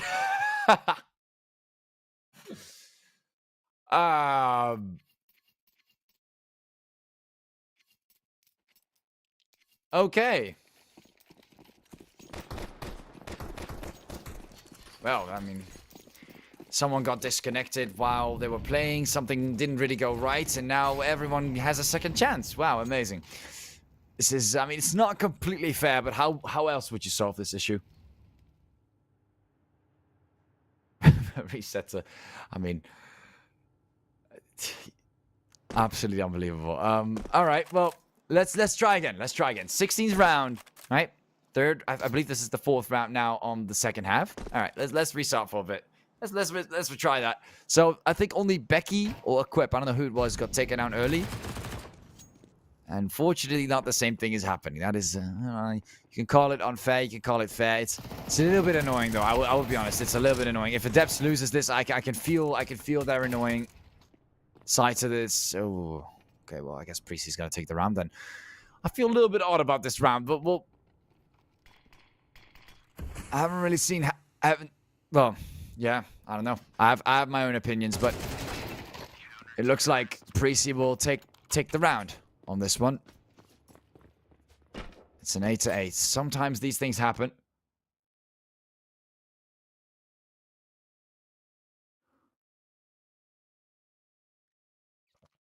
Moving over to the 5th round now. Preasy and Adepts, ignoring what just happened, moving forward.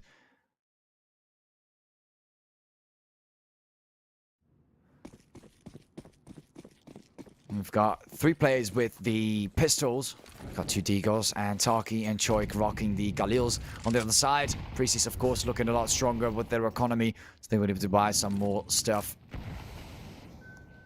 rocking in the AK and the Galil.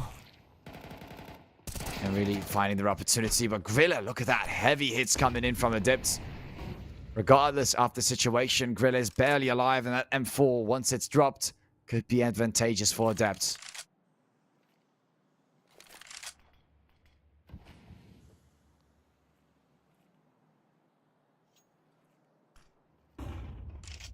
And Preasy is trying to hold positions. Molly comes in. And Adepts, they did get Grilla pretty low. If they could get one more hit towards Grilla, where is he? All the way out, all the way towards B, so that's not good. But Taki at least gets Vigo. Adepts is looking for the opportunity. Becky gets one more, but gets refragged by a pistol. And this is definitely not the most ideal position to be in. And they're looking for the pushback as the bomb is planted.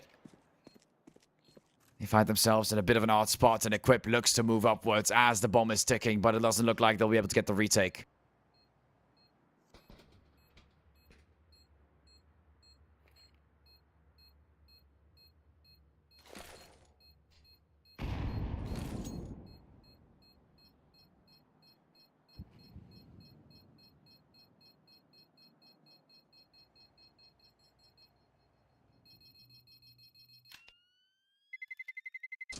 And off goes the bomb right then and there. 9-8 Adepts. Able to push this one out regardless. Preasy.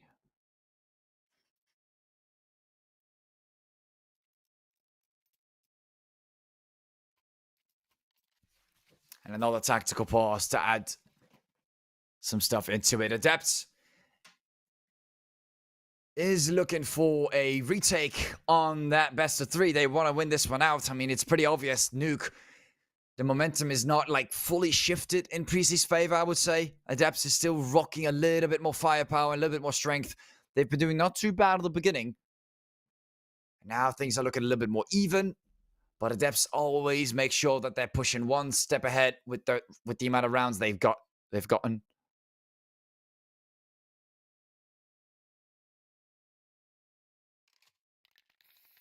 And it's a close one. It really is a close one between Adepts and Preasy.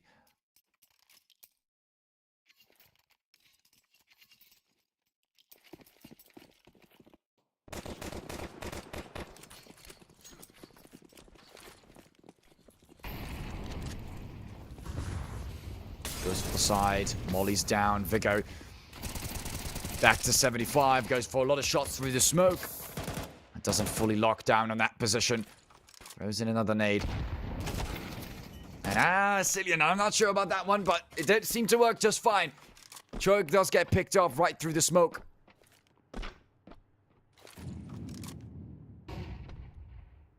Moving it back to a 4 versus 4.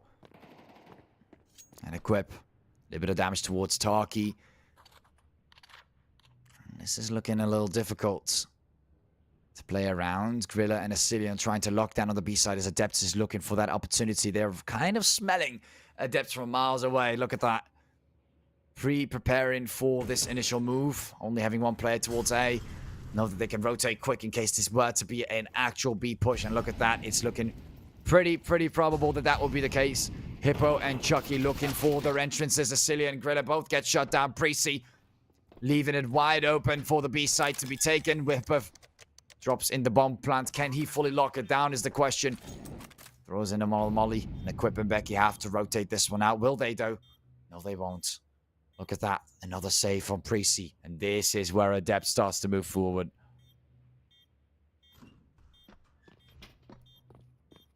And that brings it to a 10-8. 2-round advantage by Adepts. Preasy on their own map pick.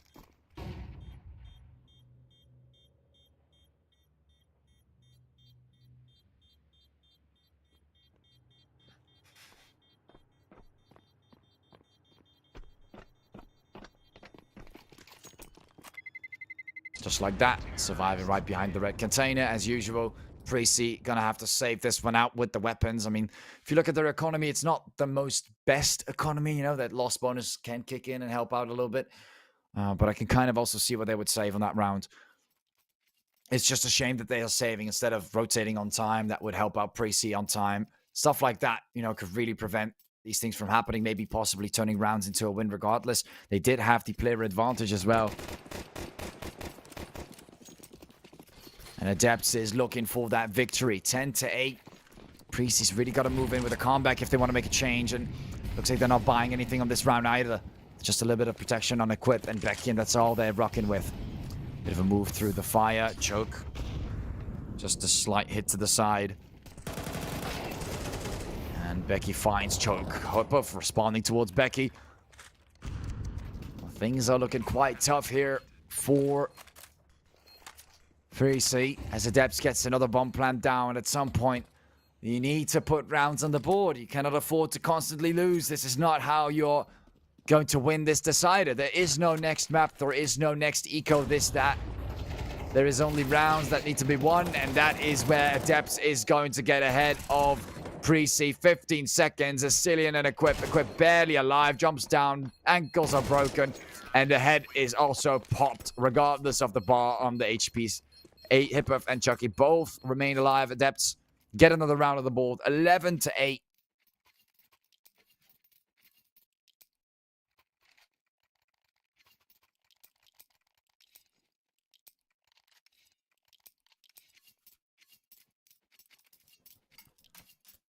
And Preasy.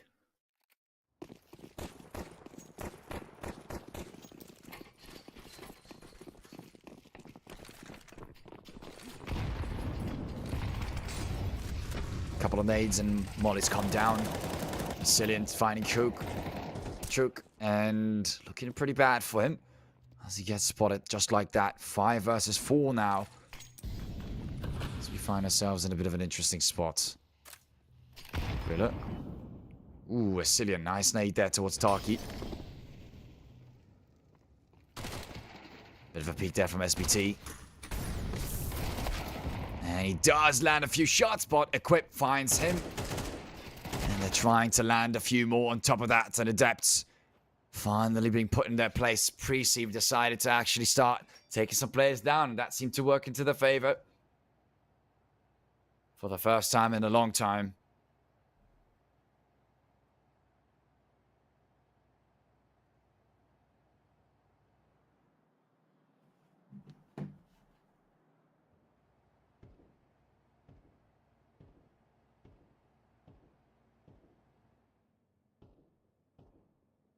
And Chucky remains alive, of course. He's going to save the AK.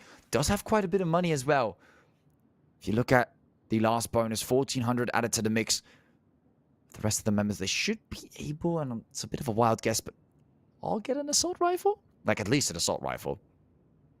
Probably not AKs, depending on what they prioritize, utility or the AK, but it is a save from Chucky.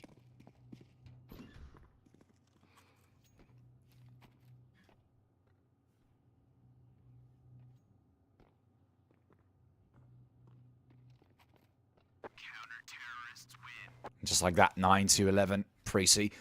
They've got quite a few more rounds they got to go with if they want to end this in a possible victory. I mean, Adepts, all they need is one more round, and they already secured the overtime.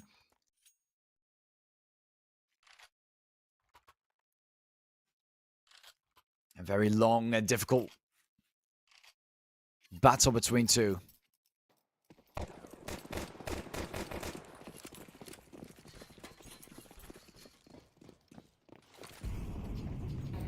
Molly's come down, flashes and nades on the outskirts, and a lot of utility around the A site. Pre-planned from Preasy. While Adepts is looking for which site they should take this time round. Gorilla holding down towards B, and every single member of Preasy is looking like they have a very crucial spot they need to hold. But they cannot make a mistake. Throwing in 2 mollies. Trying to find members of Preasy, but SBT so far, it's not really working for him just yet. Griller finds one, but gets refragged with the Tech 9. And there's no way that those Tech 9s are going to be enough. Adepts, if they really win this round, then I'm sorry, Preasy, but it's not looking great for you guys.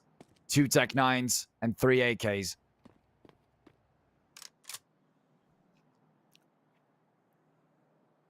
better not be all that it takes.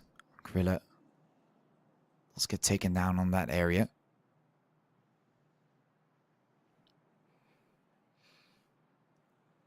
And now Adepts walking towards the A site, getting themselves nice and ready. Preasy Vigor finds Hippov, but does get it for a refrag from Asilian, so it's something that is necessary, not something that looks too nice on paper. Preasy, we've got Becky making the move here together with Equip. This is a crucial one. Vigor, if he gets taken down, it is really, really, really bad. But he finds Becky. Equip makes the move.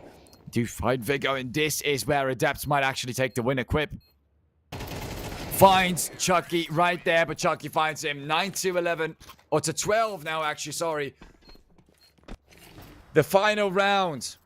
Adepts, so close to victory. 2 Tech 9s, and I'm sorry, Preasy, but I'm not sure if you're going to be able to do the same with those pistols. There you go. You see those buys coming in. And Adepts is looking to clean this one off.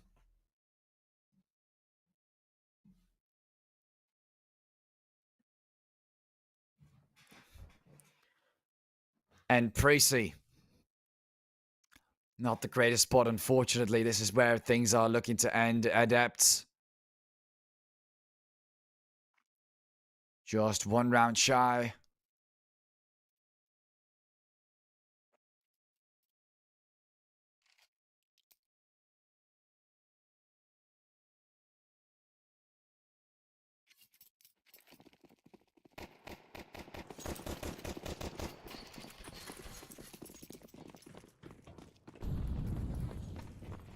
They make the move.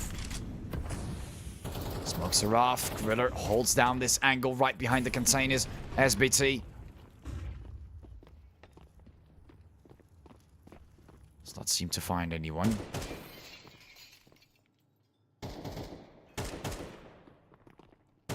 Some more shots here outside the window. Equip finding SBT.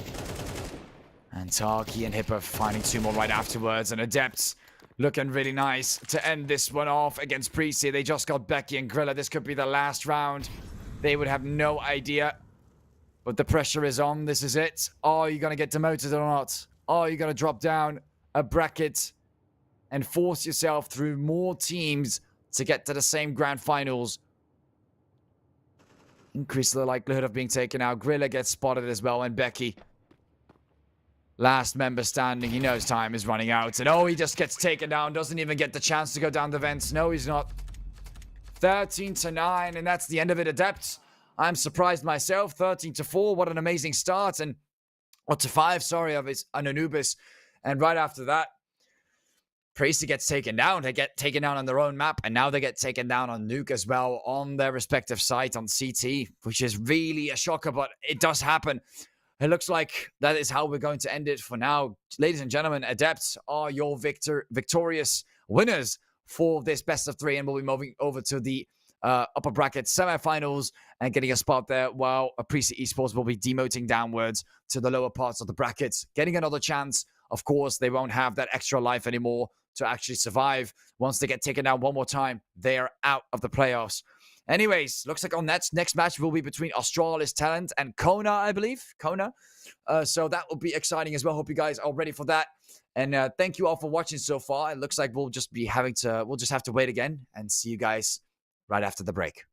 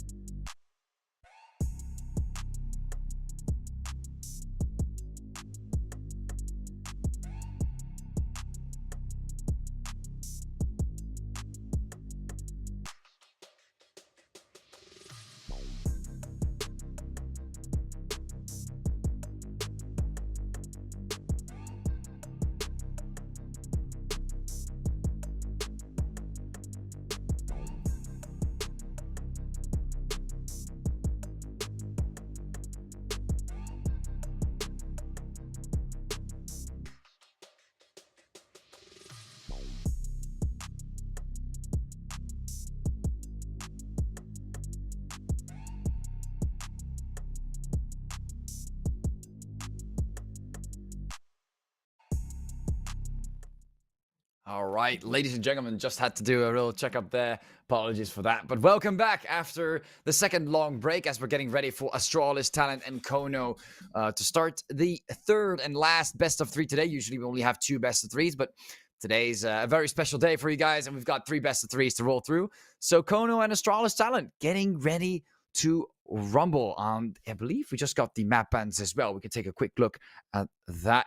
We've got a solid few ones, and we do actually see, and that is one of the maps we just saw on Nuke getting banned out of the way, and then Dust 2 following up from Astralis Talent, Inferno being the first pick by Kono, which then turns into an Astralis Talent vote for the CT side. Then going over to Astralis Talent, we've got Vertigo getting picked, and then Kono voting for the CT side. Two bans right after each other. Anubis and Mirage both getting taken out of the sector. And moving over to Ancient, being the decider.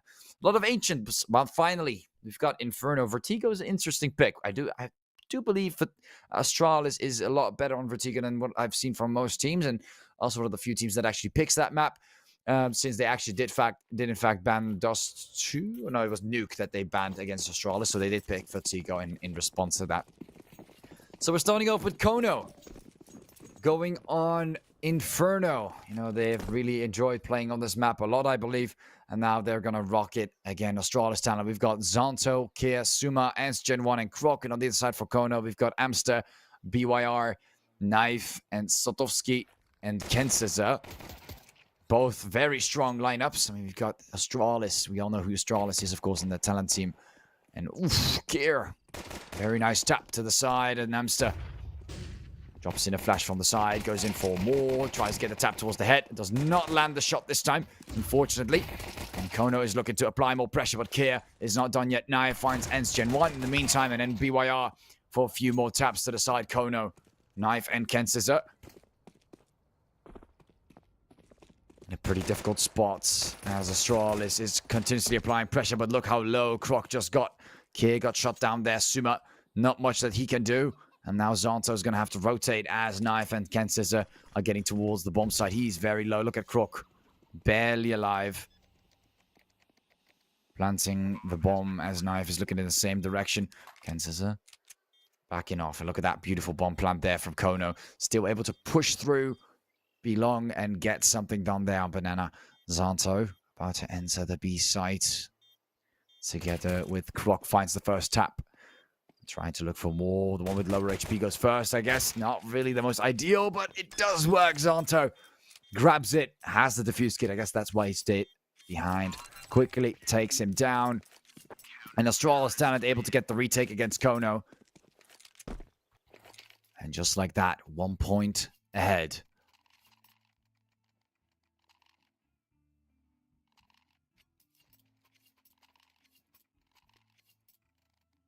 Not too bad there from Zonto, going for quite a heavy buy. I mean, it's tiny of Astralis Talent going for quite a heavy buy.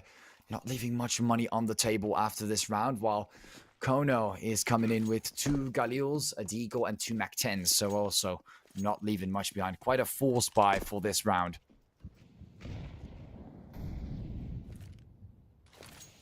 Getting ready, throwing in the nade. Maintaining his hold on this area. Kenseza, a couple peeks to the side there, and Astralis Talent is kind of winning this one out. Kono is not looking to do too many things too quickly.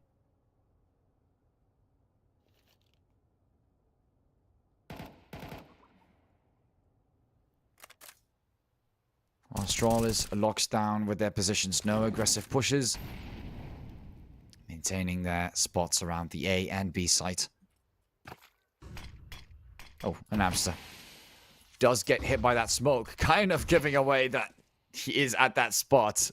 Suma quickly checks it, he backs off, he knows that someone's nearby, so they continue to hold the area.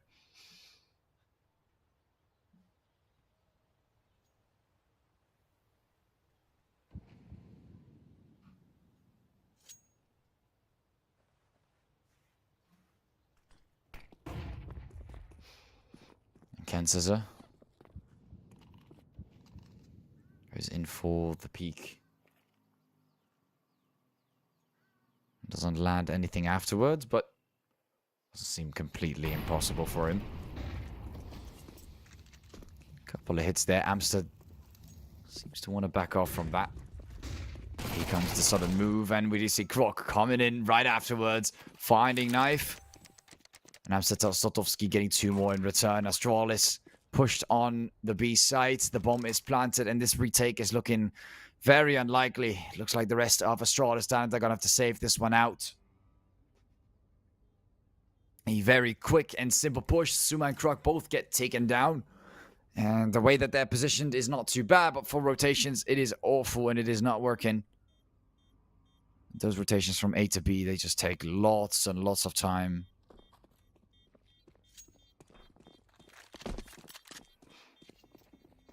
And as the bomb starts to go, see other players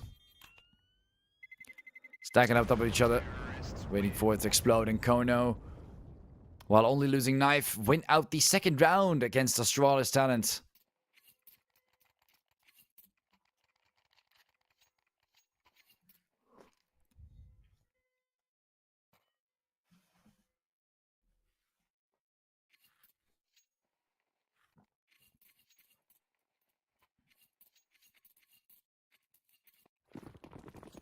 Now off we go to the third round. Astralis talent. Gonna have to play this one a little bit differently now. Kia and Zanto buying the armor, buying the pistols, and that's all they're gonna do for now. Kind of force buying in this position. It comes in. Suma's getting hit quite hard here by Amster. Oof, and there comes the hit in return.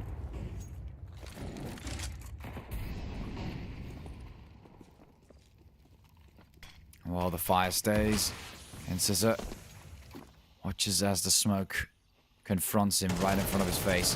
A couple more shots from above, and Krok does in fact get spotted.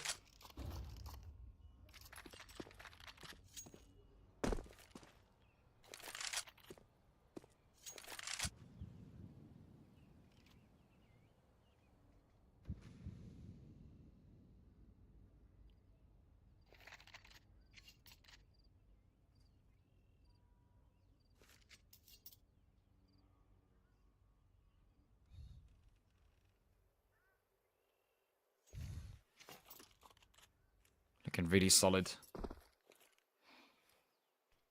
for the members of Kono. They found Krok early on. They're looking for the entry towards B, and Astralis, they maintain their stack towards A, and Kono doesn't mind.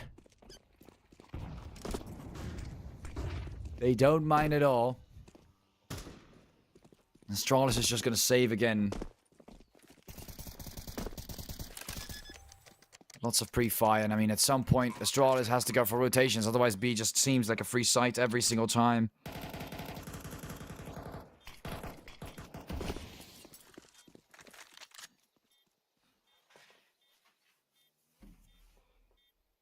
Not the most ideal thing to have for Astralis. Knife starting to move forward. Zanto gets spotted.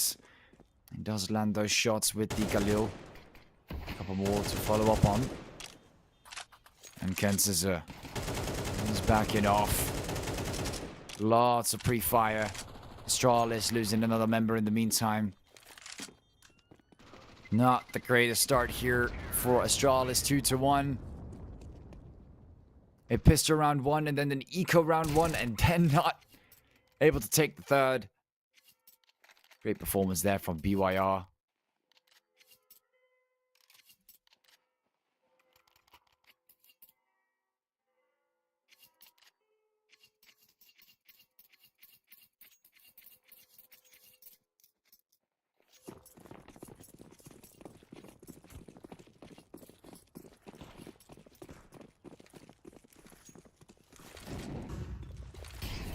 Dropping in a quick molly.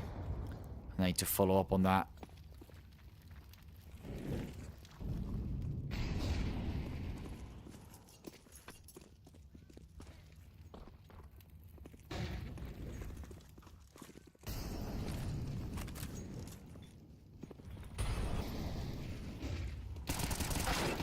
Amster does confront Kier.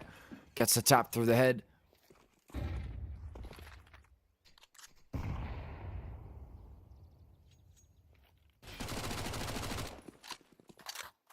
are finding him through the head. Suma gets spotted.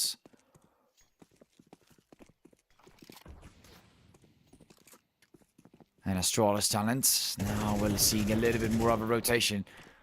Also from Zanto. While Gen1 is checking stuff from behind, making sure it is not an A push indeed. And there you go. Now they've got at least a little bit more members to work with towards the B side. The rotation is already looking way better than we saw before from Astralis, but they just basically locked down on A. A lot more dynamic. It should definitely help them out in the long run, but for this round, still looking like Knife with that Galil. A little too difficult to take down. They can always give it a shot, and we do see a takedown from Gen1 regardless of Knife's weapon. And an attempt bomb plant. BYR goes for the peak, but there comes the side push from Charge Zanto. BYR hears this, pushes forward with the MAC-10. A lot of noise is made, but he knows that he has to be somewhere around this corner. Goes for him, gets the takedown on Zanto. Now Gen1 picks up the Galil. Or is that the AK? I mean, at this point, even I am confused. Goes for the peek from the side. And he does, in fact, shut him down. It is, in fact, Galil. I was about to say. Makes no sense. There you go. M4 right there. Looking to pick up more stuff while he can. Great clutch there from Gen1. Does find the AK. And as time is starting to tick, it might be a good time to get the defuse in.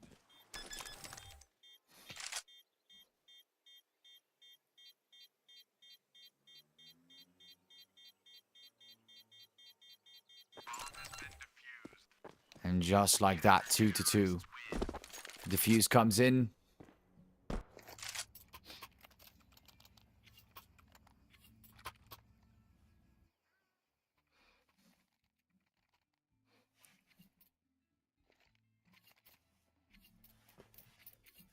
After the 5th round we go. Astralis talent doesn't seem to have given up just yet against Kono.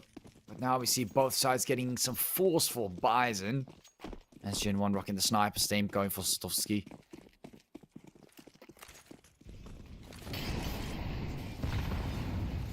Going for the hold with the sniper rifle.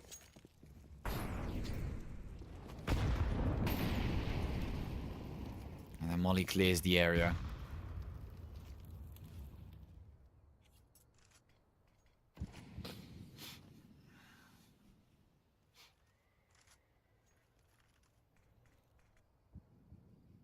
And Kono is preparing for an A push. You can see it. The smoke is down pretty deep. Forcing them to feel a little too afraid to make that push towards B. Looks like the A side is giving them a better opportunity.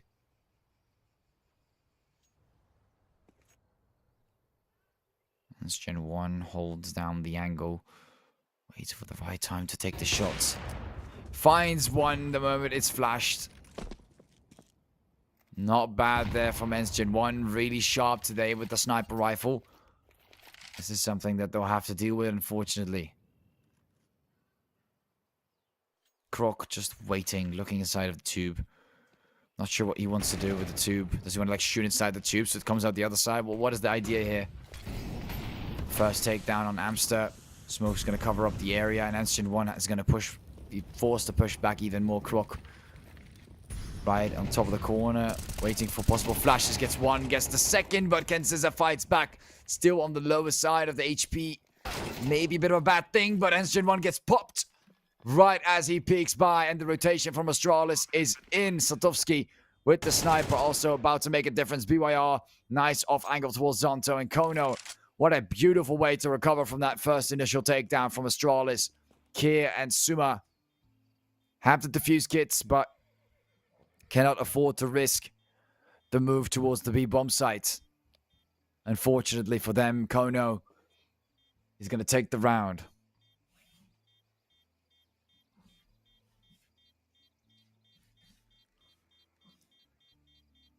And as time ticks by, Kono getting closer and closer to taking the round away from Astralis. There it goes. 3-2.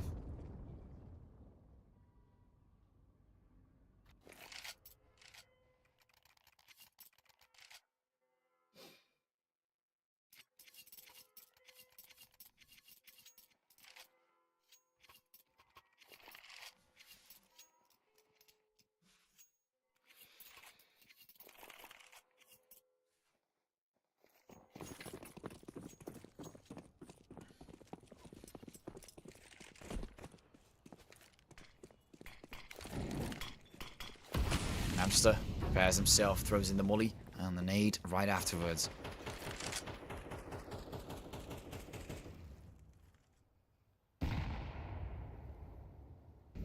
And we can see United21's locking down this position with the sniper rifle. Kono keeping those rounds ahead on their side. Of course, it's their map pick, so want to make sure that they're ahead of Astralis talents.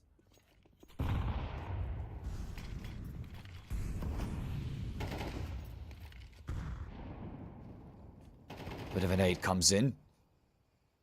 And the molly keeps the area down. And if you look at the map, you can see Astralis, they're a little bit more fortified towards B. They know that they can get a good rotation towards A. They haven't had issues with A yet. And Kono seems to just be planting on B every single time, making Astralis a little bit annoyed, causing them to increase their protection there, to say the least. But A is looking like a nicer place to push because of that reason. Again, that forced in smoke.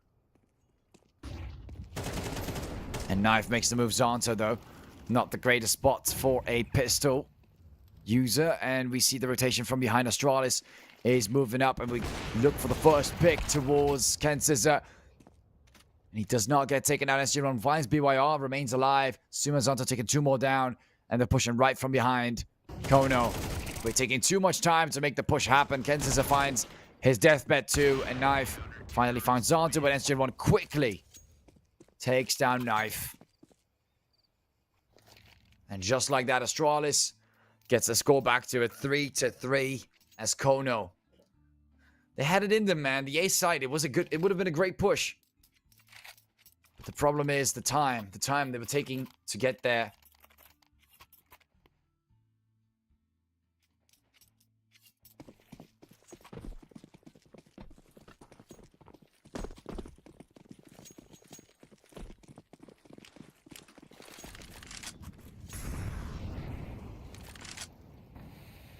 And Suma and Kruk both remain in a interesting hole. United21 finds Knife right afterwards with the sniper rifle right through the head.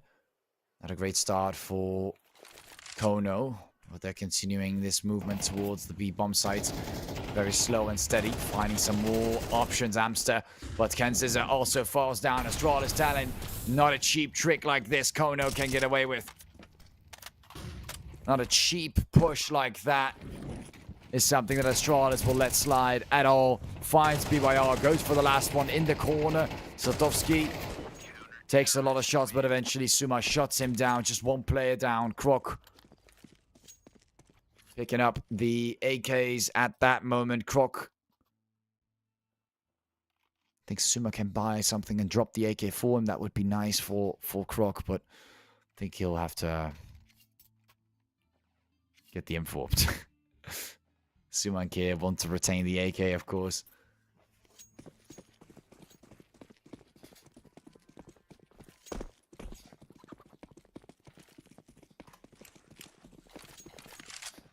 And it's looking like Kono has actually just lost the lead. And Astralis talent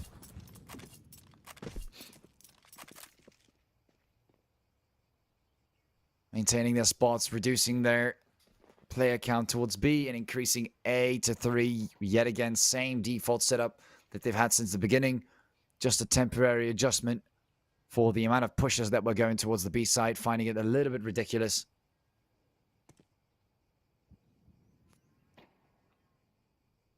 An aggressive hold as well, dropping down the smoke and getting some more map control towards Banana. Well, Kono is just kind of playing it slow. They're kind of hoping Astralis makes the first move, but Astralis is doing basically everything except making the first move. And I mean, they have pistols. It's not like they need to save very expensive weapons. They can at least attempt to make a push. Maybe they'll get a quick plant before they get taken down. You know, something to do a little bit of damage towards Astralis. Astralis' economy.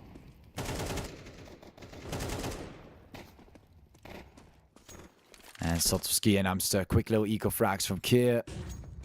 Nothing too special.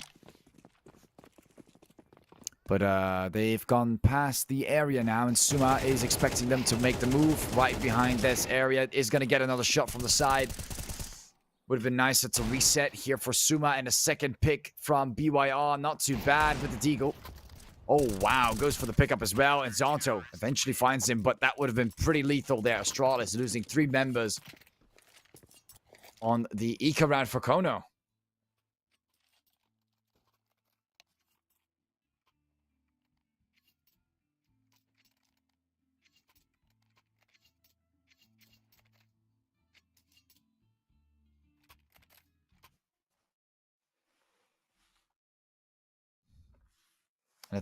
And another tactical pass comes in from Kono. Bit of an odd spot they're in. They've got the map pick, but I don't feel like their pushes are really working. I mean, in the beginning, yes, Astralis, they didn't rotate. They didn't have a great piss around, of course. They lost that one, I believe. Or they won it, actually, and then they lost the eco. I'm not sure. But it didn't give Astralis the best head start, but once they were able to push through that area, Kono is having a hard time on the T side. They're having a hard time. And that hard time needs to be resolved, because otherwise Astralis is going to push this to 9-3. And that's not how you want to go into the second half. That's not how you want to do it. Zonto pre-mollying the area. And Kono is forced right behind this area. And now Astralis has a pretty nasty angle, although the smoke comes in to cover it up.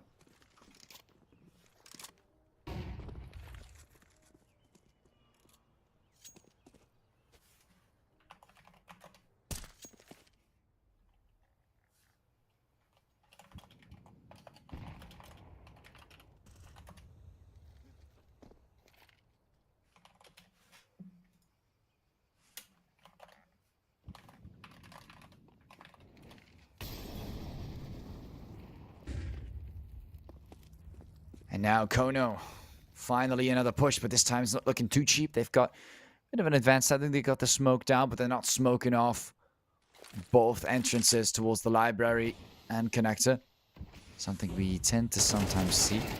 And this is going to give Croc the opportunity to push, but Kensizza is very sharp and vigilant and is able to respond just a little bit faster than Croc, which gives them that one pick that they need to maybe make this move happen. I mean, Astralis, they push them back quite a bit. Time is of the essence.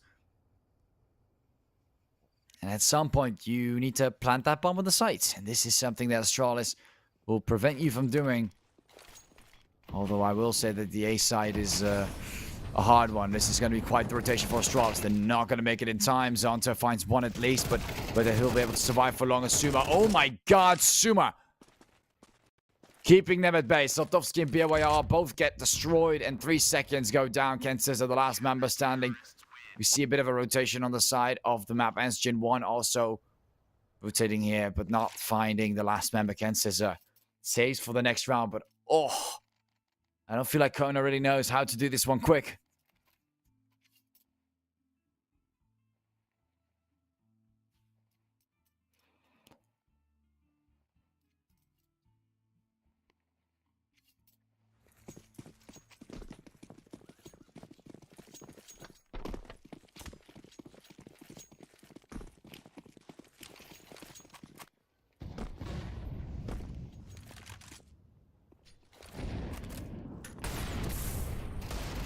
Moves up, takes a few shots with the Deagle, and Zonto finds him in response.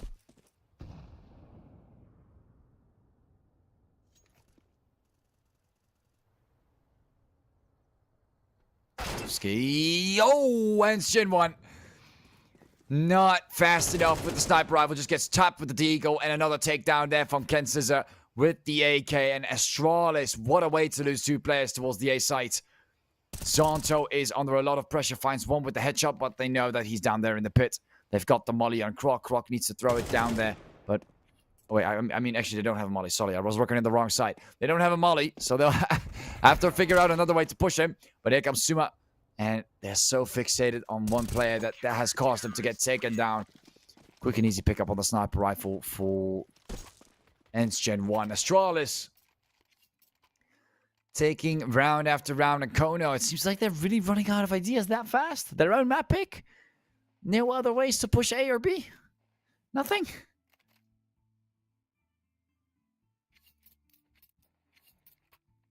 I guess not.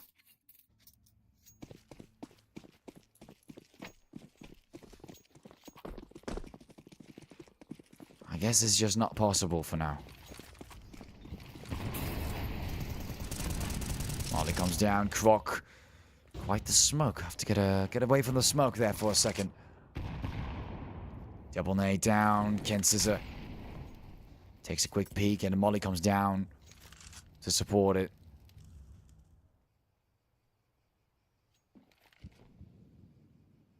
Santo. It's keeping a hold of it. Croc could find... Where's the action? Kono's taking way too long to push the site, giving Astralis more than enough time to set themselves up. And there's no flashes, there's no reasoning behind it. It's just taking extremely, extremely long. And all you have to do is be patient enough to hold an angle and you'll be able to figure it out. And if Astralis has patience, they'll be able to take them down. And so far, that is going exactly as they want to. BYR does get a nice pick on the side, and it seems like it is the B site. They also need to work on their rotations, but other than that, Astralis should not have too much of a harder time against Kono. These are some very cheap ways of pushing towards sites. It's just extremely, extremely, extremely slow. And this could be frustrating if you're holding an angle for like a minute straight, and then right as the minute goes by, you check your other, you move away, and right as you move away, you get peeked on. That's kind of Kono right now. It's cheap, but it works. I mean, Ashen1 comes in with the molly and makes it sound different. Both of them have a defuse kit. They have 10 seconds of time to find BYR. They don't have to be too fast, but they have to be fast enough. Drop down, misses the shot, and BYR is on the pressure. He goes for the defuse. Right there, finds him. Time is running out, and oh my god! Astralis still wins. BYR forgot about the defuse. I mean, about the defuse kit. I was actually way closer than I thought. Good rotation there from Astralis. Time was of the essence, and he went straight for the defuse. And Kono, unfortunately, by I feel like 0.1 second, was unable to get that one. And look, the thing that we all thought might happen, a 9-3 for Astralis. That is what we're seeing here. Kono, when are we going to see an exciting push? Something dynamically that can change the way you guys move towards Astralis, because so far I'm not seeing it happen. Very static, very basic. I mean, one rotation from B to A, but other than that, a very basic way of trying to look for entries towards A.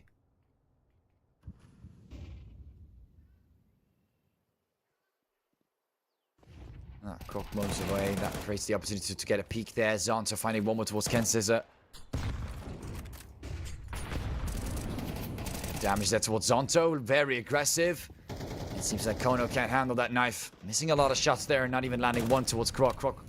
Zonto finally getting taken down. Santovsky comes in with the sniper rifle. I believe that's... I haven't even seen many sniper takedown, sniper frags from Santovsky as well. So, there we go. Okay, so A doesn't work. I guess we'll go B then. Oh, and get taken down as we rotate.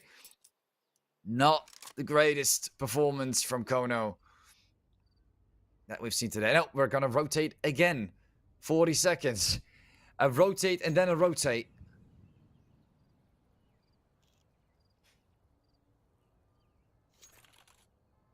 Even Astralis is about to lose their goddamn minds. And Satovsky is going to try and clutch this out with a sniper rifle. I wonder how that's going to work against 2 assault rifles and Engine 1. And not checking the bomb site. Engine 1 just taps him away. 9-3. I guess that's how it's going to end. Very interesting performance from Kono on the first half. Astralis maintaining their lead by 6 rounds. Keeping it that way for now. We're getting ourselves ready for the second half. Just a few ticks that we need to wait for before we get into... There we go. Time is going down. Before we head into the second half of this first map. There we go. Let's see if Kono can make some, let's just say, adjustments for their map pick on Inferno. Because so far the pushes towards A and B have been very mediocre. Astralis, like I've said before, just had to be very patient. I haven't seen any setups with smokes. Library getting smoked up, for example. Any setups, dual pushes. it felt very pale, and it didn't feel like Astralis, was being shocked and had to readjust to Kono that much. There was a lack of, I feel like, utility as well that had to be more effectively used on those bomb sites. Now we're going straight into the next one. Kono. Quite the stack towards A. I mean, they've bet it right. They've bet it right.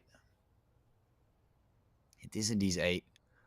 Oh, no. This is interesting. Smoke and 2 flashes. Ends Gen 1. Dropping in the smoke. A knife is right there with the duels. This could give them the advantageous start. And it does give them an advantageous start. Satovsky finds 2 and 3. Oh, not the third. So close. And whoa, Astralis is just stuck in a corner. But Zonto finds 2 more that are also stuck in a corner. And Zonto finds a third. Zonto is not done yet. Saving the round there for Astralis.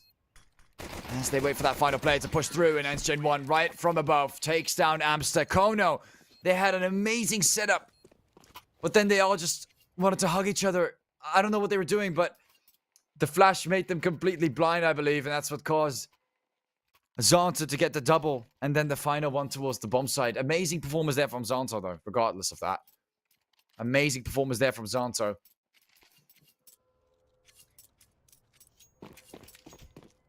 But unbelievable from Kono. Pistol round like that. They had such a solid setup as well.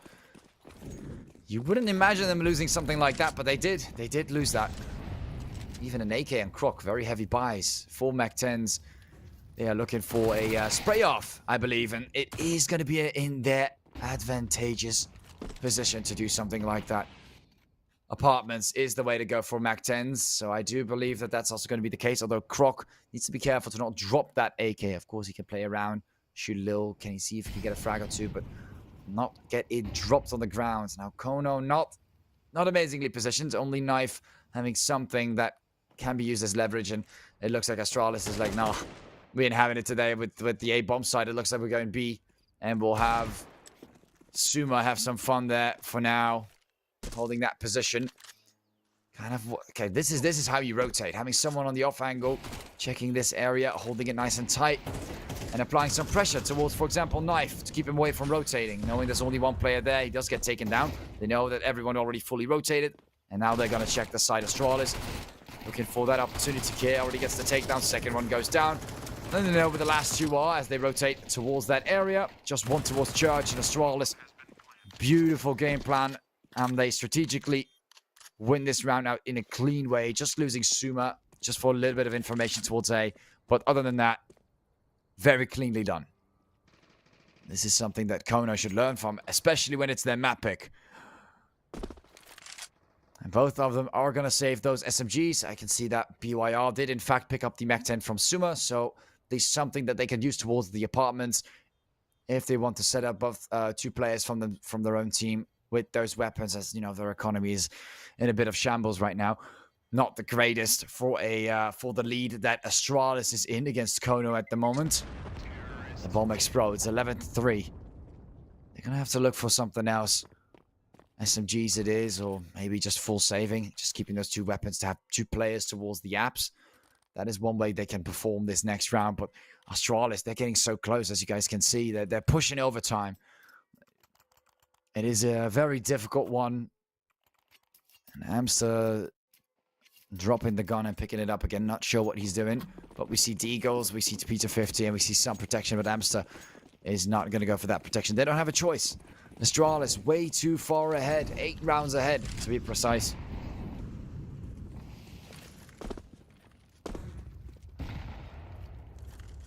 That's Gen 1. Holding out nicely. It started off not too bad. First half wasn't too bad. I mean, it went on worse, but like the first part of the first half was not too bad for Kono. But then they just lost their footing, and now on the CT side, they've just been unable to get a single round against Astralis, which is really disappointing. BYR gets spotted by Croc. We see a push from Astralis that isn't even with the bomb, although Amster does find him, picks up the weapon, and that is interesting. Big mistake there from Croc to drop the AK just like that. He seems to be famous for it. And Zonto, regardless of the situation, finds Knife. And Satovsky responds to Ends Gen 1. and gets the takedown on him.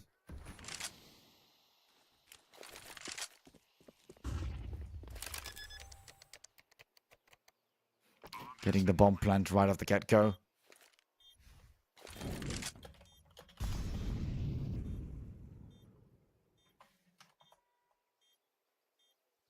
And Astralis is going to stick with the bomb plant, but they did lose quite a few members.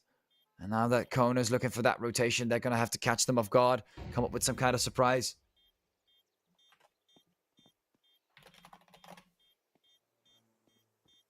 And as time starts to run out, they've got to think about this. Are they going for the defuse or not? And you can see Suma is already ready to throw in the flashbang and distracts the one defusing. And just like that, Astralis, a very cheap trick, but it worked very well. Get the bomb to explode.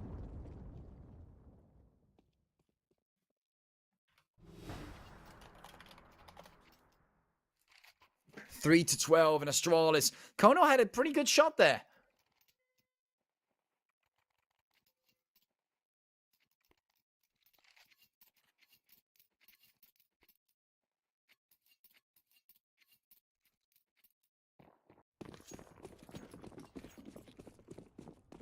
One round away, Astralis looking to end this in a 13-3 fashion. Kono, so far it has been quite rough for them and they've kept it up, but at least they're able to get a full buy on this round. A very aggressive push from Astralis could give them a bit of an opportunity, but no, never mind. Kid just walks through, and who's going to stop Kid? Anyone here that's going to stop Kid? No, their entire team has already entered the A side in less than 30 seconds and no one has been able to stop them. This is looking like a retake for Kono. Suma was popping around with the Marley, not really figuring out what to exactly do as Zanto is being pushed on towards the pits. And Kansas is not going to be able to shut him down. Kier coming right from behind on the apartments as he drops down. Zanto in a bit of an odd spot. Kier surprises him. Surprise, surprise. And BYR and Amster do find themselves in an opposition to take down on Amster as well at the end. BYR, last member standing for Kono. Can he get this clutch in there? No, he cannot. 13-3. What a destruction on their own map pick. This is unheard of. Absolutely unheard of. I mean, I don't... Sorry, guys. I jumped forward in the hair. But that's absolutely unheard of. 13-3. Wow, what a way to go down there. And Kono, I mean, I was expecting a bit more from them. I thought maybe the CT side wasn't the favorite bet. Maybe they're able to kind of do better on the T side. So I expected a little bit more from them early on. They got like a couple rounds, and then on CT, it just fell all apart. The rotations weren't properly done. It was kind of a mess at Astralis. They kind of took the time with this. They really got round after round. Not a single round taken on the CT side, unfortunately, for some reason. And it looks like it'll have to end like that, 13-3. Hope you guys enjoyed that first map. Of course, Kono has a chance, I believe. The next map pick is on Vertigo with Kono voting the CT side. And maybe they'll have another chance at getting something done on that one. But for now, I'm unfortunately just not seeing it. So I hope you guys enjoyed the first map. Again, congratulations to Astralis for winning this one out. Kono, they're going to have to put a little bit more effort into the second map if they want to beat this one out. And for now, I hope you guys are going to have a great break. And we'll see you guys right off afterwards with the second map.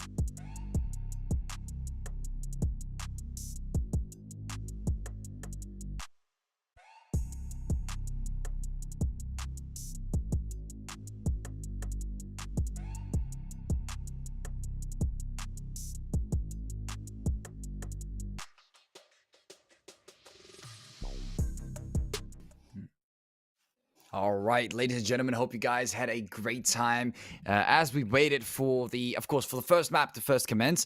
And we did. And we went through that first map, Kono.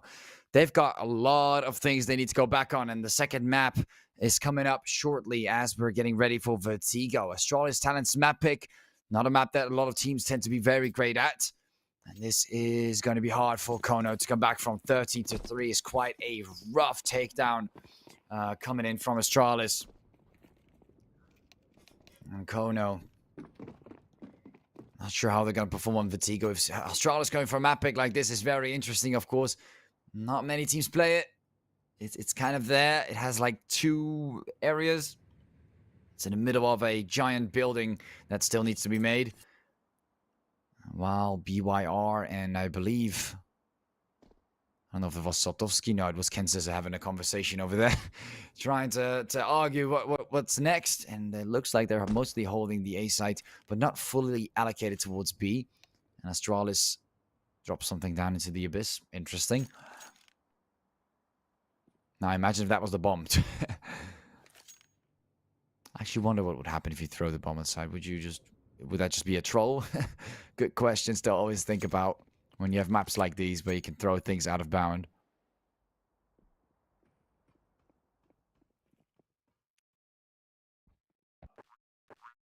And, oh, okay. Looks like it was something with the server. That does explain it. That does explain it. Quite the reset we'll have. Looks like that's why Kono was kind of like, okay, what is next? Kono, of course, choosing the CT side. For the people who are wondering, they did choose the CT side willingly. That's why they want to start things off with. And Astralis is going to have to start on T for their map pick. And I think we'll go in for the pistol round for real this time. This is not going to be a joke or a... No, there we go. A lot faster. Looks like something was definitely wrong with what was ongoing on that first attempt. And now we do see a very fast push from Astralis. Looks like they couldn't enter B. I don't know. Something like that must have been the case why they were stuck there. And now Astralis is looking for both options, B and A, on this pistol. Not a heavy push to either side. But Kono is, of course, gaining more ground around the map. And I believe that we might see some action right close towards the B side as BYR is taking a few peeks outside of heaven. The players from Astralis are making the move. And BYR drops in, I believe, the smoke. And there's a couple shots there. Sotovsky from the side or behind. And BYR does that. The first one. Kansas at the second. Nance G ends on to both get taken out. K comes in with the takedown on BYR. And Astralis gets the bomb plan. First step towards success for Astralis. Krok gets two together with K, Amster, and Sotovsky. Both get taken out. Kansas quickly gets shot down by K, and Knife still remains. Quick and easy by Astralis. They did get a few shots from the side. Caused a few players to go down. Knife getting pretty close towards taking down Krok, but Krok remains alive and wins out that gunfight, switching right to the pistol from the CT side. 3 frags there. Look at that. Incredible performance from K.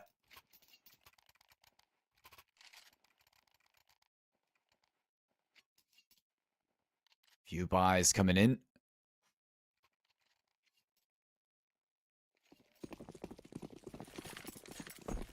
And off we go. Kia with 3 frags, starting things off nicely. And Krok finishing the other 2 on that previous pistol round. Right into the eco we go as Kono is forcing 2 SMGs, a couple of pistols, and a deagle. So you could argue it's a force buy.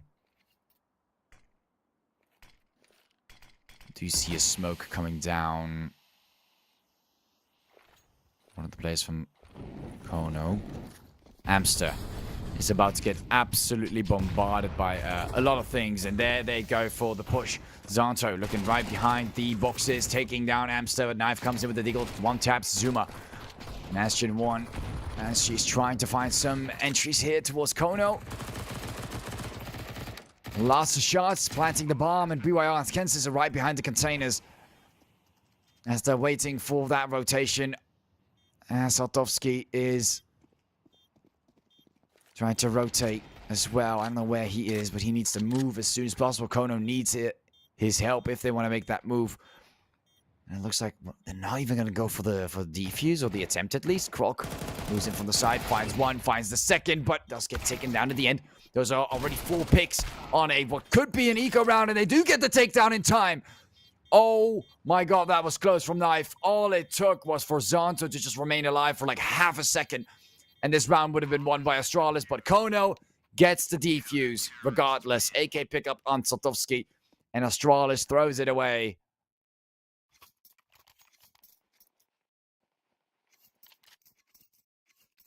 And ends it like that.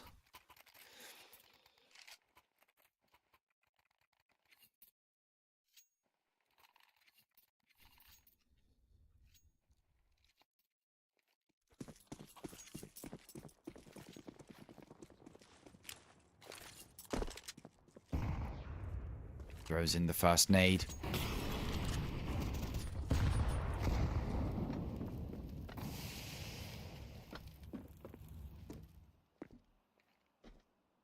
Gets a couple peeks towards that area. Takes the first one out. Zonto gets the shot down. Molly comes in towards one of the members from Kono, and even NSG finds Ken Scissor. And Kono's looking to get that rebound in here, and Astralis talent getting picked off quite fast here on Vertigo. As Kono gets a few more on the side, and Suma remains alive at last with the deagle. A lot more strength this time from Kono on the CT side. There's a lot more like it. A lot more like it. Patiently waiting, goes for the peek. It's 1, it's 2, gets the tap. Right to the head, goes for more. 1.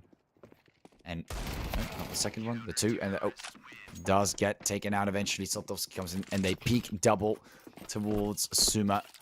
Do not give him much of a chance. And Knife comes in with a double on that round. Kono taking the lead.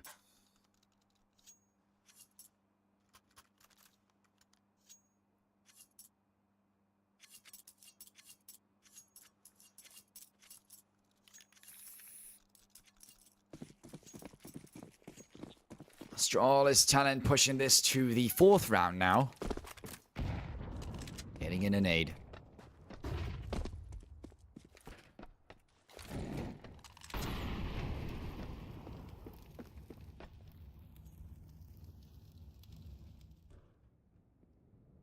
And Kono. A little bit of aggression here from Ken Scissor. Does get hit, and they're all rocking pistols. Drops in smoke, makes it easy for him to spray them down. Finds 2, but 2 is only thing he's going to find. Zonto picks up the SMG. They try to walk up. Suma, right behind that area on the wall. They both peek. All of them peek at the same time. Sotovsky finds 2, and the last one still remains. Taps to the head, and there it goes. Anschi gets taken down as well. Quick eco frags for Kono, nothing too crazy.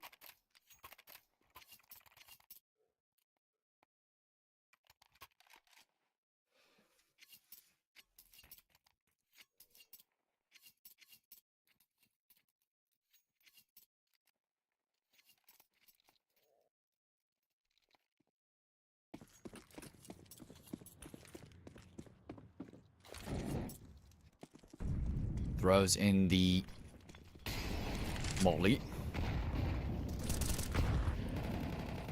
Couple shots there with the M4 too. Knife makes the peek. Takes a few shots near that smoke.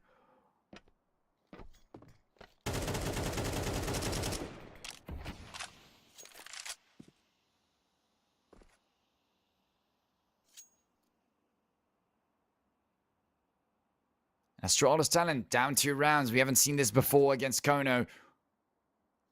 And it's their map pick. They decided to go in Vertigo. Bit of a hard time there on the T side against Kono. Bring it very, very slow.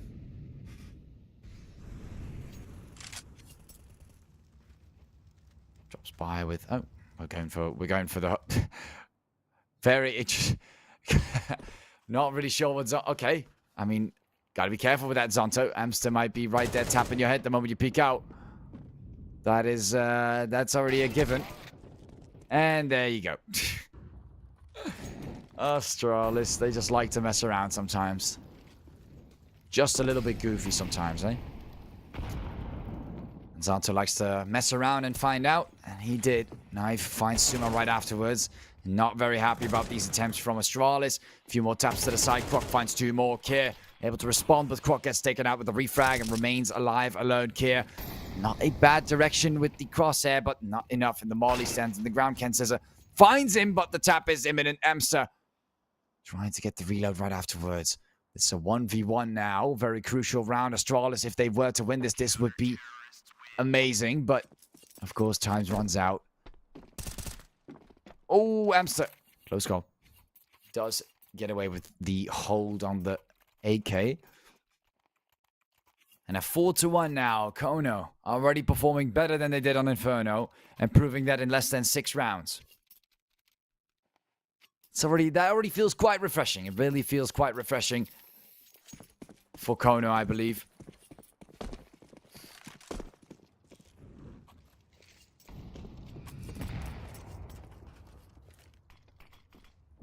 So at least Astralis gonna have to put in a little bit more effort to take that Kono, it seems. Satovsky running quite the skin for the ARP.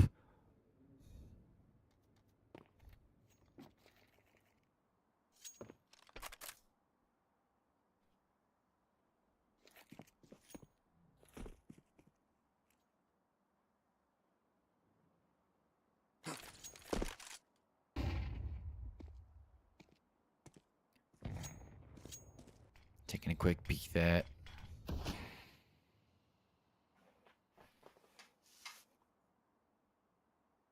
And Amster takes that peek to the side, right behind this massive box.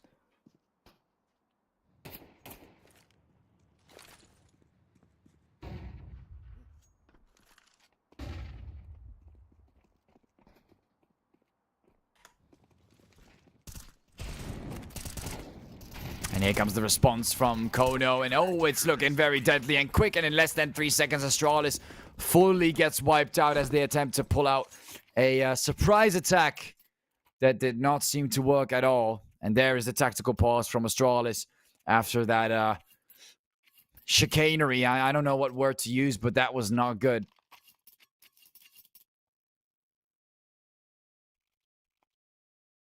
Throwing in the flash, and they made the move. And right as they got out, Amster, and I believe BYR found quite a few members. Amster, Knife, and then Ken Scissor at the end. Very quick and fast. And Astralis talent did not even stand a chance.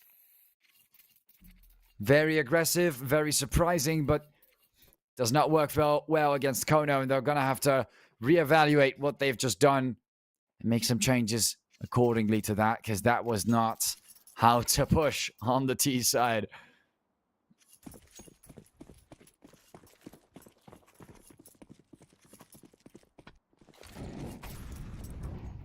Throws in the molly.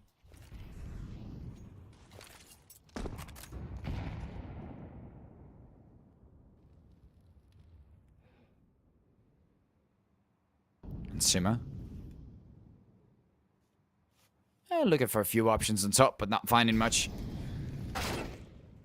Oh, and there goes Amster. Does find Amster eventually. Just had to pop a little bit higher. Just a little bit higher.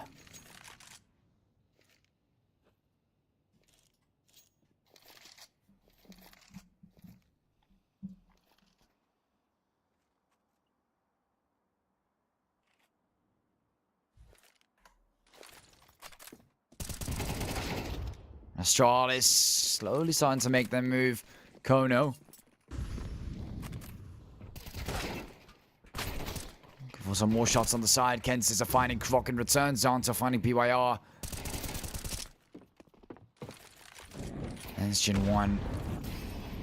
A bit of an odd spot this time. Astralis not fully getting wiped out, but they're in a 2 versus 2. Oh, never mind. And she is still spotted by Ken Scissor. Doesn't really matter much. Suma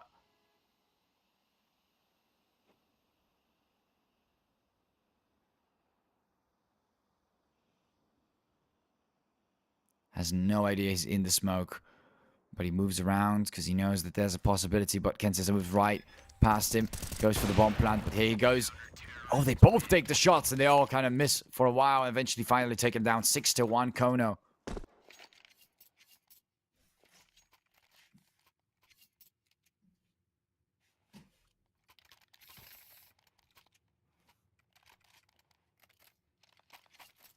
Looking pretty bad for Astralis. Second tactical pause comes in.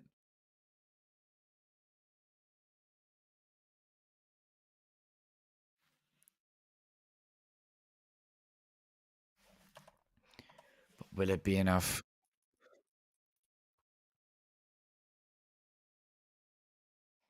Couple of Tech 9 buys, pistols, a Deagle. I've decided that yet, and there we go. There's the AK. And the snipers there as well. So looking not too bad. Couple of M4s.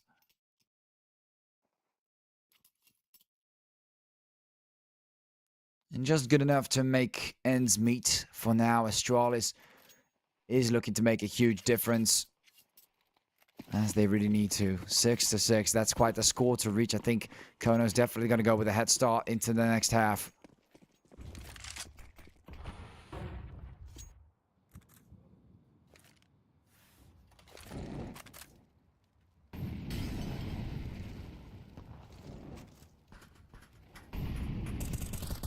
And I'm still holding down tight on this ground with the nade in the same direction.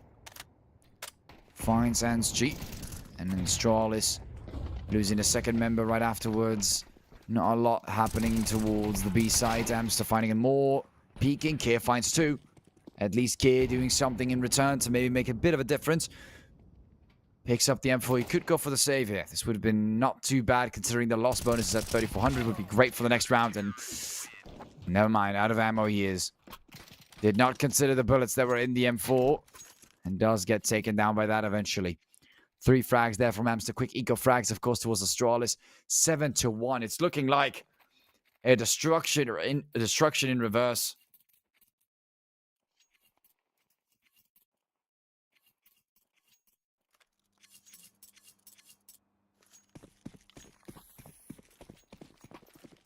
Not the greatest.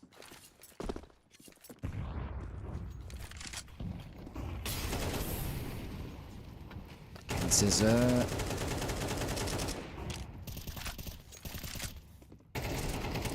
Bit of an odd spot. Croc finding the first one towards Kansas and finally wins out that gunfight. Kier moves forward.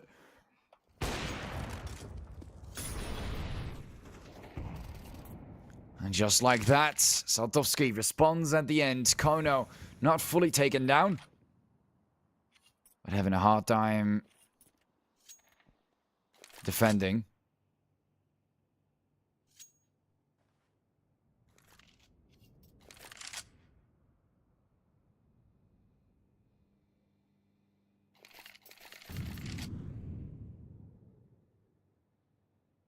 Now Astralis, 1 whole minute has passed. Looking for that rotation.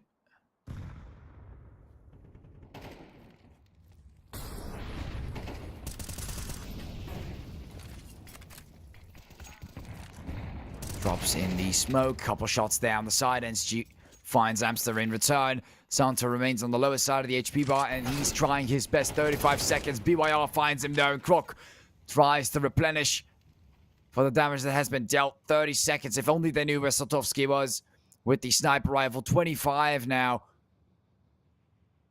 They have to start making that move, but on top of that area, Saltovsky holds and locks in, finds the first. Croc gets spotted.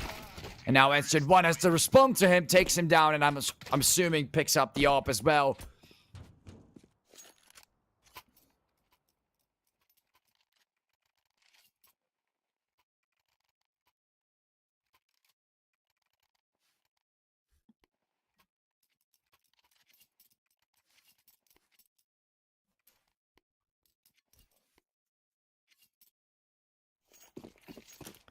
Seven to 2, Kono.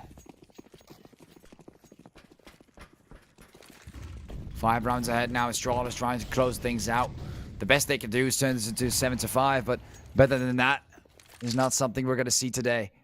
At least not on the first half.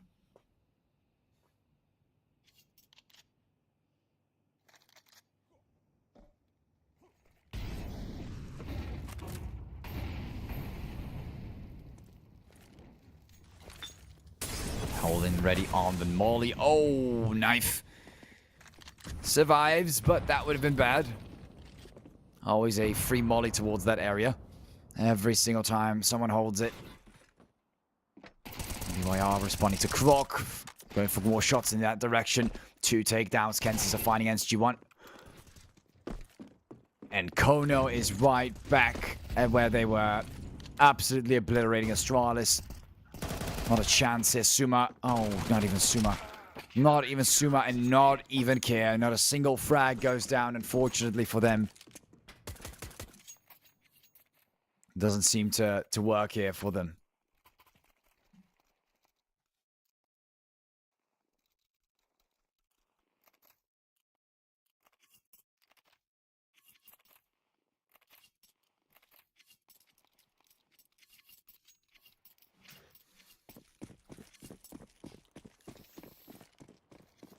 And Astralis talent. Are we really gonna see the same thing happen to you guys? Right after we've seen the devastation on the first map from Kono. We all thought it was Kono's fault, but it really isn't. Seems like you guys just like picking each other's maps here. 6-round difference on the first half is insane. That is insane.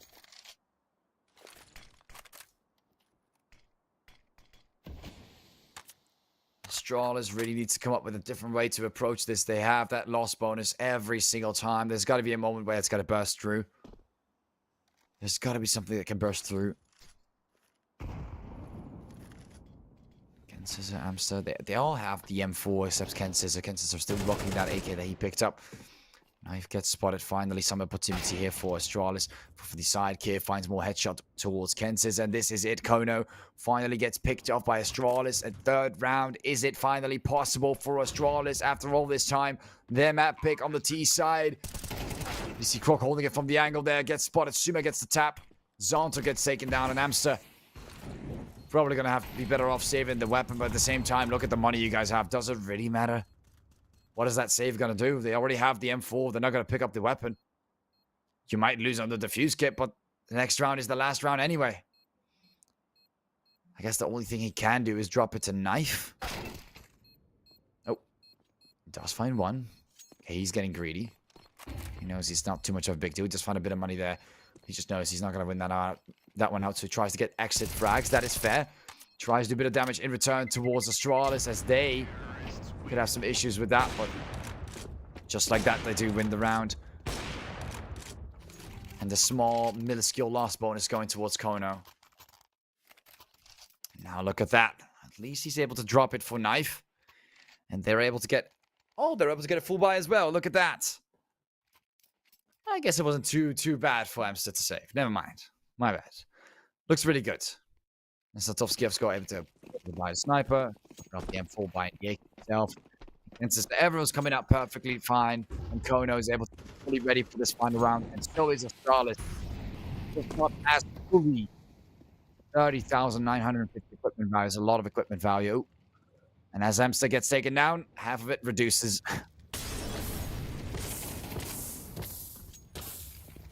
Satovsky.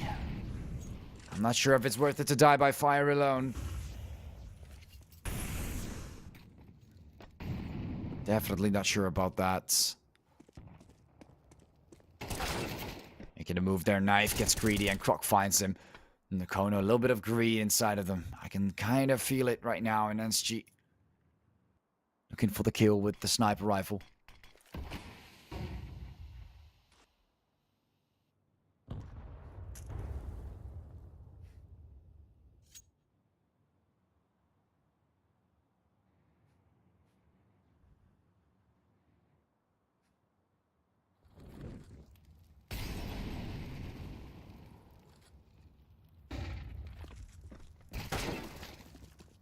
Shots there, BYR finding Care. Quickly through the head.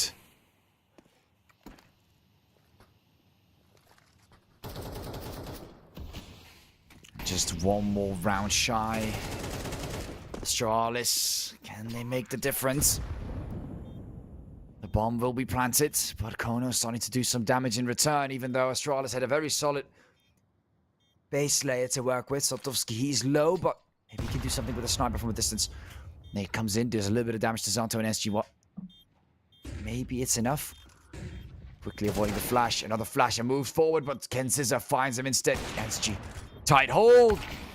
It's the first, but not the second. And Suma comes down to you, buddy. He's got the defuse kit. Can he make it happen? Oh, and there he is. Does get the tap at the end. Very close call by Suma. Could have actually been a Kobe. He didn't even, if he only knew Satovsky's HP. 8-4, and Kono at least clean it out with 4 rounds ahead. Astralis not looking as rough as Kono did on the first half.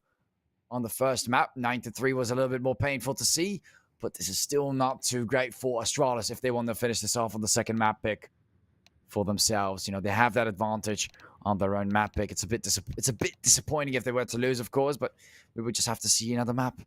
Kono looking to possibly close this one out, force them into that decider, and leave the opportunity open to get back against Astralis.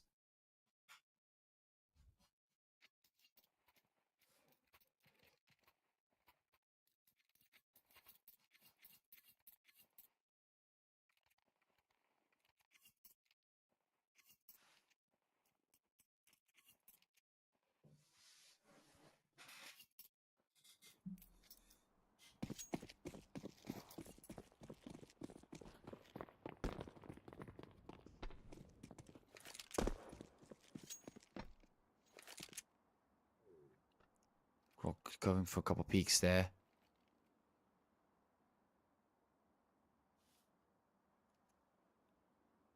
And they're down to the pistols, just like Astralis. Right off a fresh start with the pistol round. Quite a stack that they are looking towards bringing it to the 8 side, it seems.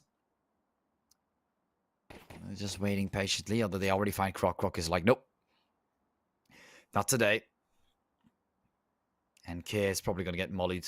Oh, do they have a molly? They have 2 mollies. Yeah, there you go, Kier.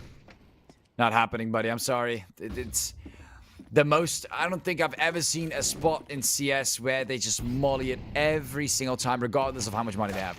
They have to molly that area. It's just tradition. Like, I'm not sure, but I would at this point never stand there. Not in these matches. No. Because it would never work. They do get the bomb plant, so the money's in, but whether they'll be able to get the retake is a different question. And the BYR do get 2 frags in return. BYR last member standing as Croc and Suma look for that final member as he's waiting right behind that area. Couple shots towards BYR. All the drop down from Croc, and oh my god, that is a little inhumane. God, all over the place. That was a little too much for him to deal with. Unfortunately, BYR is not going to have fun with that. Ain't no way you're going to have taps like that.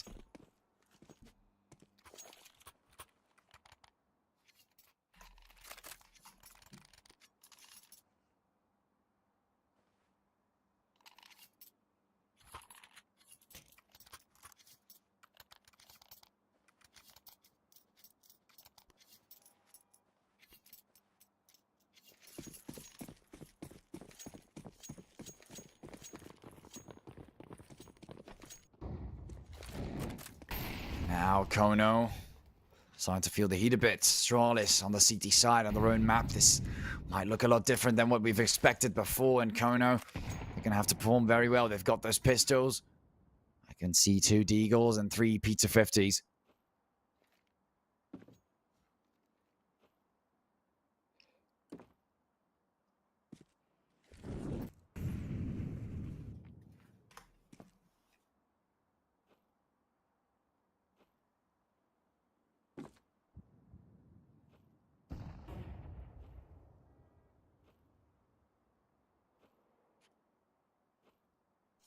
And Croc has spotted them, and I hope he's not going to go behind the sandbags. Oh, Croc. I mean, okay, fair enough. They don't have a molly right now, but that's because we know they don't have a molly, not because Croc knows that they don't have a molly. And if their crosshair placement is good, like, they'll just tap him from above. Not sure how this is going to work out for Croc, but I mean, they're definitely going to check it. They're not that, like... Wait, there's no way. They're not checking it? Oh my god, no one's checking it. Oh no, Kono. What am I watching? No, no one checked it? Alright, well, I guess they deserve that punishment then. Astralis, I don't know how they didn't go for a checkup towards Croc's position, but fair enough. I mean, alright, I'm surprised. I guess that's the first time I've seen a team not check that area.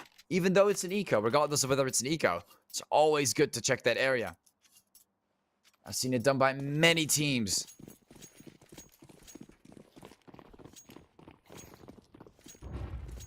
Astralis. First 2 rounds out of the way. Those AKs are starting to come in from Kono. This might be a little bit more hectic as they have decided to keep those SMGs and the FAMAS to save themselves from spending too much.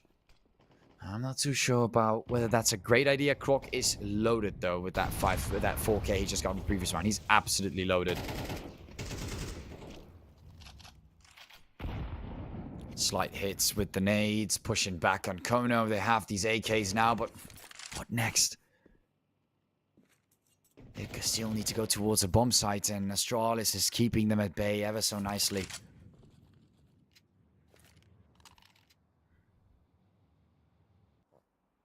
Suma and Zonto towards B, rotation from SG. A little bit of trading happening here.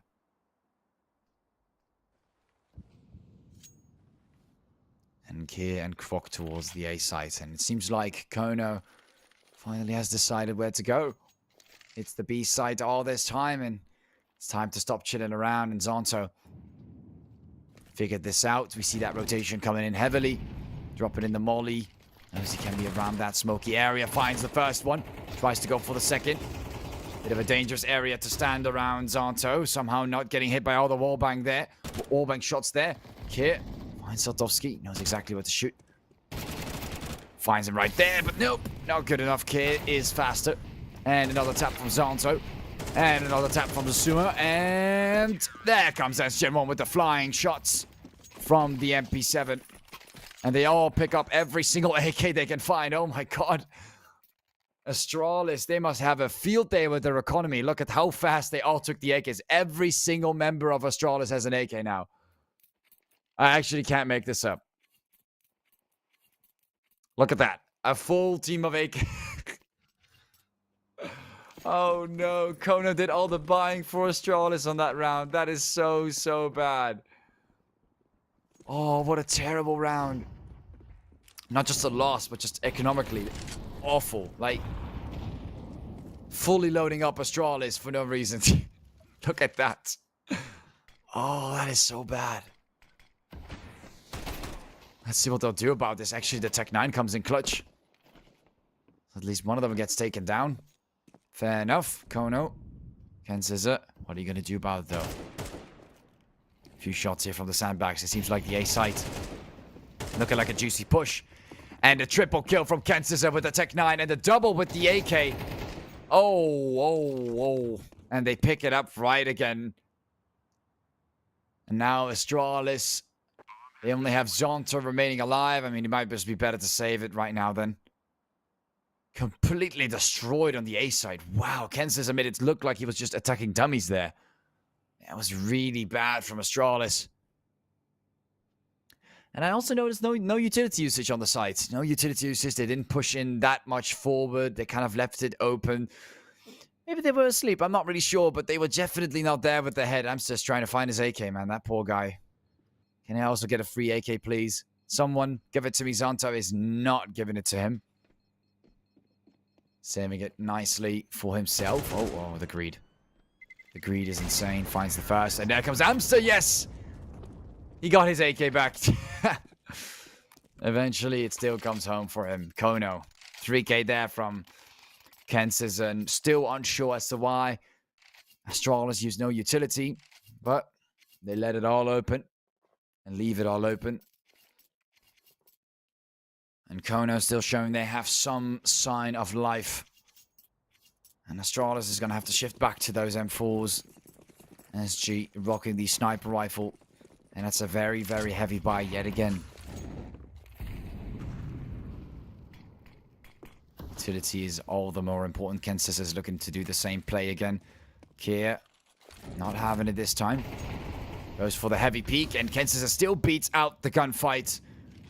What a hard player to play against for Astralis. Are they just going to let him get kills every single time?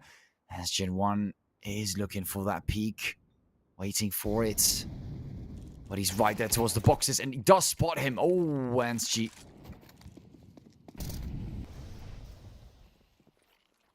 Not checking those boxes. It feels like they suddenly just forgot that that area exists. They know that Kensis is there, but no one's peeking. No one's holding the angle from that distance. Croc finding Amster. Croc also trying to maintain a hold over this area, even though the molly's down. And Kono's really seriously looking towards the A site now. I believe even Zonto might have to rotate soon. Astralis kind of leaving it open for Kono to take. Lots of shots here and lots of control for Kono. As they're getting the bomb plant right in the corner. Anschi finds one. BYR gets taken down. The smokes are being refilled non-stop. And Astralis, you guys should know this. It's your map pick. Staying in that area forces you to be stuck within smokes forever. Trying to find a way to push outside. I mean, they have the fuse gates, but they only have 10 more seconds. Move outside as soon as possible. Croc finding Satovsky. Knife finds the 2 more in advance. Picks up the weapon. And SG, time is running out. Someone get the defuse. They do get it in time, I believe. SG. God, that's way too close. Very close with the defuse there from NSG. Things were looking not too great for Astralis if they lost that, but gosh, that was close, NSG. Had to respond very fast with that sniper rifle. And I hope for them, they're going to position themselves just a little bit differently on that A site, because the way they gave away ground is just going to perma-smoke themselves on the A site. That is not ideal at all.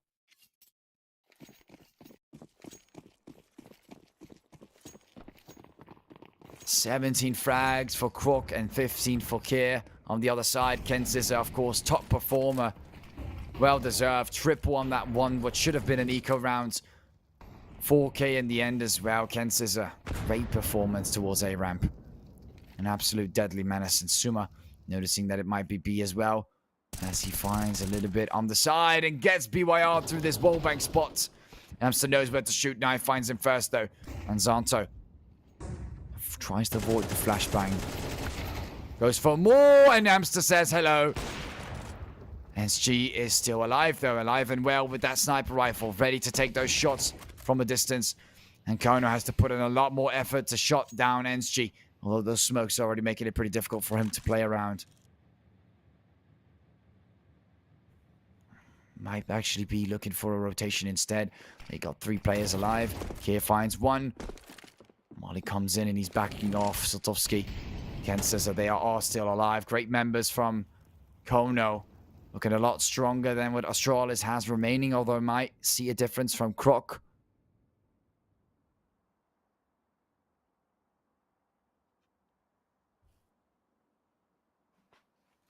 Astralis talent.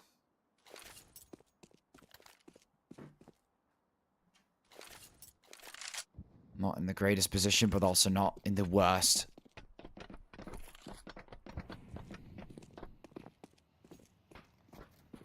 And Amster.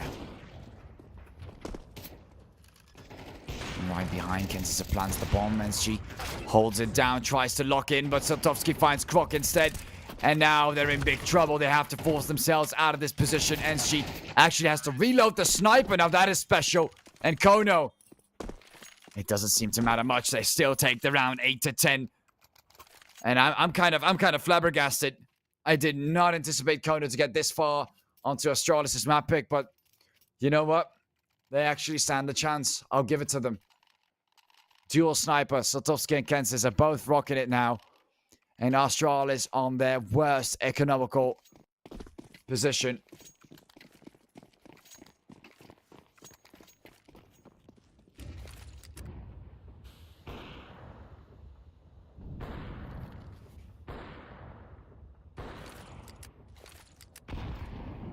You can hear a lot of sniper shots as they're spraying it down from that position. Zonto does at least shut down Amster.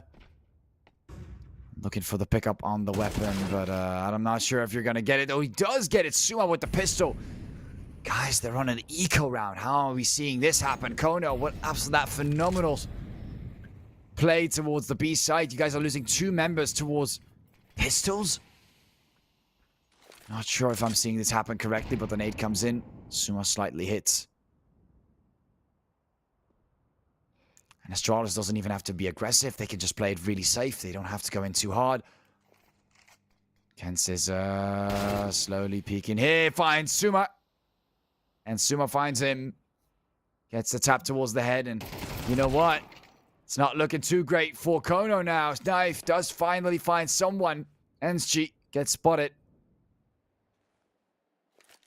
But this is going terrible for them. 3 members down, 2 weapons picked up. And Astralis is looking to play it nice and safe. I mean, Kono they could even looking for the save. Look at that. Saving their weapons. After Astralis is on an eco. Oh, that is incredible. Don't see that every single day. And Astralis looking to get that 9 on the board. That 19th round on the board. Bringing the score to a 9-10. As Kono is going to save Croc, though. Oh my god, Croc. Oh my god, Croc. There's no way. Saves the sniper. How bad? How bad? How bad? 3 AK saved and another sniper back to NSG. That is insane.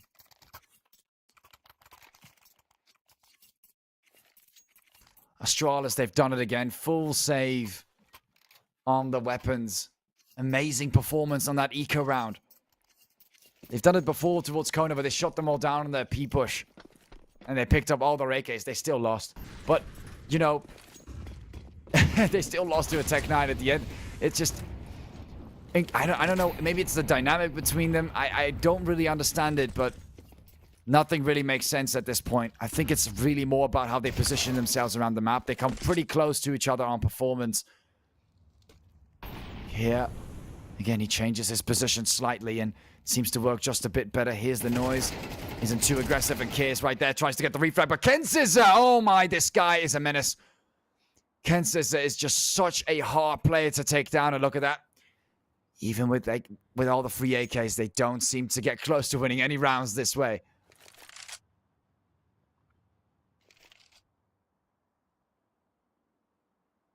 And Zonto getting greedy, and this could be bad, but Amster's right there, getting ready for nades. Right on top of Amster, and finds him, and gets some more ground, and is going to hold from a different approach. And Anschi with the sniper. Rotating right back towards A, but is it really the A site? They might come from in between, and Satovsky is doing exactly that. Ken Scissor still remains alive.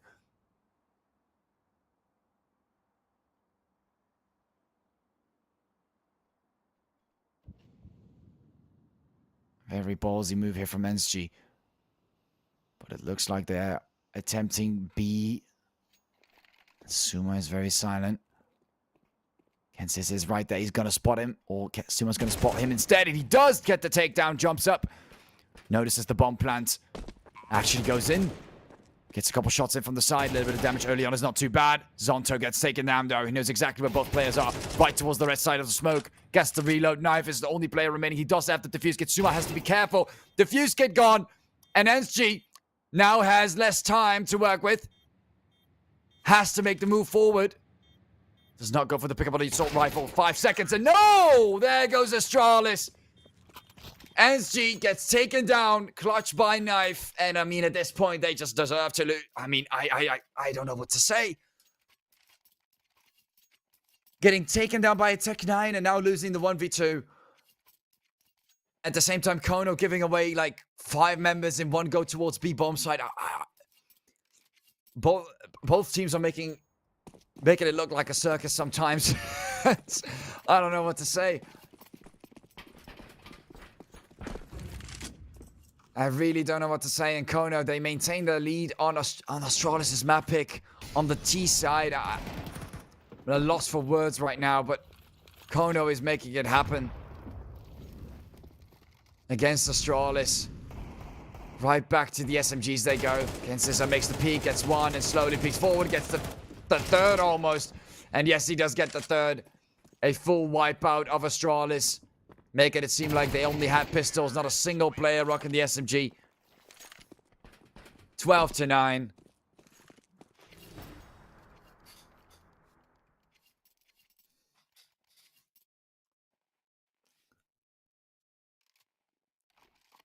What a long day it has been so far, ladies and gentlemen. And here we are looking for a decider instead. Astralis. Do we really see this running into overtime? 3 rounds in a row after this chicanery? No, I don't think so. I think Kono is going to end it right here. Look at their weapons.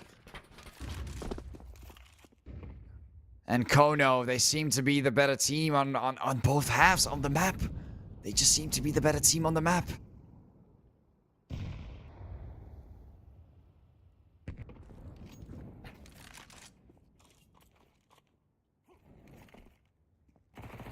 Kensisa is dropping it right back to Zoltovsky. Kensisa gets taken down in return. Does not get the shot. And NSG suddenly decides to wake up with the SMG. BYR drops into Molly, but is that really the good way game plan? He does go 1 for 1.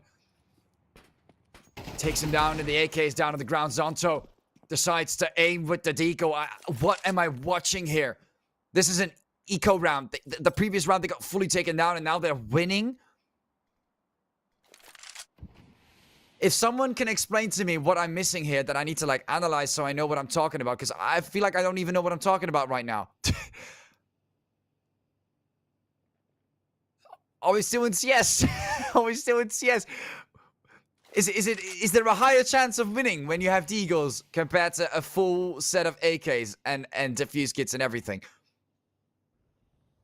What am I missing here between Astralis and Kono? What is the dynamic? What is the playstyle? What is really the change?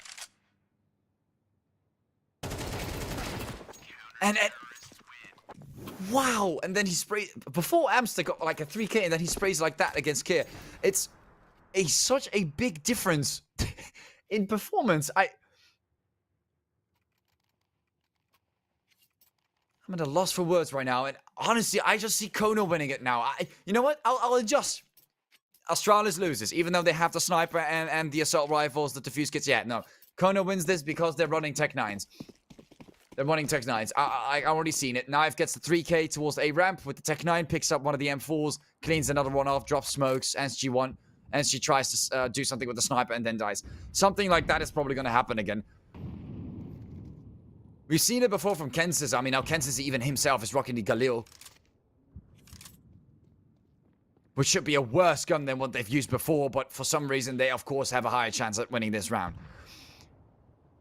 Based on what I've seen the past 6 rounds, that is kind of what I'm seeing here. Suma drops down, a very heavy push towards middle.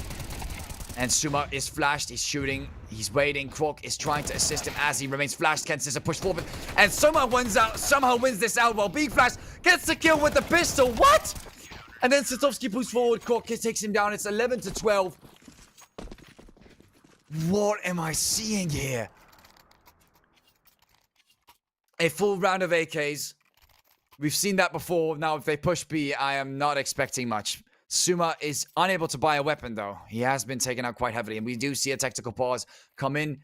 Maybe SG can buy him a better weapon, and yes, there we go. We do see the M4 being bought. Heavy buys there from Kier. That save Suma, and they are on a full buy now. On the other side, we are seeing AKs, but they're running low on cash, so not the same utility that Astralis has.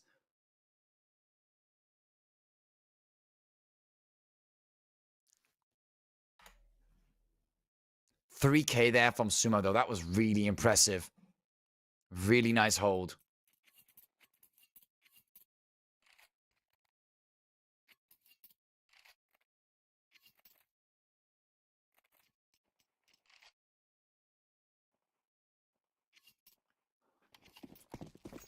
And Kono, one more round is all they had to take, and now Astralis is making even the other unthinkable of the unthinkable happen. But we can't say everything for certainty. Kono still has a chance of ending this right here. A very difficult round for both teams. The pressure is on as they lock in. all of them start to lock in and prepare for either scenario to occur. Hamster. And G. Goes for... It seemed to be the B side there, but nope. There's a flash and a smoke down, but the bomb is being carried towards the middle part of the map, and they're going for a different approach. Croak is holding out. And moving back, and we do see that rotation occur. No one seems to be going for the A side. Croak, very important first kill. Could mean a lot. Finds the head and gets out of the way. Does not risk a single thing.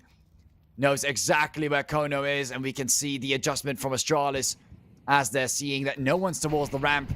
The bomb is towards a completely different area. They're going for a similar push, just like they've done before, where Suma was in a lot of trouble, still manages to get the 3K. And now that they all have AKs and M4s, let's see if they can do the exact same thing again, or whether it will be different this time. Lots of smokes and flashes. First comes down, second not. Key response is Ken Scissor. The stronger one from the team does not land those shots like he used to. And Knife and Amster do get 2 more care. Quack both get taken down. And Astralis are looking to give it away regardless. It doesn't seem to matter much. 15 seconds. The bomb is planting. It's planted on the side. Zanto, after that whole chicanery, finally decides to maybe rotate. Oh, wait, it's actually A? Sorry, I mean the A site. Yeah, A site. And he gets tapped away. 13-11. Wow. What was that? They pick up the AKs, and suddenly it's a lot more difficult. But once they had the SMGs, things were different. Things were different. Astralis was shining and was perfectly accurate with SMGs. Guys, I'm at a little bit at a loss for words and a lot of confusion as well. But Kono seems to have won against Astralis, and we are going to forward this towards a decider. This is going to be map 3. No overtime. Nothing like that. And we will be probably seeing you guys after this short break before getting into the break. Just a real quick analysis. Astralis, Kono both got 1 map so far. Kono completely got absolutely wrecked on their own map pick, and then Astralis barely lost.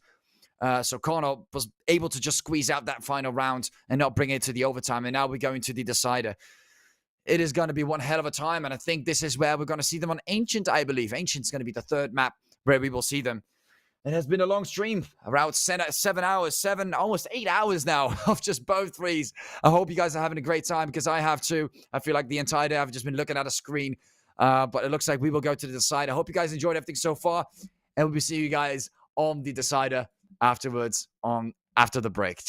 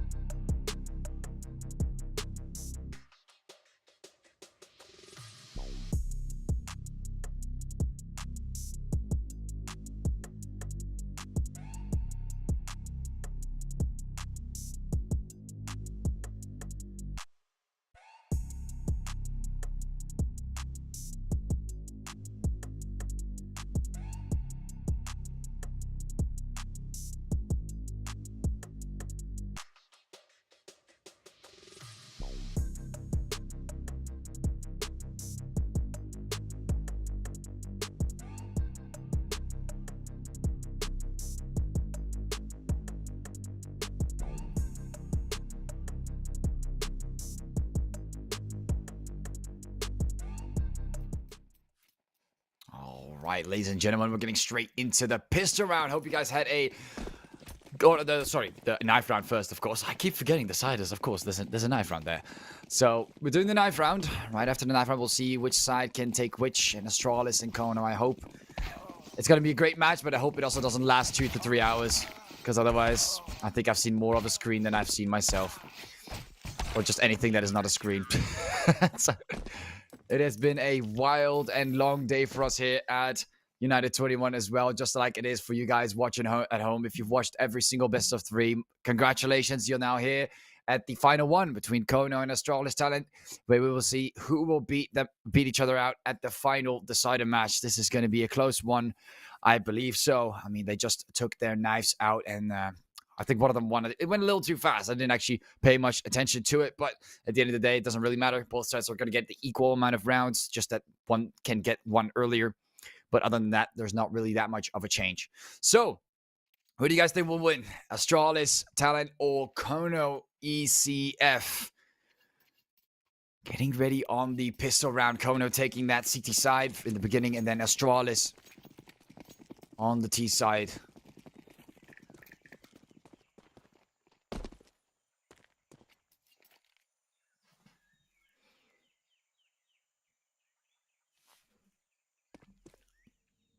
And as they are moving around the A site, a couple smokes are coming down.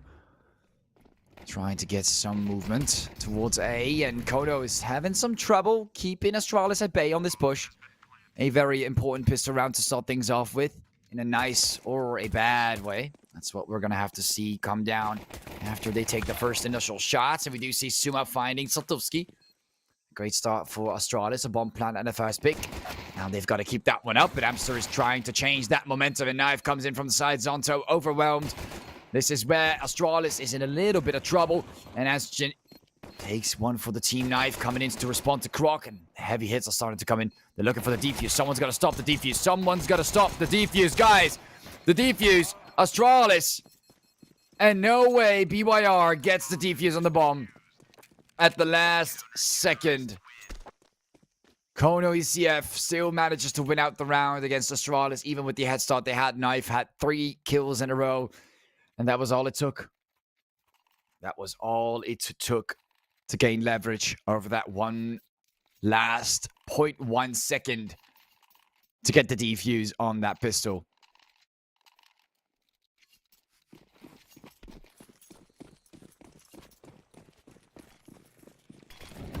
Absolutely incredible so far.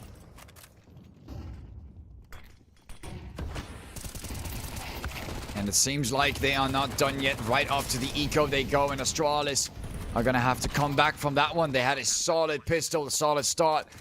Saltovsky and I believe it was Amster. No, it was Kensisa getting 2 more picks. Kier and Croc both get taken down. Astralis in a very difficult spot as Suma has to avoid getting flashed, and BYR peeks right as he avoids it. And Nade comes in. Nanschi slightly damaged, doesn't hesitate a single bit, goes for the peek, gets the shot, but the second one doesn't land. And the bomb plant is there, but the victory isn't. And Knife, with the defuse kit, which otherwise would have been pretty detrimental, gets it out of the way.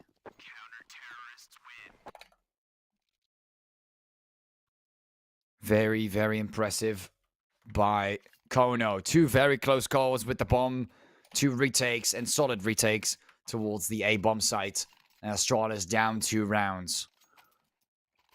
Kono looking a lot stronger at the moment.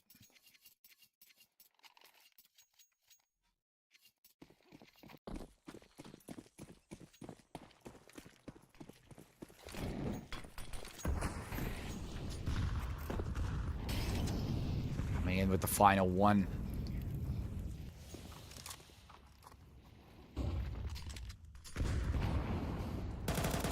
Smoke is off, and Kier, right from behind Saltovsky, surprises him, causing a little bit of mayhem from the side of the map there on Xbox. Gets the second one, and Amster tries to land those shots there. Cork does get taken out, but Kier remains alive, and Ken Scissor gets taken down too. Kier is not having it today, and Kono is getting a taste of Astralis talent. Another takedown from Knife towards Kier. 2 versus 3.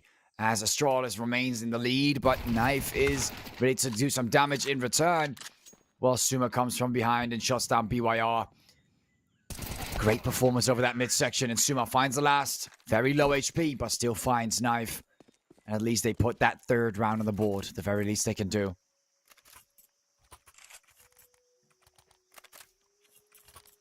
And you have to imagine, Kono and Astralis, they both are still in the upper brackets.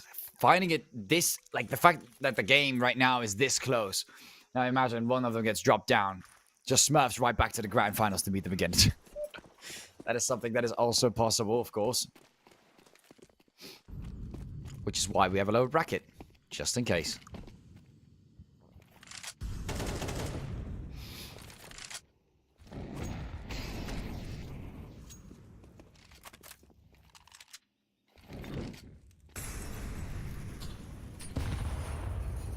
BYR. Waiting right behind the smoke.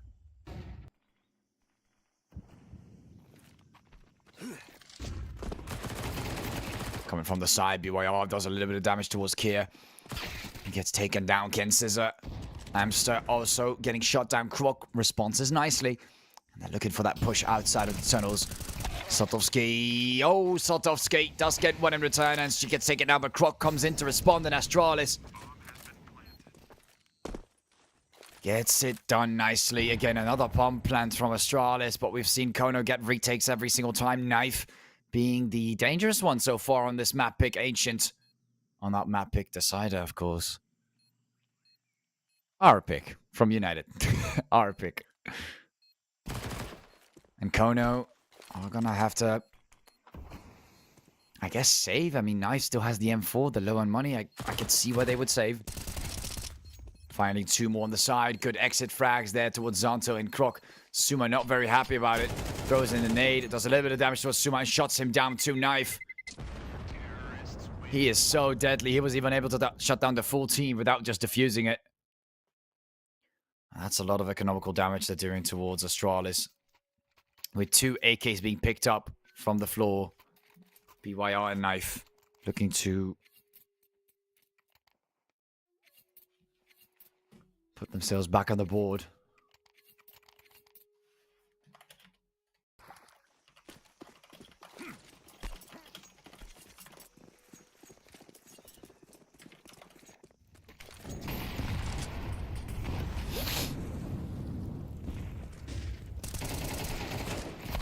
And Krok finds Ken Scissors. Amster responds to Krok with a quick refrag. And Henschi taking down Knife. Sotovsky goes for more shots to the side of the... Oh my god! And he barely gets it through to Zanto. It's actually kind of impressive. But Henschi's not having it. Rocks the sniper.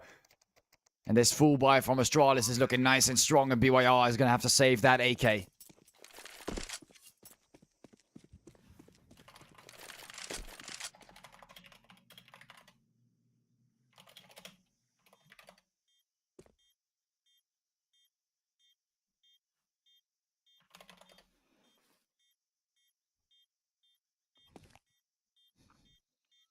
BYR is going to have to, you know, roll back, sit alone, all the way towards the left side of Ancient. While Astralis waits for the bomb to explode. Right as the 5th round goes towards Astralis.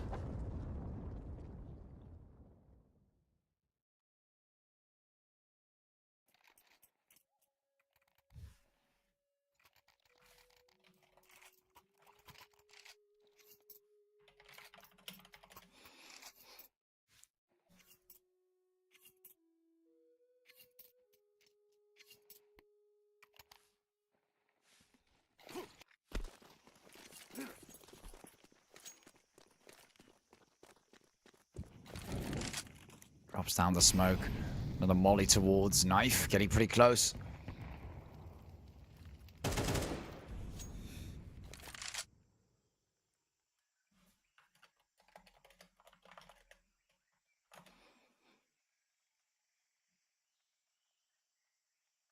And While the smoke remains up, Kono is just waiting it out. Being a little bit more patient with it this time. Oh, I don't know what, wasn't Amster, it was someone else. I don't know what he was doing, but I think it was Croc looking up the temple. Kind of made me zone out for a second. Not gonna lie. He's about to flashbang me while I'm trying to cast.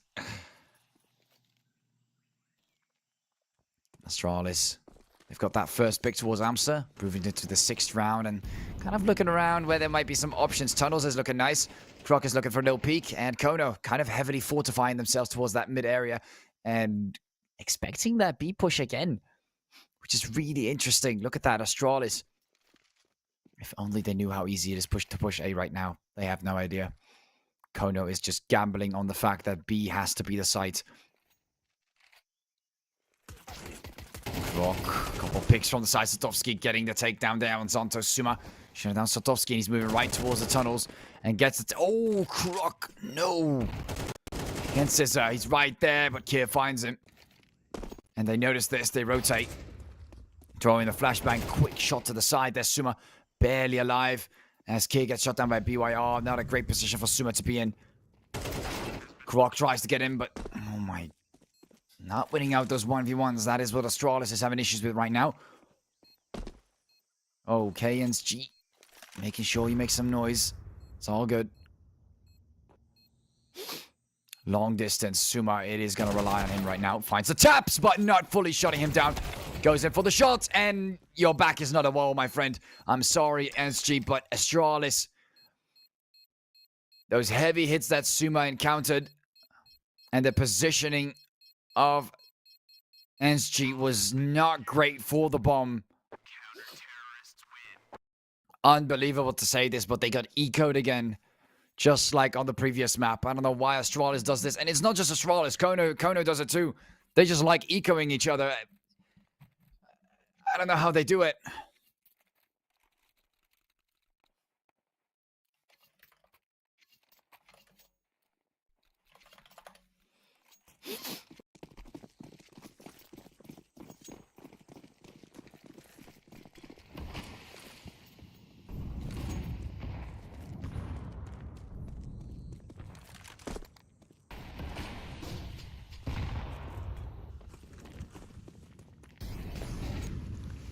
Oh, 30 seconds have already gone down, and Astralis is going for a very rapid attempt towards the B side. Satovsky finds another one on the side. Zonto, those Mac 10s, I'm not really sure how long they're going to last. But so far, the bomb is not even getting on the site.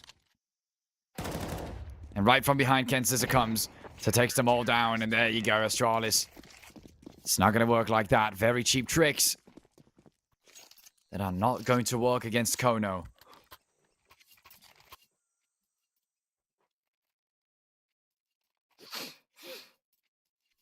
4 against 3 on the CT side. A tactical pass from Astralis is imminent, and it's there. Probably going to have to save this one out. What are you going to do, though? Big errors with the... I mean, once you get ecoed out, it's rough. It's really rough. And Kono came in quite strong in the early part of the rounds, and now in the later part of the rounds. In the middle, Astralis was able to squeak out 3 rounds, but that's about it.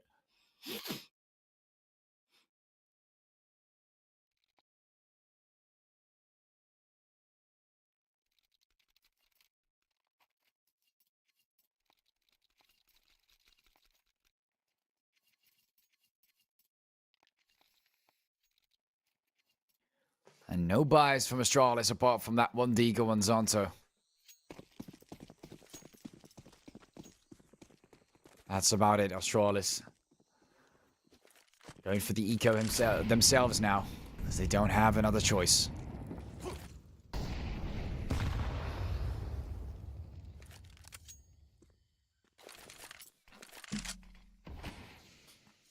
Goes in for the initial shots. Satovsky is locking down with the sniper. Kier taking a few shots there, but tries to remain alive at the very least. And G gets spotted quite easily. Satovsky is just sniping. They gotta try something. Just jump around. Wee. Gets the bomb plant. That's all he's gonna get. There you go. Quickly getting shot down, Kier. I mean, what is he gonna try? Like, cancel their defuse? Nope. Quick eco frags, but at least a bomb plant from Astralis. That's the very least they can get. Complete utter destruction from Kono's side. And Saltovsky is doing pretty well these past rounds. Of course, those eco frags as well, but overall, looking really solid.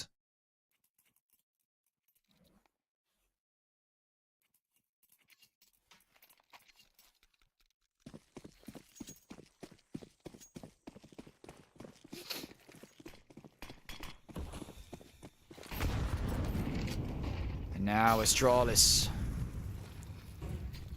with a measly 2-round difference on the T side. You know, giving Kono a shot at getting to the number 6, which is a dangerous number. You know, once they get to 6 rounds in the first half, and there's a lot of rounds still to go, usually means that they are about to get a lead or create a possible lead against you. I'm not sure if they want to create for themselves.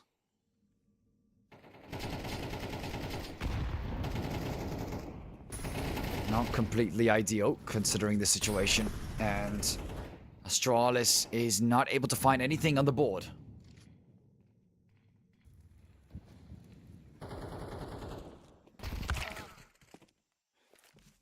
And Knife finds Kier.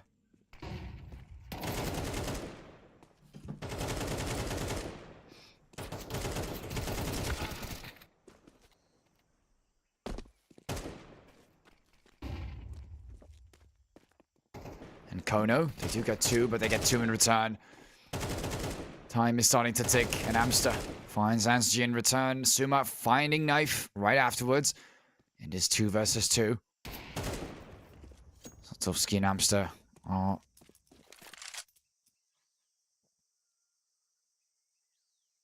within a pretty interesting spot. Astralis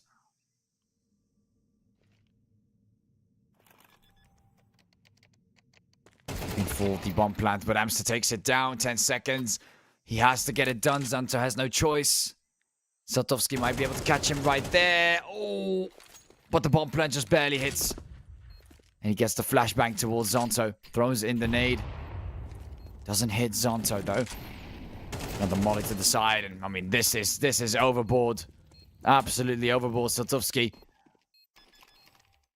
gets the defuse out of the way. Astralis not gonna get this round, unfortunately. 3 rounds ahead now. Kono looking to fortify that victory on the CT side. Astralis seeming exhausted from all these attempts, from all these bomb plants not succeeding.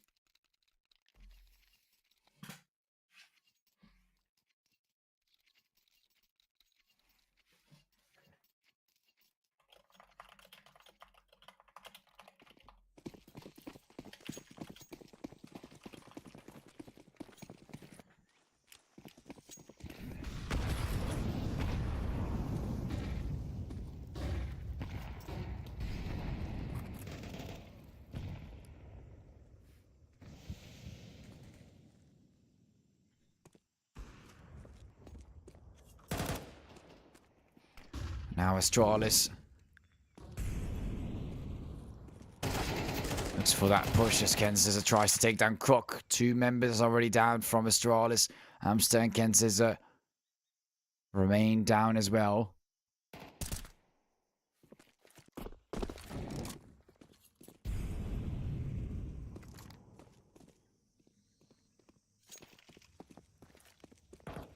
They're going for another attempt, another bomb plant towards A.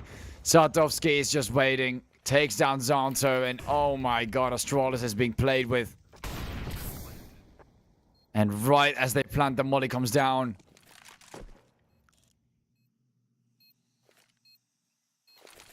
Astralis having an incredibly hard time with Kono at this point.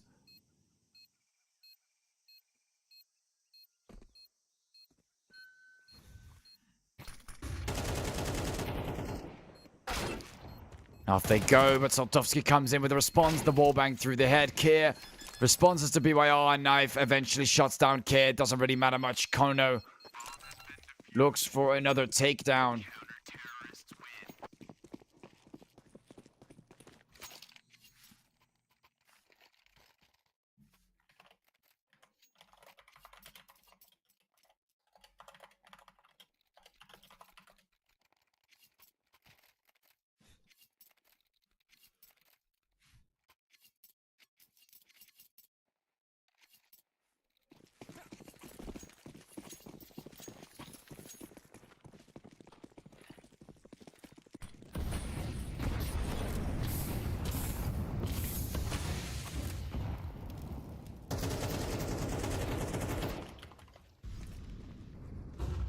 SG finding the first pick on BYR.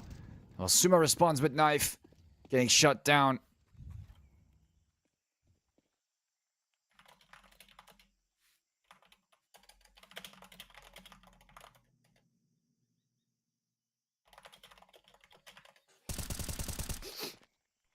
Kensuzu.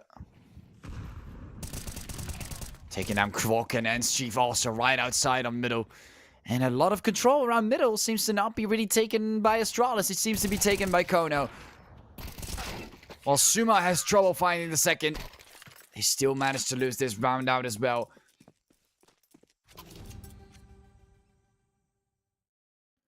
And 8-3, we're entering match point. And I'm seeing something similar happen like we've seen on the first map pick on Kono. A really rough round to end things off with as Kono is looking for that 9-3.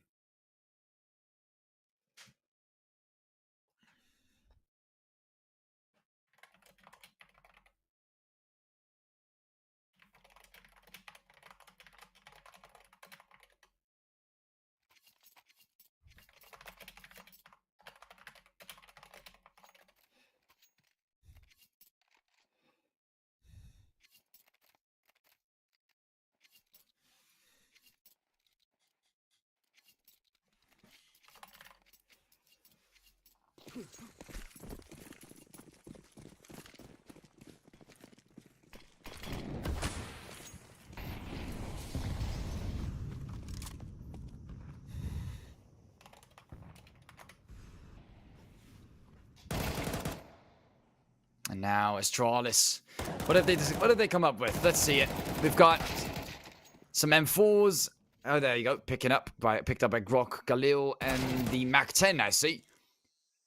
And now that they've dumbed it down to the most basic thing they can buy, barely enough to buy it, they do tend to somehow get 3 frags in the first 40 seconds. We're going back to that Vertigo mindset again, ladies and gentlemen, where apparently with cheaper weapons, you have a higher chance of winning the round. And even Kono is having a bit of a hard time now against Astralis, although they have also positioned themselves way better this time. I must also agree with that second tactical pause that they have just done. Really a bit of a wake-up call, though you can't really escape a hard scoping sniper that easily. Zonto does get taken down by Saltovsky, and Knife is looking for another one. Anschi, free frag there. He was already pretty low. Knife finds him quite easily. Croc's looking for the bomb plant, but it's just the funny thing is, Kono can still clutch this. You see, Suma is very low. Only Croc is kind of a contender. Saltovsky and Knife both have a defuse kit. You can see Saltovsky making a move with the pistol, but that might be pretty bad. And that is when the card gets him to get taken out. Maybe a dual push would have been better. But look at that. Never mind. Astralis take that victory at last, at the very least. Not a 9-3. A similar thing we've seen before on their own map pick, by the way, which is interesting. So their own map pick. And now Astralis, not too great on the T side, giving that over to Kano.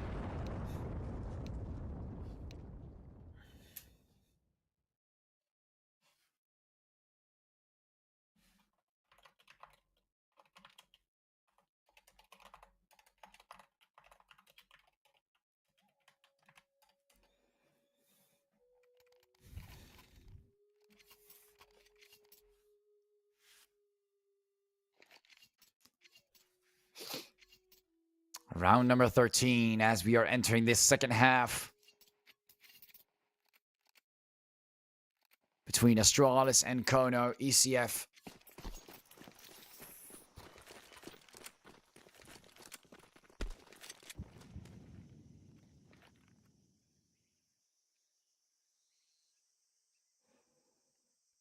Astralis talents.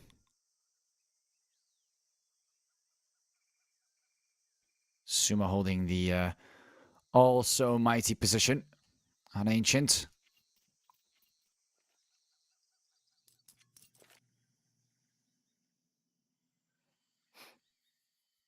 Looking to pull back just a little bit.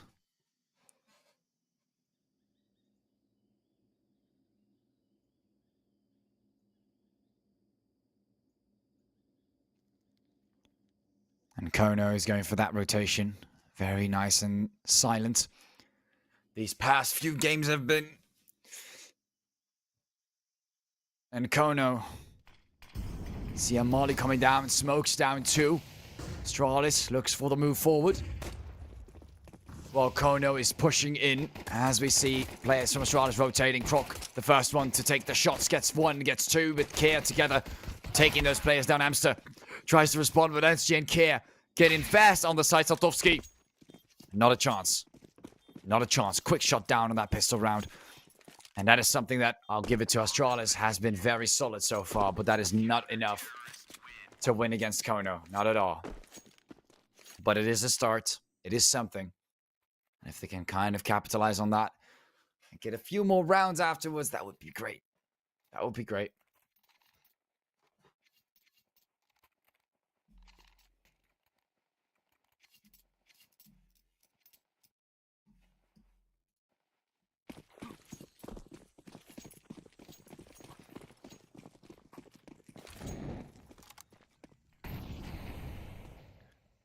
Dropping a little bit on the side there.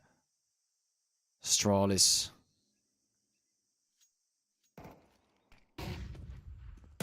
Focus. The flash comes in. Kansas just a few shots but backs off pretty soon. As the smoke replenishes the area. Saltovsky. Just noticed. Did he just buy the scout?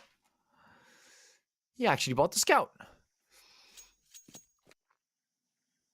That's a bit of an interesting change of pace. I haven't seen him do that on this map yet. Seems like Kono's really trying to force themselves into winning the second round. Which is an interesting choice. Against Astralis, they're also not too great. I mean, you can see Zonto's barely holding out on the SMG. Both are actually kind of forced into this buy. Although, of course, Astralis is rocking 3 M4s. In comparison to what Kono's rocking with those Galils. Not the greatest weapons. Still reasonably useful as assault rivals. They're not too far apart. Saltovsky finds the first tap on Suma. While Croc is trying to unload his own magazine on this area. Amster finds him instead. And now Astralis, right after they win the pistol round, it already seems to look like they might be in a bit of trouble. And Zonto finding one, but SG gets taken out right afterwards. Kira and Zonto are going to have to do it on this one. Bit of a Molly coming down. Zonto avoiding the situation. Zonto finds one, Kira finds another, and this could be an opportunity. Although Saltovsky tries to find a proper weapon to use in this situation. Switches to the FAMAS while getting hit by Zonto. Kansas are trying to support him in this scenario, but he does not get the bomb plant. It doesn't seem to work. 4 seconds. No bomb plant here from Kansas on time. And Astralis actually wins the round by time. Well, that's a new one. Quick technical pause in the meantime, but... Wow, okay, interesting. Kono, they had a pretty nice hold over the round, but... Astralis was able to come back because of time? On the second round. That's not something you see often. By time on the second round. I think if you help it with the scout, it would have worked.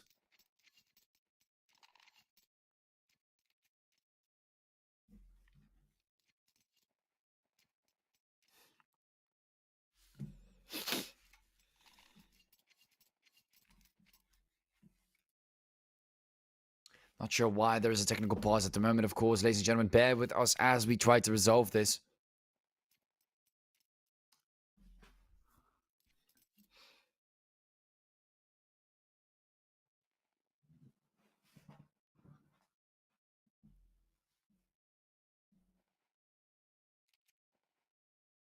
I think, at least I think I have no clue. I don't know who has what kind of issue. We're not seeing a single player that has an issue. I'm not getting any information on the side as well. So I'm kind of left blank, just like you guys. But that was an interesting last round. Let's recap on that for a bit. Kono was pushing the side. They had some good frags early on. It was a 2 versus 4. Then they lost 2 members by Kier and Zonto. Then they couldn't even get the bomb to get planted. Well, they already had 4 members on the sides. They didn't even get the bomb plant. Then they tried a second time, and Zonto then initiated, and then they just didn't finish planting. And then they were too late on the second eco round.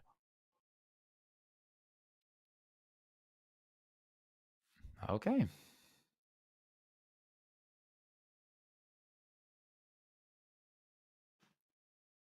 Not really sure, but Kono still ahead by 2 rounds. They can definitely afford to take a few more hits, but at some point they've got to change course and start doing damage themselves.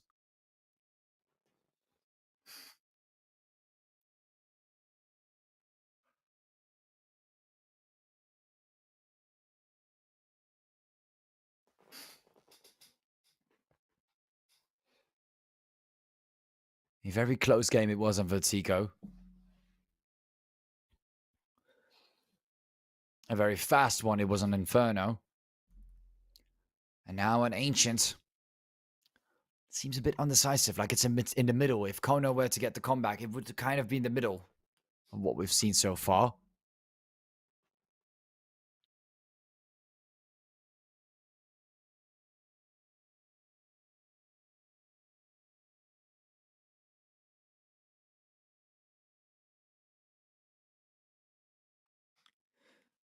Astralis still waiting for this technical pass to get past us. I'm seeing a few buys though, so maybe they had some issues buying. And there we go.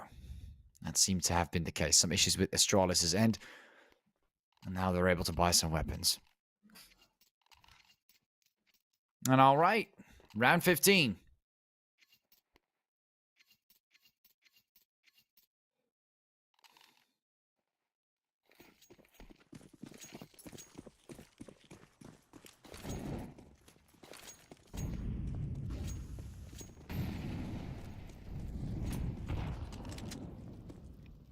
Moving forward, right pass towards the lamp room.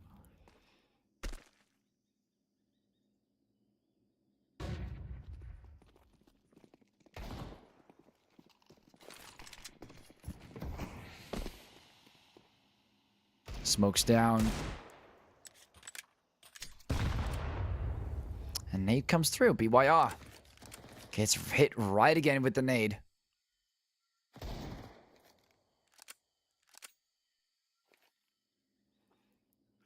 And now Kono down to some pistols, 2 Deagles, 2 P250s, and the M4 on Ken Scissor.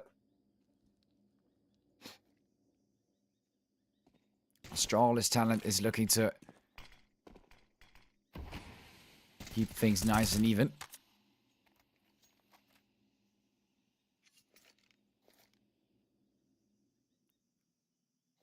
Things remain quite close. As we can see, Kono is approaching the B side, looking for those entries. First smokes coming in to cover up the back alleys, and Suma's finding one. Croc gets the nade towards BYR, but here comes Kill with a second one. Quickly gets refragged by Ken Scissor. Not too bad here from Kono considering what they have, but they quickly get picked off like flies once there are just pistols remaining. And Croc finishes it off with the M4. Takes down Amster and Ken Scissor. Brings the score right back to a 7-8. 3 frags there from Croc on that round.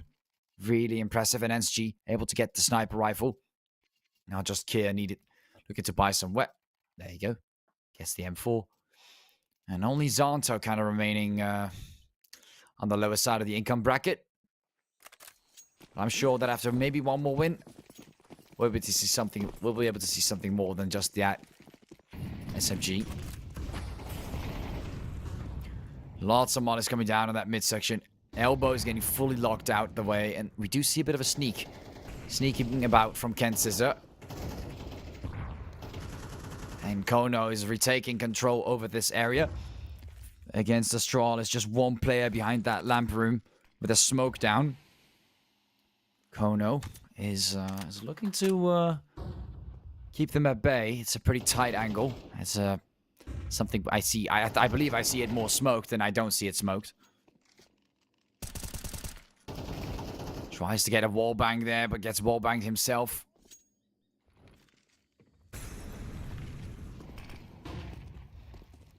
Throwing in the flash and looking for that entry. Kier starting to back off. A little bit of pressure there from Kono. Someone needs to keep them at bay, and Kier is unable to do that for just now. See a smoke coming in towards Sniper's Nest. A bomb drop there, Satovsky.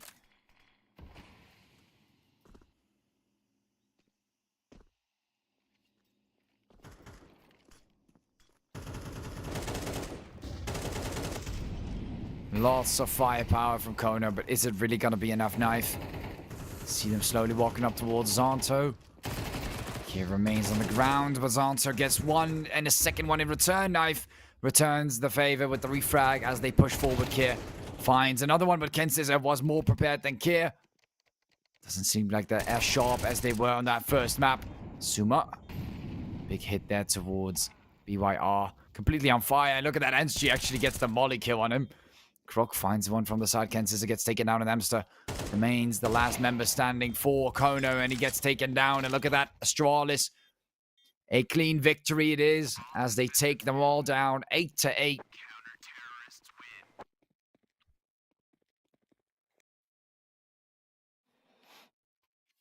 And Astralis talent locking in 8-8. Close one with the numbers.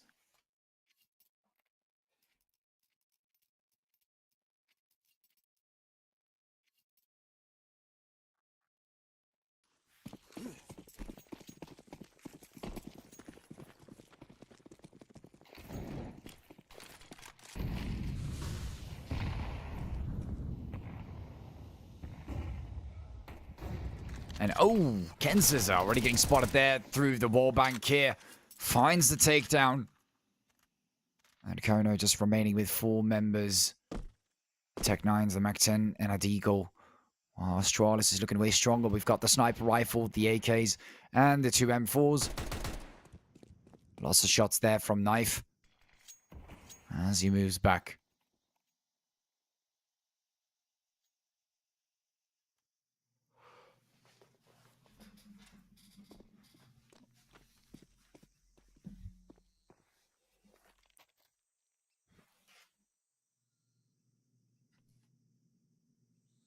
Looking for the hold there, Zonta with the M4.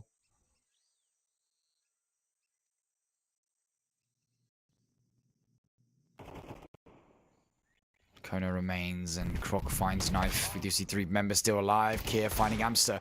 Just 2 members remaining for Kono with the decoy and the Mac 10. Wanted to go for more of a shot there, Saltovsky.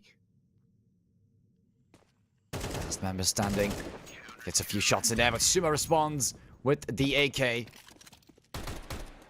9-8.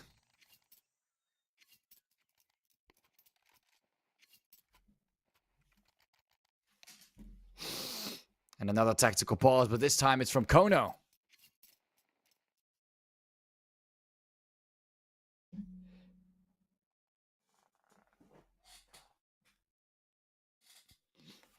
Another tactical pause coming in from Kono as they're trying to figure out how to get back from this. Astralis talent been getting quite a few rounds there on the CT side, and Kono has been unsuccessful to perform very well on the T side, causing them to fall behind. I've got a maxed out loss bonus.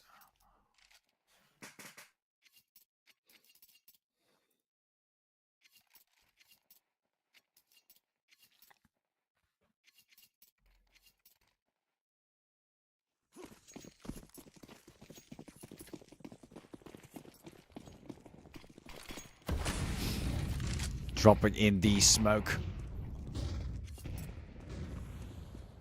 And Kono is going for a different approach, but I'm not sure if that's going to work out well here. Does get spotted early on again. If you don't have control of it, don't try to regain it, especially not against Kono.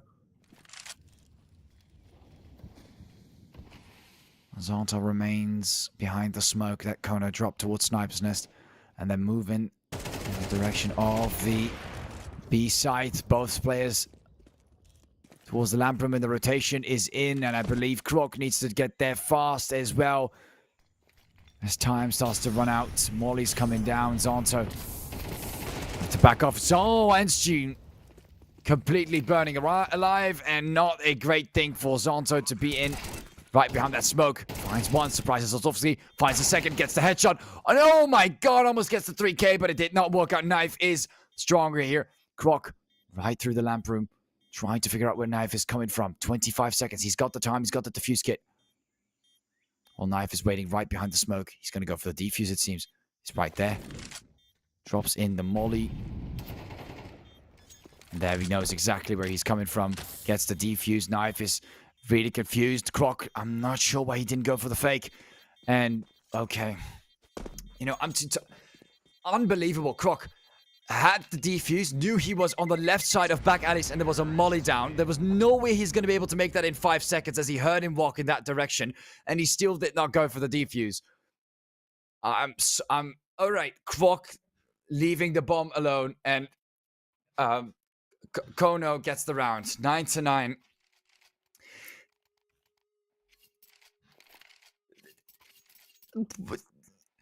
25 seconds and a defuse kit. 25 seconds and a defuse kit. He took 20 seconds for 2 meters. Knew where he was, dropped a molly.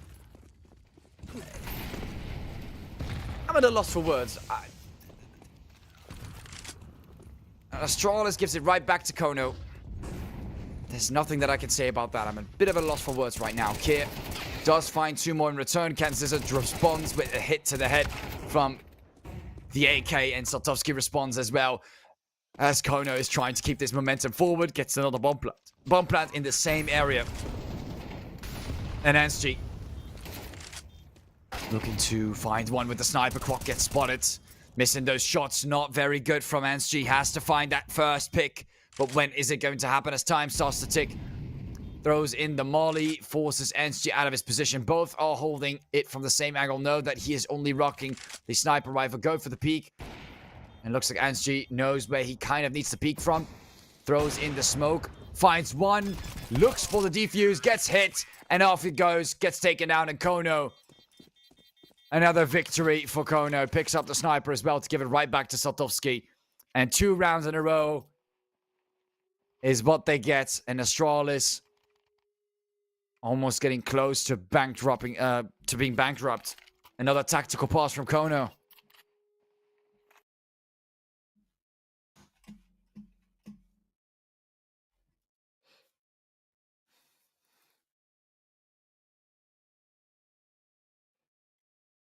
And it really looks like Kono might actually still take it. Astralis, they had a little bit of momentum there. And the moment we saw that interesting choice in decision-making on the bomb site, those 2 rounds came in from Kono, and I'm not seeing much coming back from Astralis. This round looks like another save. Unless they want to force buy it with it. I'm not sure if that's a great idea for Astralis. And they won't be rolling with that either. Couple pistol buys, small pistol buys, 5.7s, P250, stuff like that. A deagle from Croc.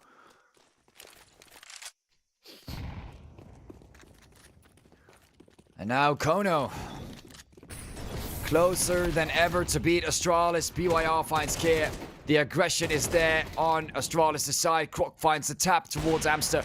Saltovsky finding another one with the sniper. And it seems like quick work. That is what they're making of it right now. BYR moves in with the MAC-10. Takes them both down. 9-11 for Kono, taking the lead but by 2 rounds yet again. And now Astralis looking for those buys. A lot of money is being spent, and I'm pretty sure that the next round will be a loss. This is actually it. If Astralis is unable to win this round, I am not seeing them winning the next. 2,900 loss bonus. No, it just doesn't work. Unless they somehow will to be able to win the eco and then get a bunch of rounds in a row and push this to an overtime. Good luck with that against Kono, and the way they've been performing ever since they dropped by on that tactical timeout. Made some drastic changes in their approach from the T side. It has been absolutely stunning. Smoking down in the open. If only BYR peeked that, it would have been over. But Kier remains alive on the lamp room. And he can notice that there's no one actually here from Kono. And they are all looking for a position towards the A side instead. And Ken says he's right there. The deadly Ken says himself. Hans G. with the sniper on that angle. Let's see if he's patient enough to hold this one out for long. Sketsis is definitely looking for an approach from that area. Kier might have to rotate soon, as we're definitely looking for a possible A-push. Suma trying to keep himself hidden. Zonto not on top of those boxes like Amster is right now. And we do see Zonto holding down this position. Too silent. Way too silent for Kono. They're not comfortable. Sartovsky finds Zonto. Amster drops down, finding Krok. Takes down Krok. For another shot. The flashbang is in, and Suma comes in with the surprise. Ken Scissor from behind on Ensg. And Ensg was not patient. Like I said, guys, that patience there was the key, and that was the opportunity that they gave away. Suma, though, responds barely alive, and Ken Scissor does not land a single shot, and Astralis somehow still manages to win that, but Ensg gave away his position there on Sniper's Nest, and that should have been a pretty detrimental blow to Astralis. But for all we know, Suma and Kier made it out pretty well given the circumstances. After Krok got taken down and Zonto was found right on top of those boxes, they had that first kill.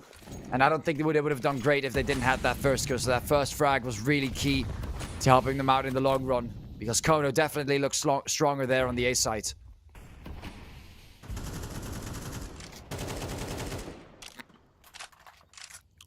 So shots from Knife, BYR, moves and approaches the smoke. Taking loads of shots in return.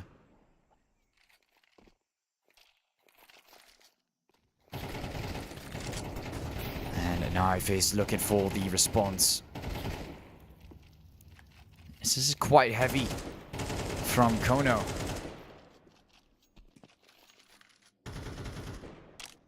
As Astralis remains within their positions.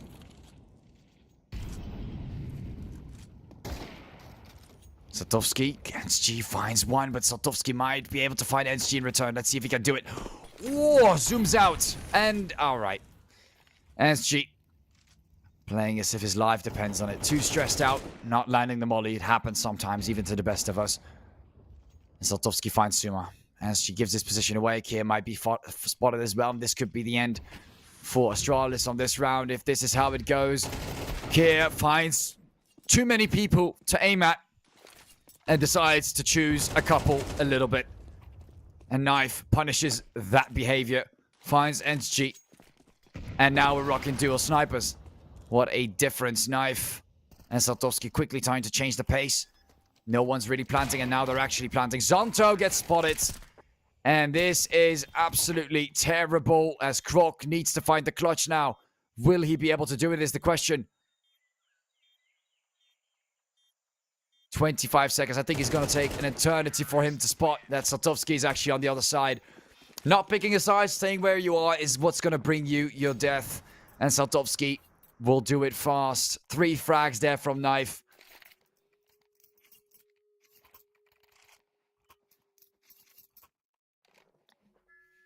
Very interesting performance. I don't think any of us ever expected Astralis and Kono to get this close to each other after Astralis seemed to have destroyed Kono on the first map, like obliterated to a 13-3, and then bringing them to Vertigo with their own map pick, losing every eco round from them, bringing that to a 13-11, and then forcing themselves into Ancient, where now Kono is about to take everything away from them that they thought they could get on the second map. What an unbelievable match to witness. An unbelievable BO3 to witness.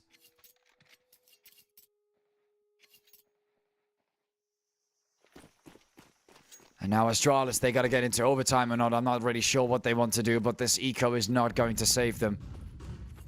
I have not seen them save themselves on this map with an eco like this, so I wish them a lot of luck, because Kono is looking to end things fairly swiftly. Knife comes in, 2 nades. Kier has to move out of the way towards the inside of the smoke. And finds Kier right in front of him. Surprise, surprise. Double kill from Kier. And Knife is right there in the corner, but Suma comes in to surprise him too. And the aggressive move on Ancient. The same thing that I believe we've seen before from a different team. A playstyle that we've seen used. And I can't bring myself to the name. But I believe we've seen this team before. And I don't have the time to look for it, but it is a strategy where they use SMGs and rush that area pretty heavily. To even the point where even if you had assault rifles, it would be really hard to counter that. Because of how aggressive it is. And blunt. And now Ken Scissor remains as the last member. A few shots in there. Croc finds Ken Scissor. And just like that, you know what? They've done it. They've won an eco round against Kono. Now they've done it. 4 assault rifles. SG on the sniper. Everyone is locked and loaded. And now Kono is down to just a couple bits. Are we going to see Sotovsky get the triple D? Or are we not? Kono, I'm really looking forward to what you guys will do on this round. Because based on Vertigo, I honestly have no idea what's going to happen next. And I can understand the tactical pause from Astralis because now you have assault rifles. You don't have that eco, I guess, boost.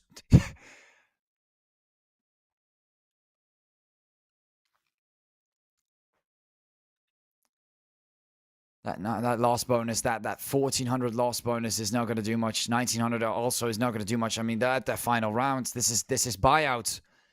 Kono was looking for the win here, and they would have gotten the win here if it wasn't for Astralis' SMG play, I guess. And a movement from K on the smoke as he exited. Getting the double, and then Knife, I believe, was very low. I was able to shut him down with the assault rifle, but then after that, Suma pushed in. And that was 3 frags. 3 frags on the Nico. And the molly is down, Enschi. The moment this guy misses a shot, he's going to get deeked away. Sotovsky, is he there? No, it's Ken Scissor. Sotovsky seems to be on the other side of the map. That is not going to happen. And they actually went to look in for the A side, but they've decided to do something else. What is Kono going to do about this? Force this into overtime? Or somehow get the win? And Kono is looking for B now. Smoking off Sniper's Nest. And they respond with a smoke towards the lamp room. Kind of giving away that they're not close towards it. So that, because of the way the smoke is positioned. Giving Kono a little bit of room to breathe. Look, they're not even checking the corners. They just know. Kia. Looks like they want to force time into this position. Watches them push out. Gets the double. Knife and Ken Scissor both get shut down. Kia showing his back off to the area. Somehow does not get tapped by Amster. It is a magical position to be in. Almost gets the wall bang on that position. Finds another one. Has to reload. And this is where Kono is probably going to give it away. We're actually more likely to see the overtime now. There we go. Okay, we are going to see the overtime. I just had to make sure, ladies and gentlemen, as we've seen some wild stuff today. 12-12, a full takedown, how usually an eco round would go, actually happened. And it brings us to overtime on Ancient. It actually brings us to overtime on Ancient.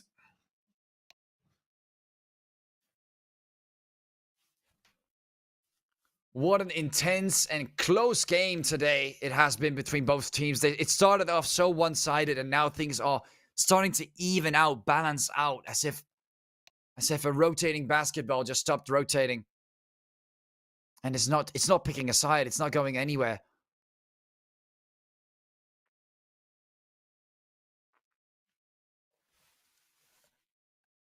And I just realized as well, there was an ace from Kier. I just realized he was holding the same angle the whole time, and Kono just got picked off one by one, which is what you would expect when you have an assault rifle and you're just moving in with pistols. That's... I mean, maybe you would kind of expect like the 4th player or the 5th player to get the kill, but even that didn't happen. Now who's going to get 16 rounds and who's going to put it to 15 and throw it at the end and bring us to second overtime?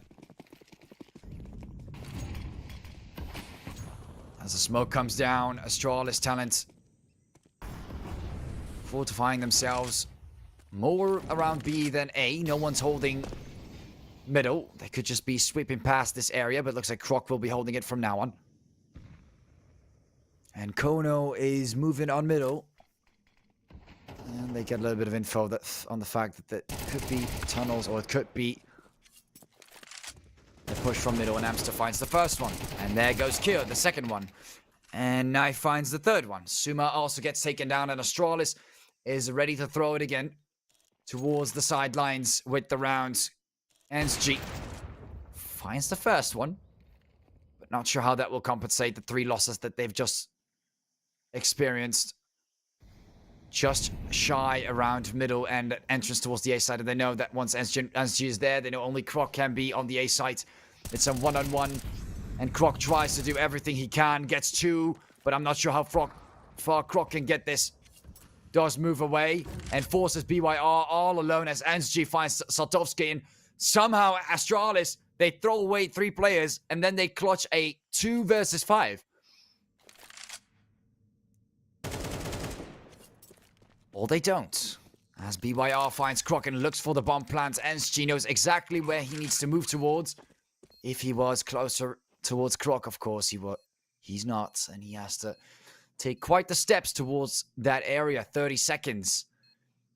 He knows he can't be in the tunnels. Has to be somewhere around the A site. Now NSG, as time starts to tick, he holds down on the sniper rifle. Peeks these areas. And goes for the defuse. Of course, it's a real one. And BYR doesn't know about the fake. He kind of bluffs it, and he does get the defuse. Absolutely ridiculous. NSG somehow clutches this out for Astralis in a 2v5. They throw 3 players into... Okay, and a technical pause afterwards. They throw... This is ridiculous. They throw 3 players away. Force themselves in a 2v5. And then Croc just casually gets 3 more. NSG gets 1. Then Croc gets taken out. And then he clutches because he actually didn't fake it. With a sniper. I'm really shocked at what I'm seeing here. This has got to be one of the finest pieces of art that I've casted in a while. This match between Astralis and Kono needs to be studied. It is a phenomenal thing to witness. The time it takes for these two to decide who is better is something out of this world. And neither of them is giving away this upper bracket position.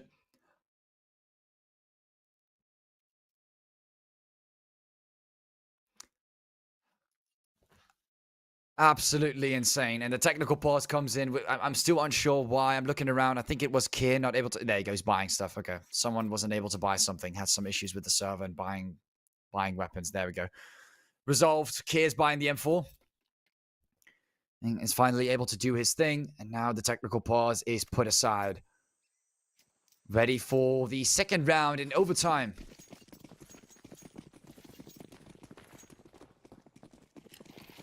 And we move forwards.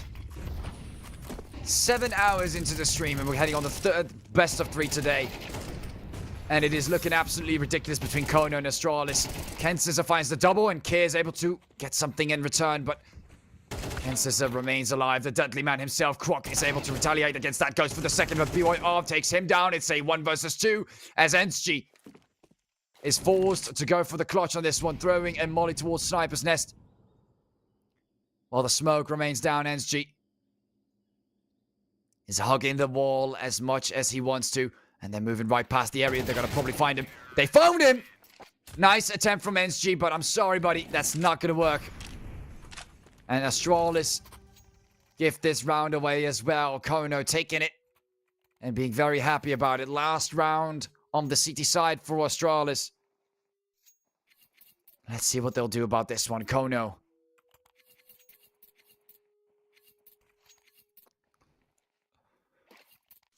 Going right for that sniper rifle. Same thing with NSG. No one's changing anything about their thesis. Keeping a similar structure throughout the entire team.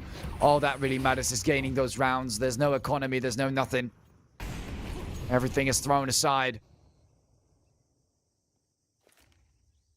Okay, goes back to holding the angle. Gets a little greedy around the area. And NSG hits the shot with the sniper. Already a huge thing to happen in the beginning of the match. First 30 seconds and Kono down 1 member.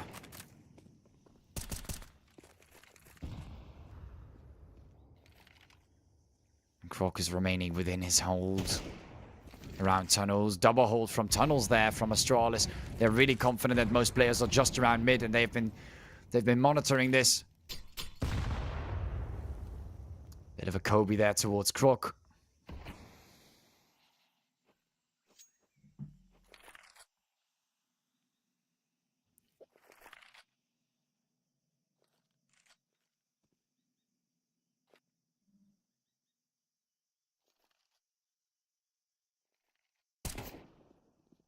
Little tap there from Suma.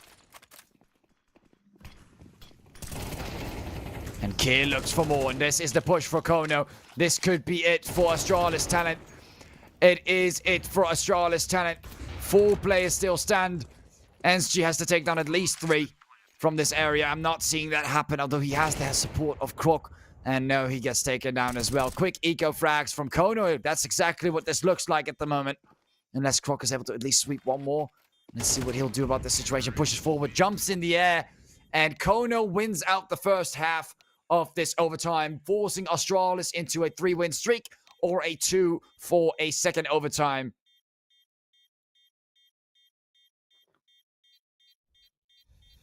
And as the bomb starts to tick off, we are getting the second part ready for you guys.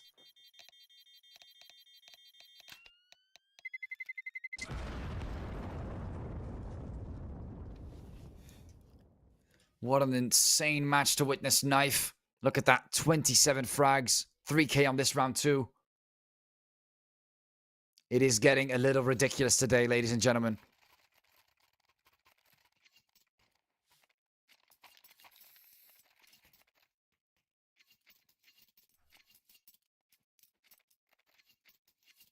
Seven hours and 8 minutes. I don't think we've ever seen something take this long. Maybe you guys have seen that. I haven't experienced this. It's gotta be this is actually a record for myself. On dual mollies in the area of elbow, and Astralis keeps a hold of the area. Ken Scissor tries to jump up the boxes, while the smoke remains up. A flashbang keeps him at bay. And Astralis tries to fully shut them down, but Ken Scissor responds to Kier. And he's not going to get a second one right after that frag. Crook holding it nice and strong. BYR getting pretty close. Does find one, goes for the second and gets it. And Astralis down to 2 members. They had a solid lead, but BYR changes everything. And another takedown for Satovsky, with Zonto remaining all alone. Not seeing this one happen. I'm sorry, Zonto. But Kono is looking for the 15th round to be theirs.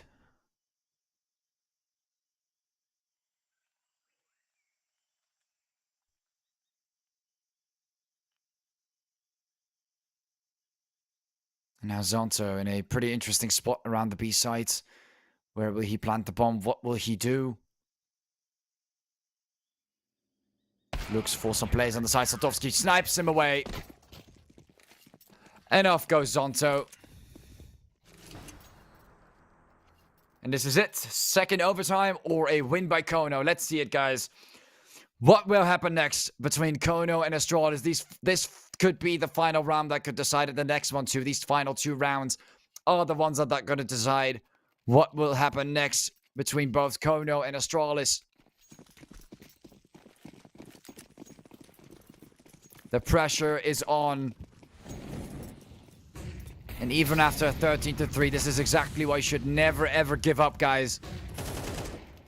You can see it right here. Krok. Couple of shots towards what seems to be of Amsterkensis are getting another one, and Astralis already falling apart. Suma, Kier, everyone is taken out in the first 30 seconds of the match. It's like it was all meant to be. NSG remains at last. The lower brackets are starting to smell you, and they want you so bad as Kono remains on top on the upper brackets. NSG, a 1v5 with the sniper. What in the shot that this will happen?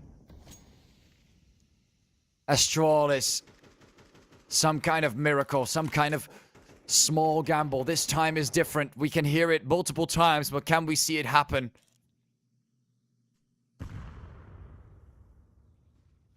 And Astralis, they got close. They got very close. But unfortunately, for NSG, they did not get close enough.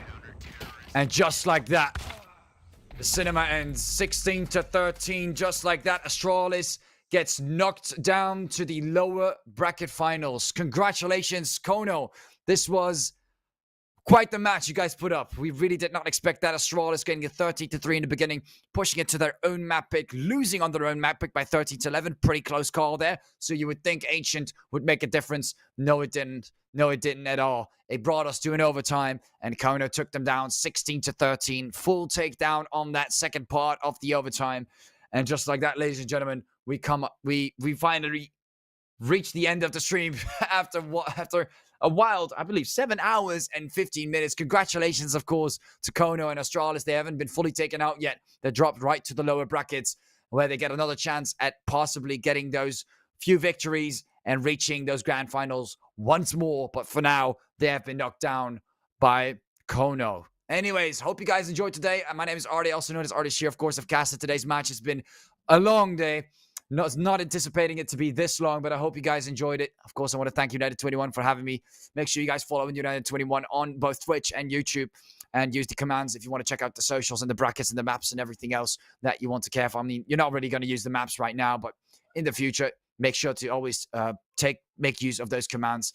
Hope you guys enjoyed your time here, and I'll be leaving. Take care, and we will see you guys on the next stream of United21.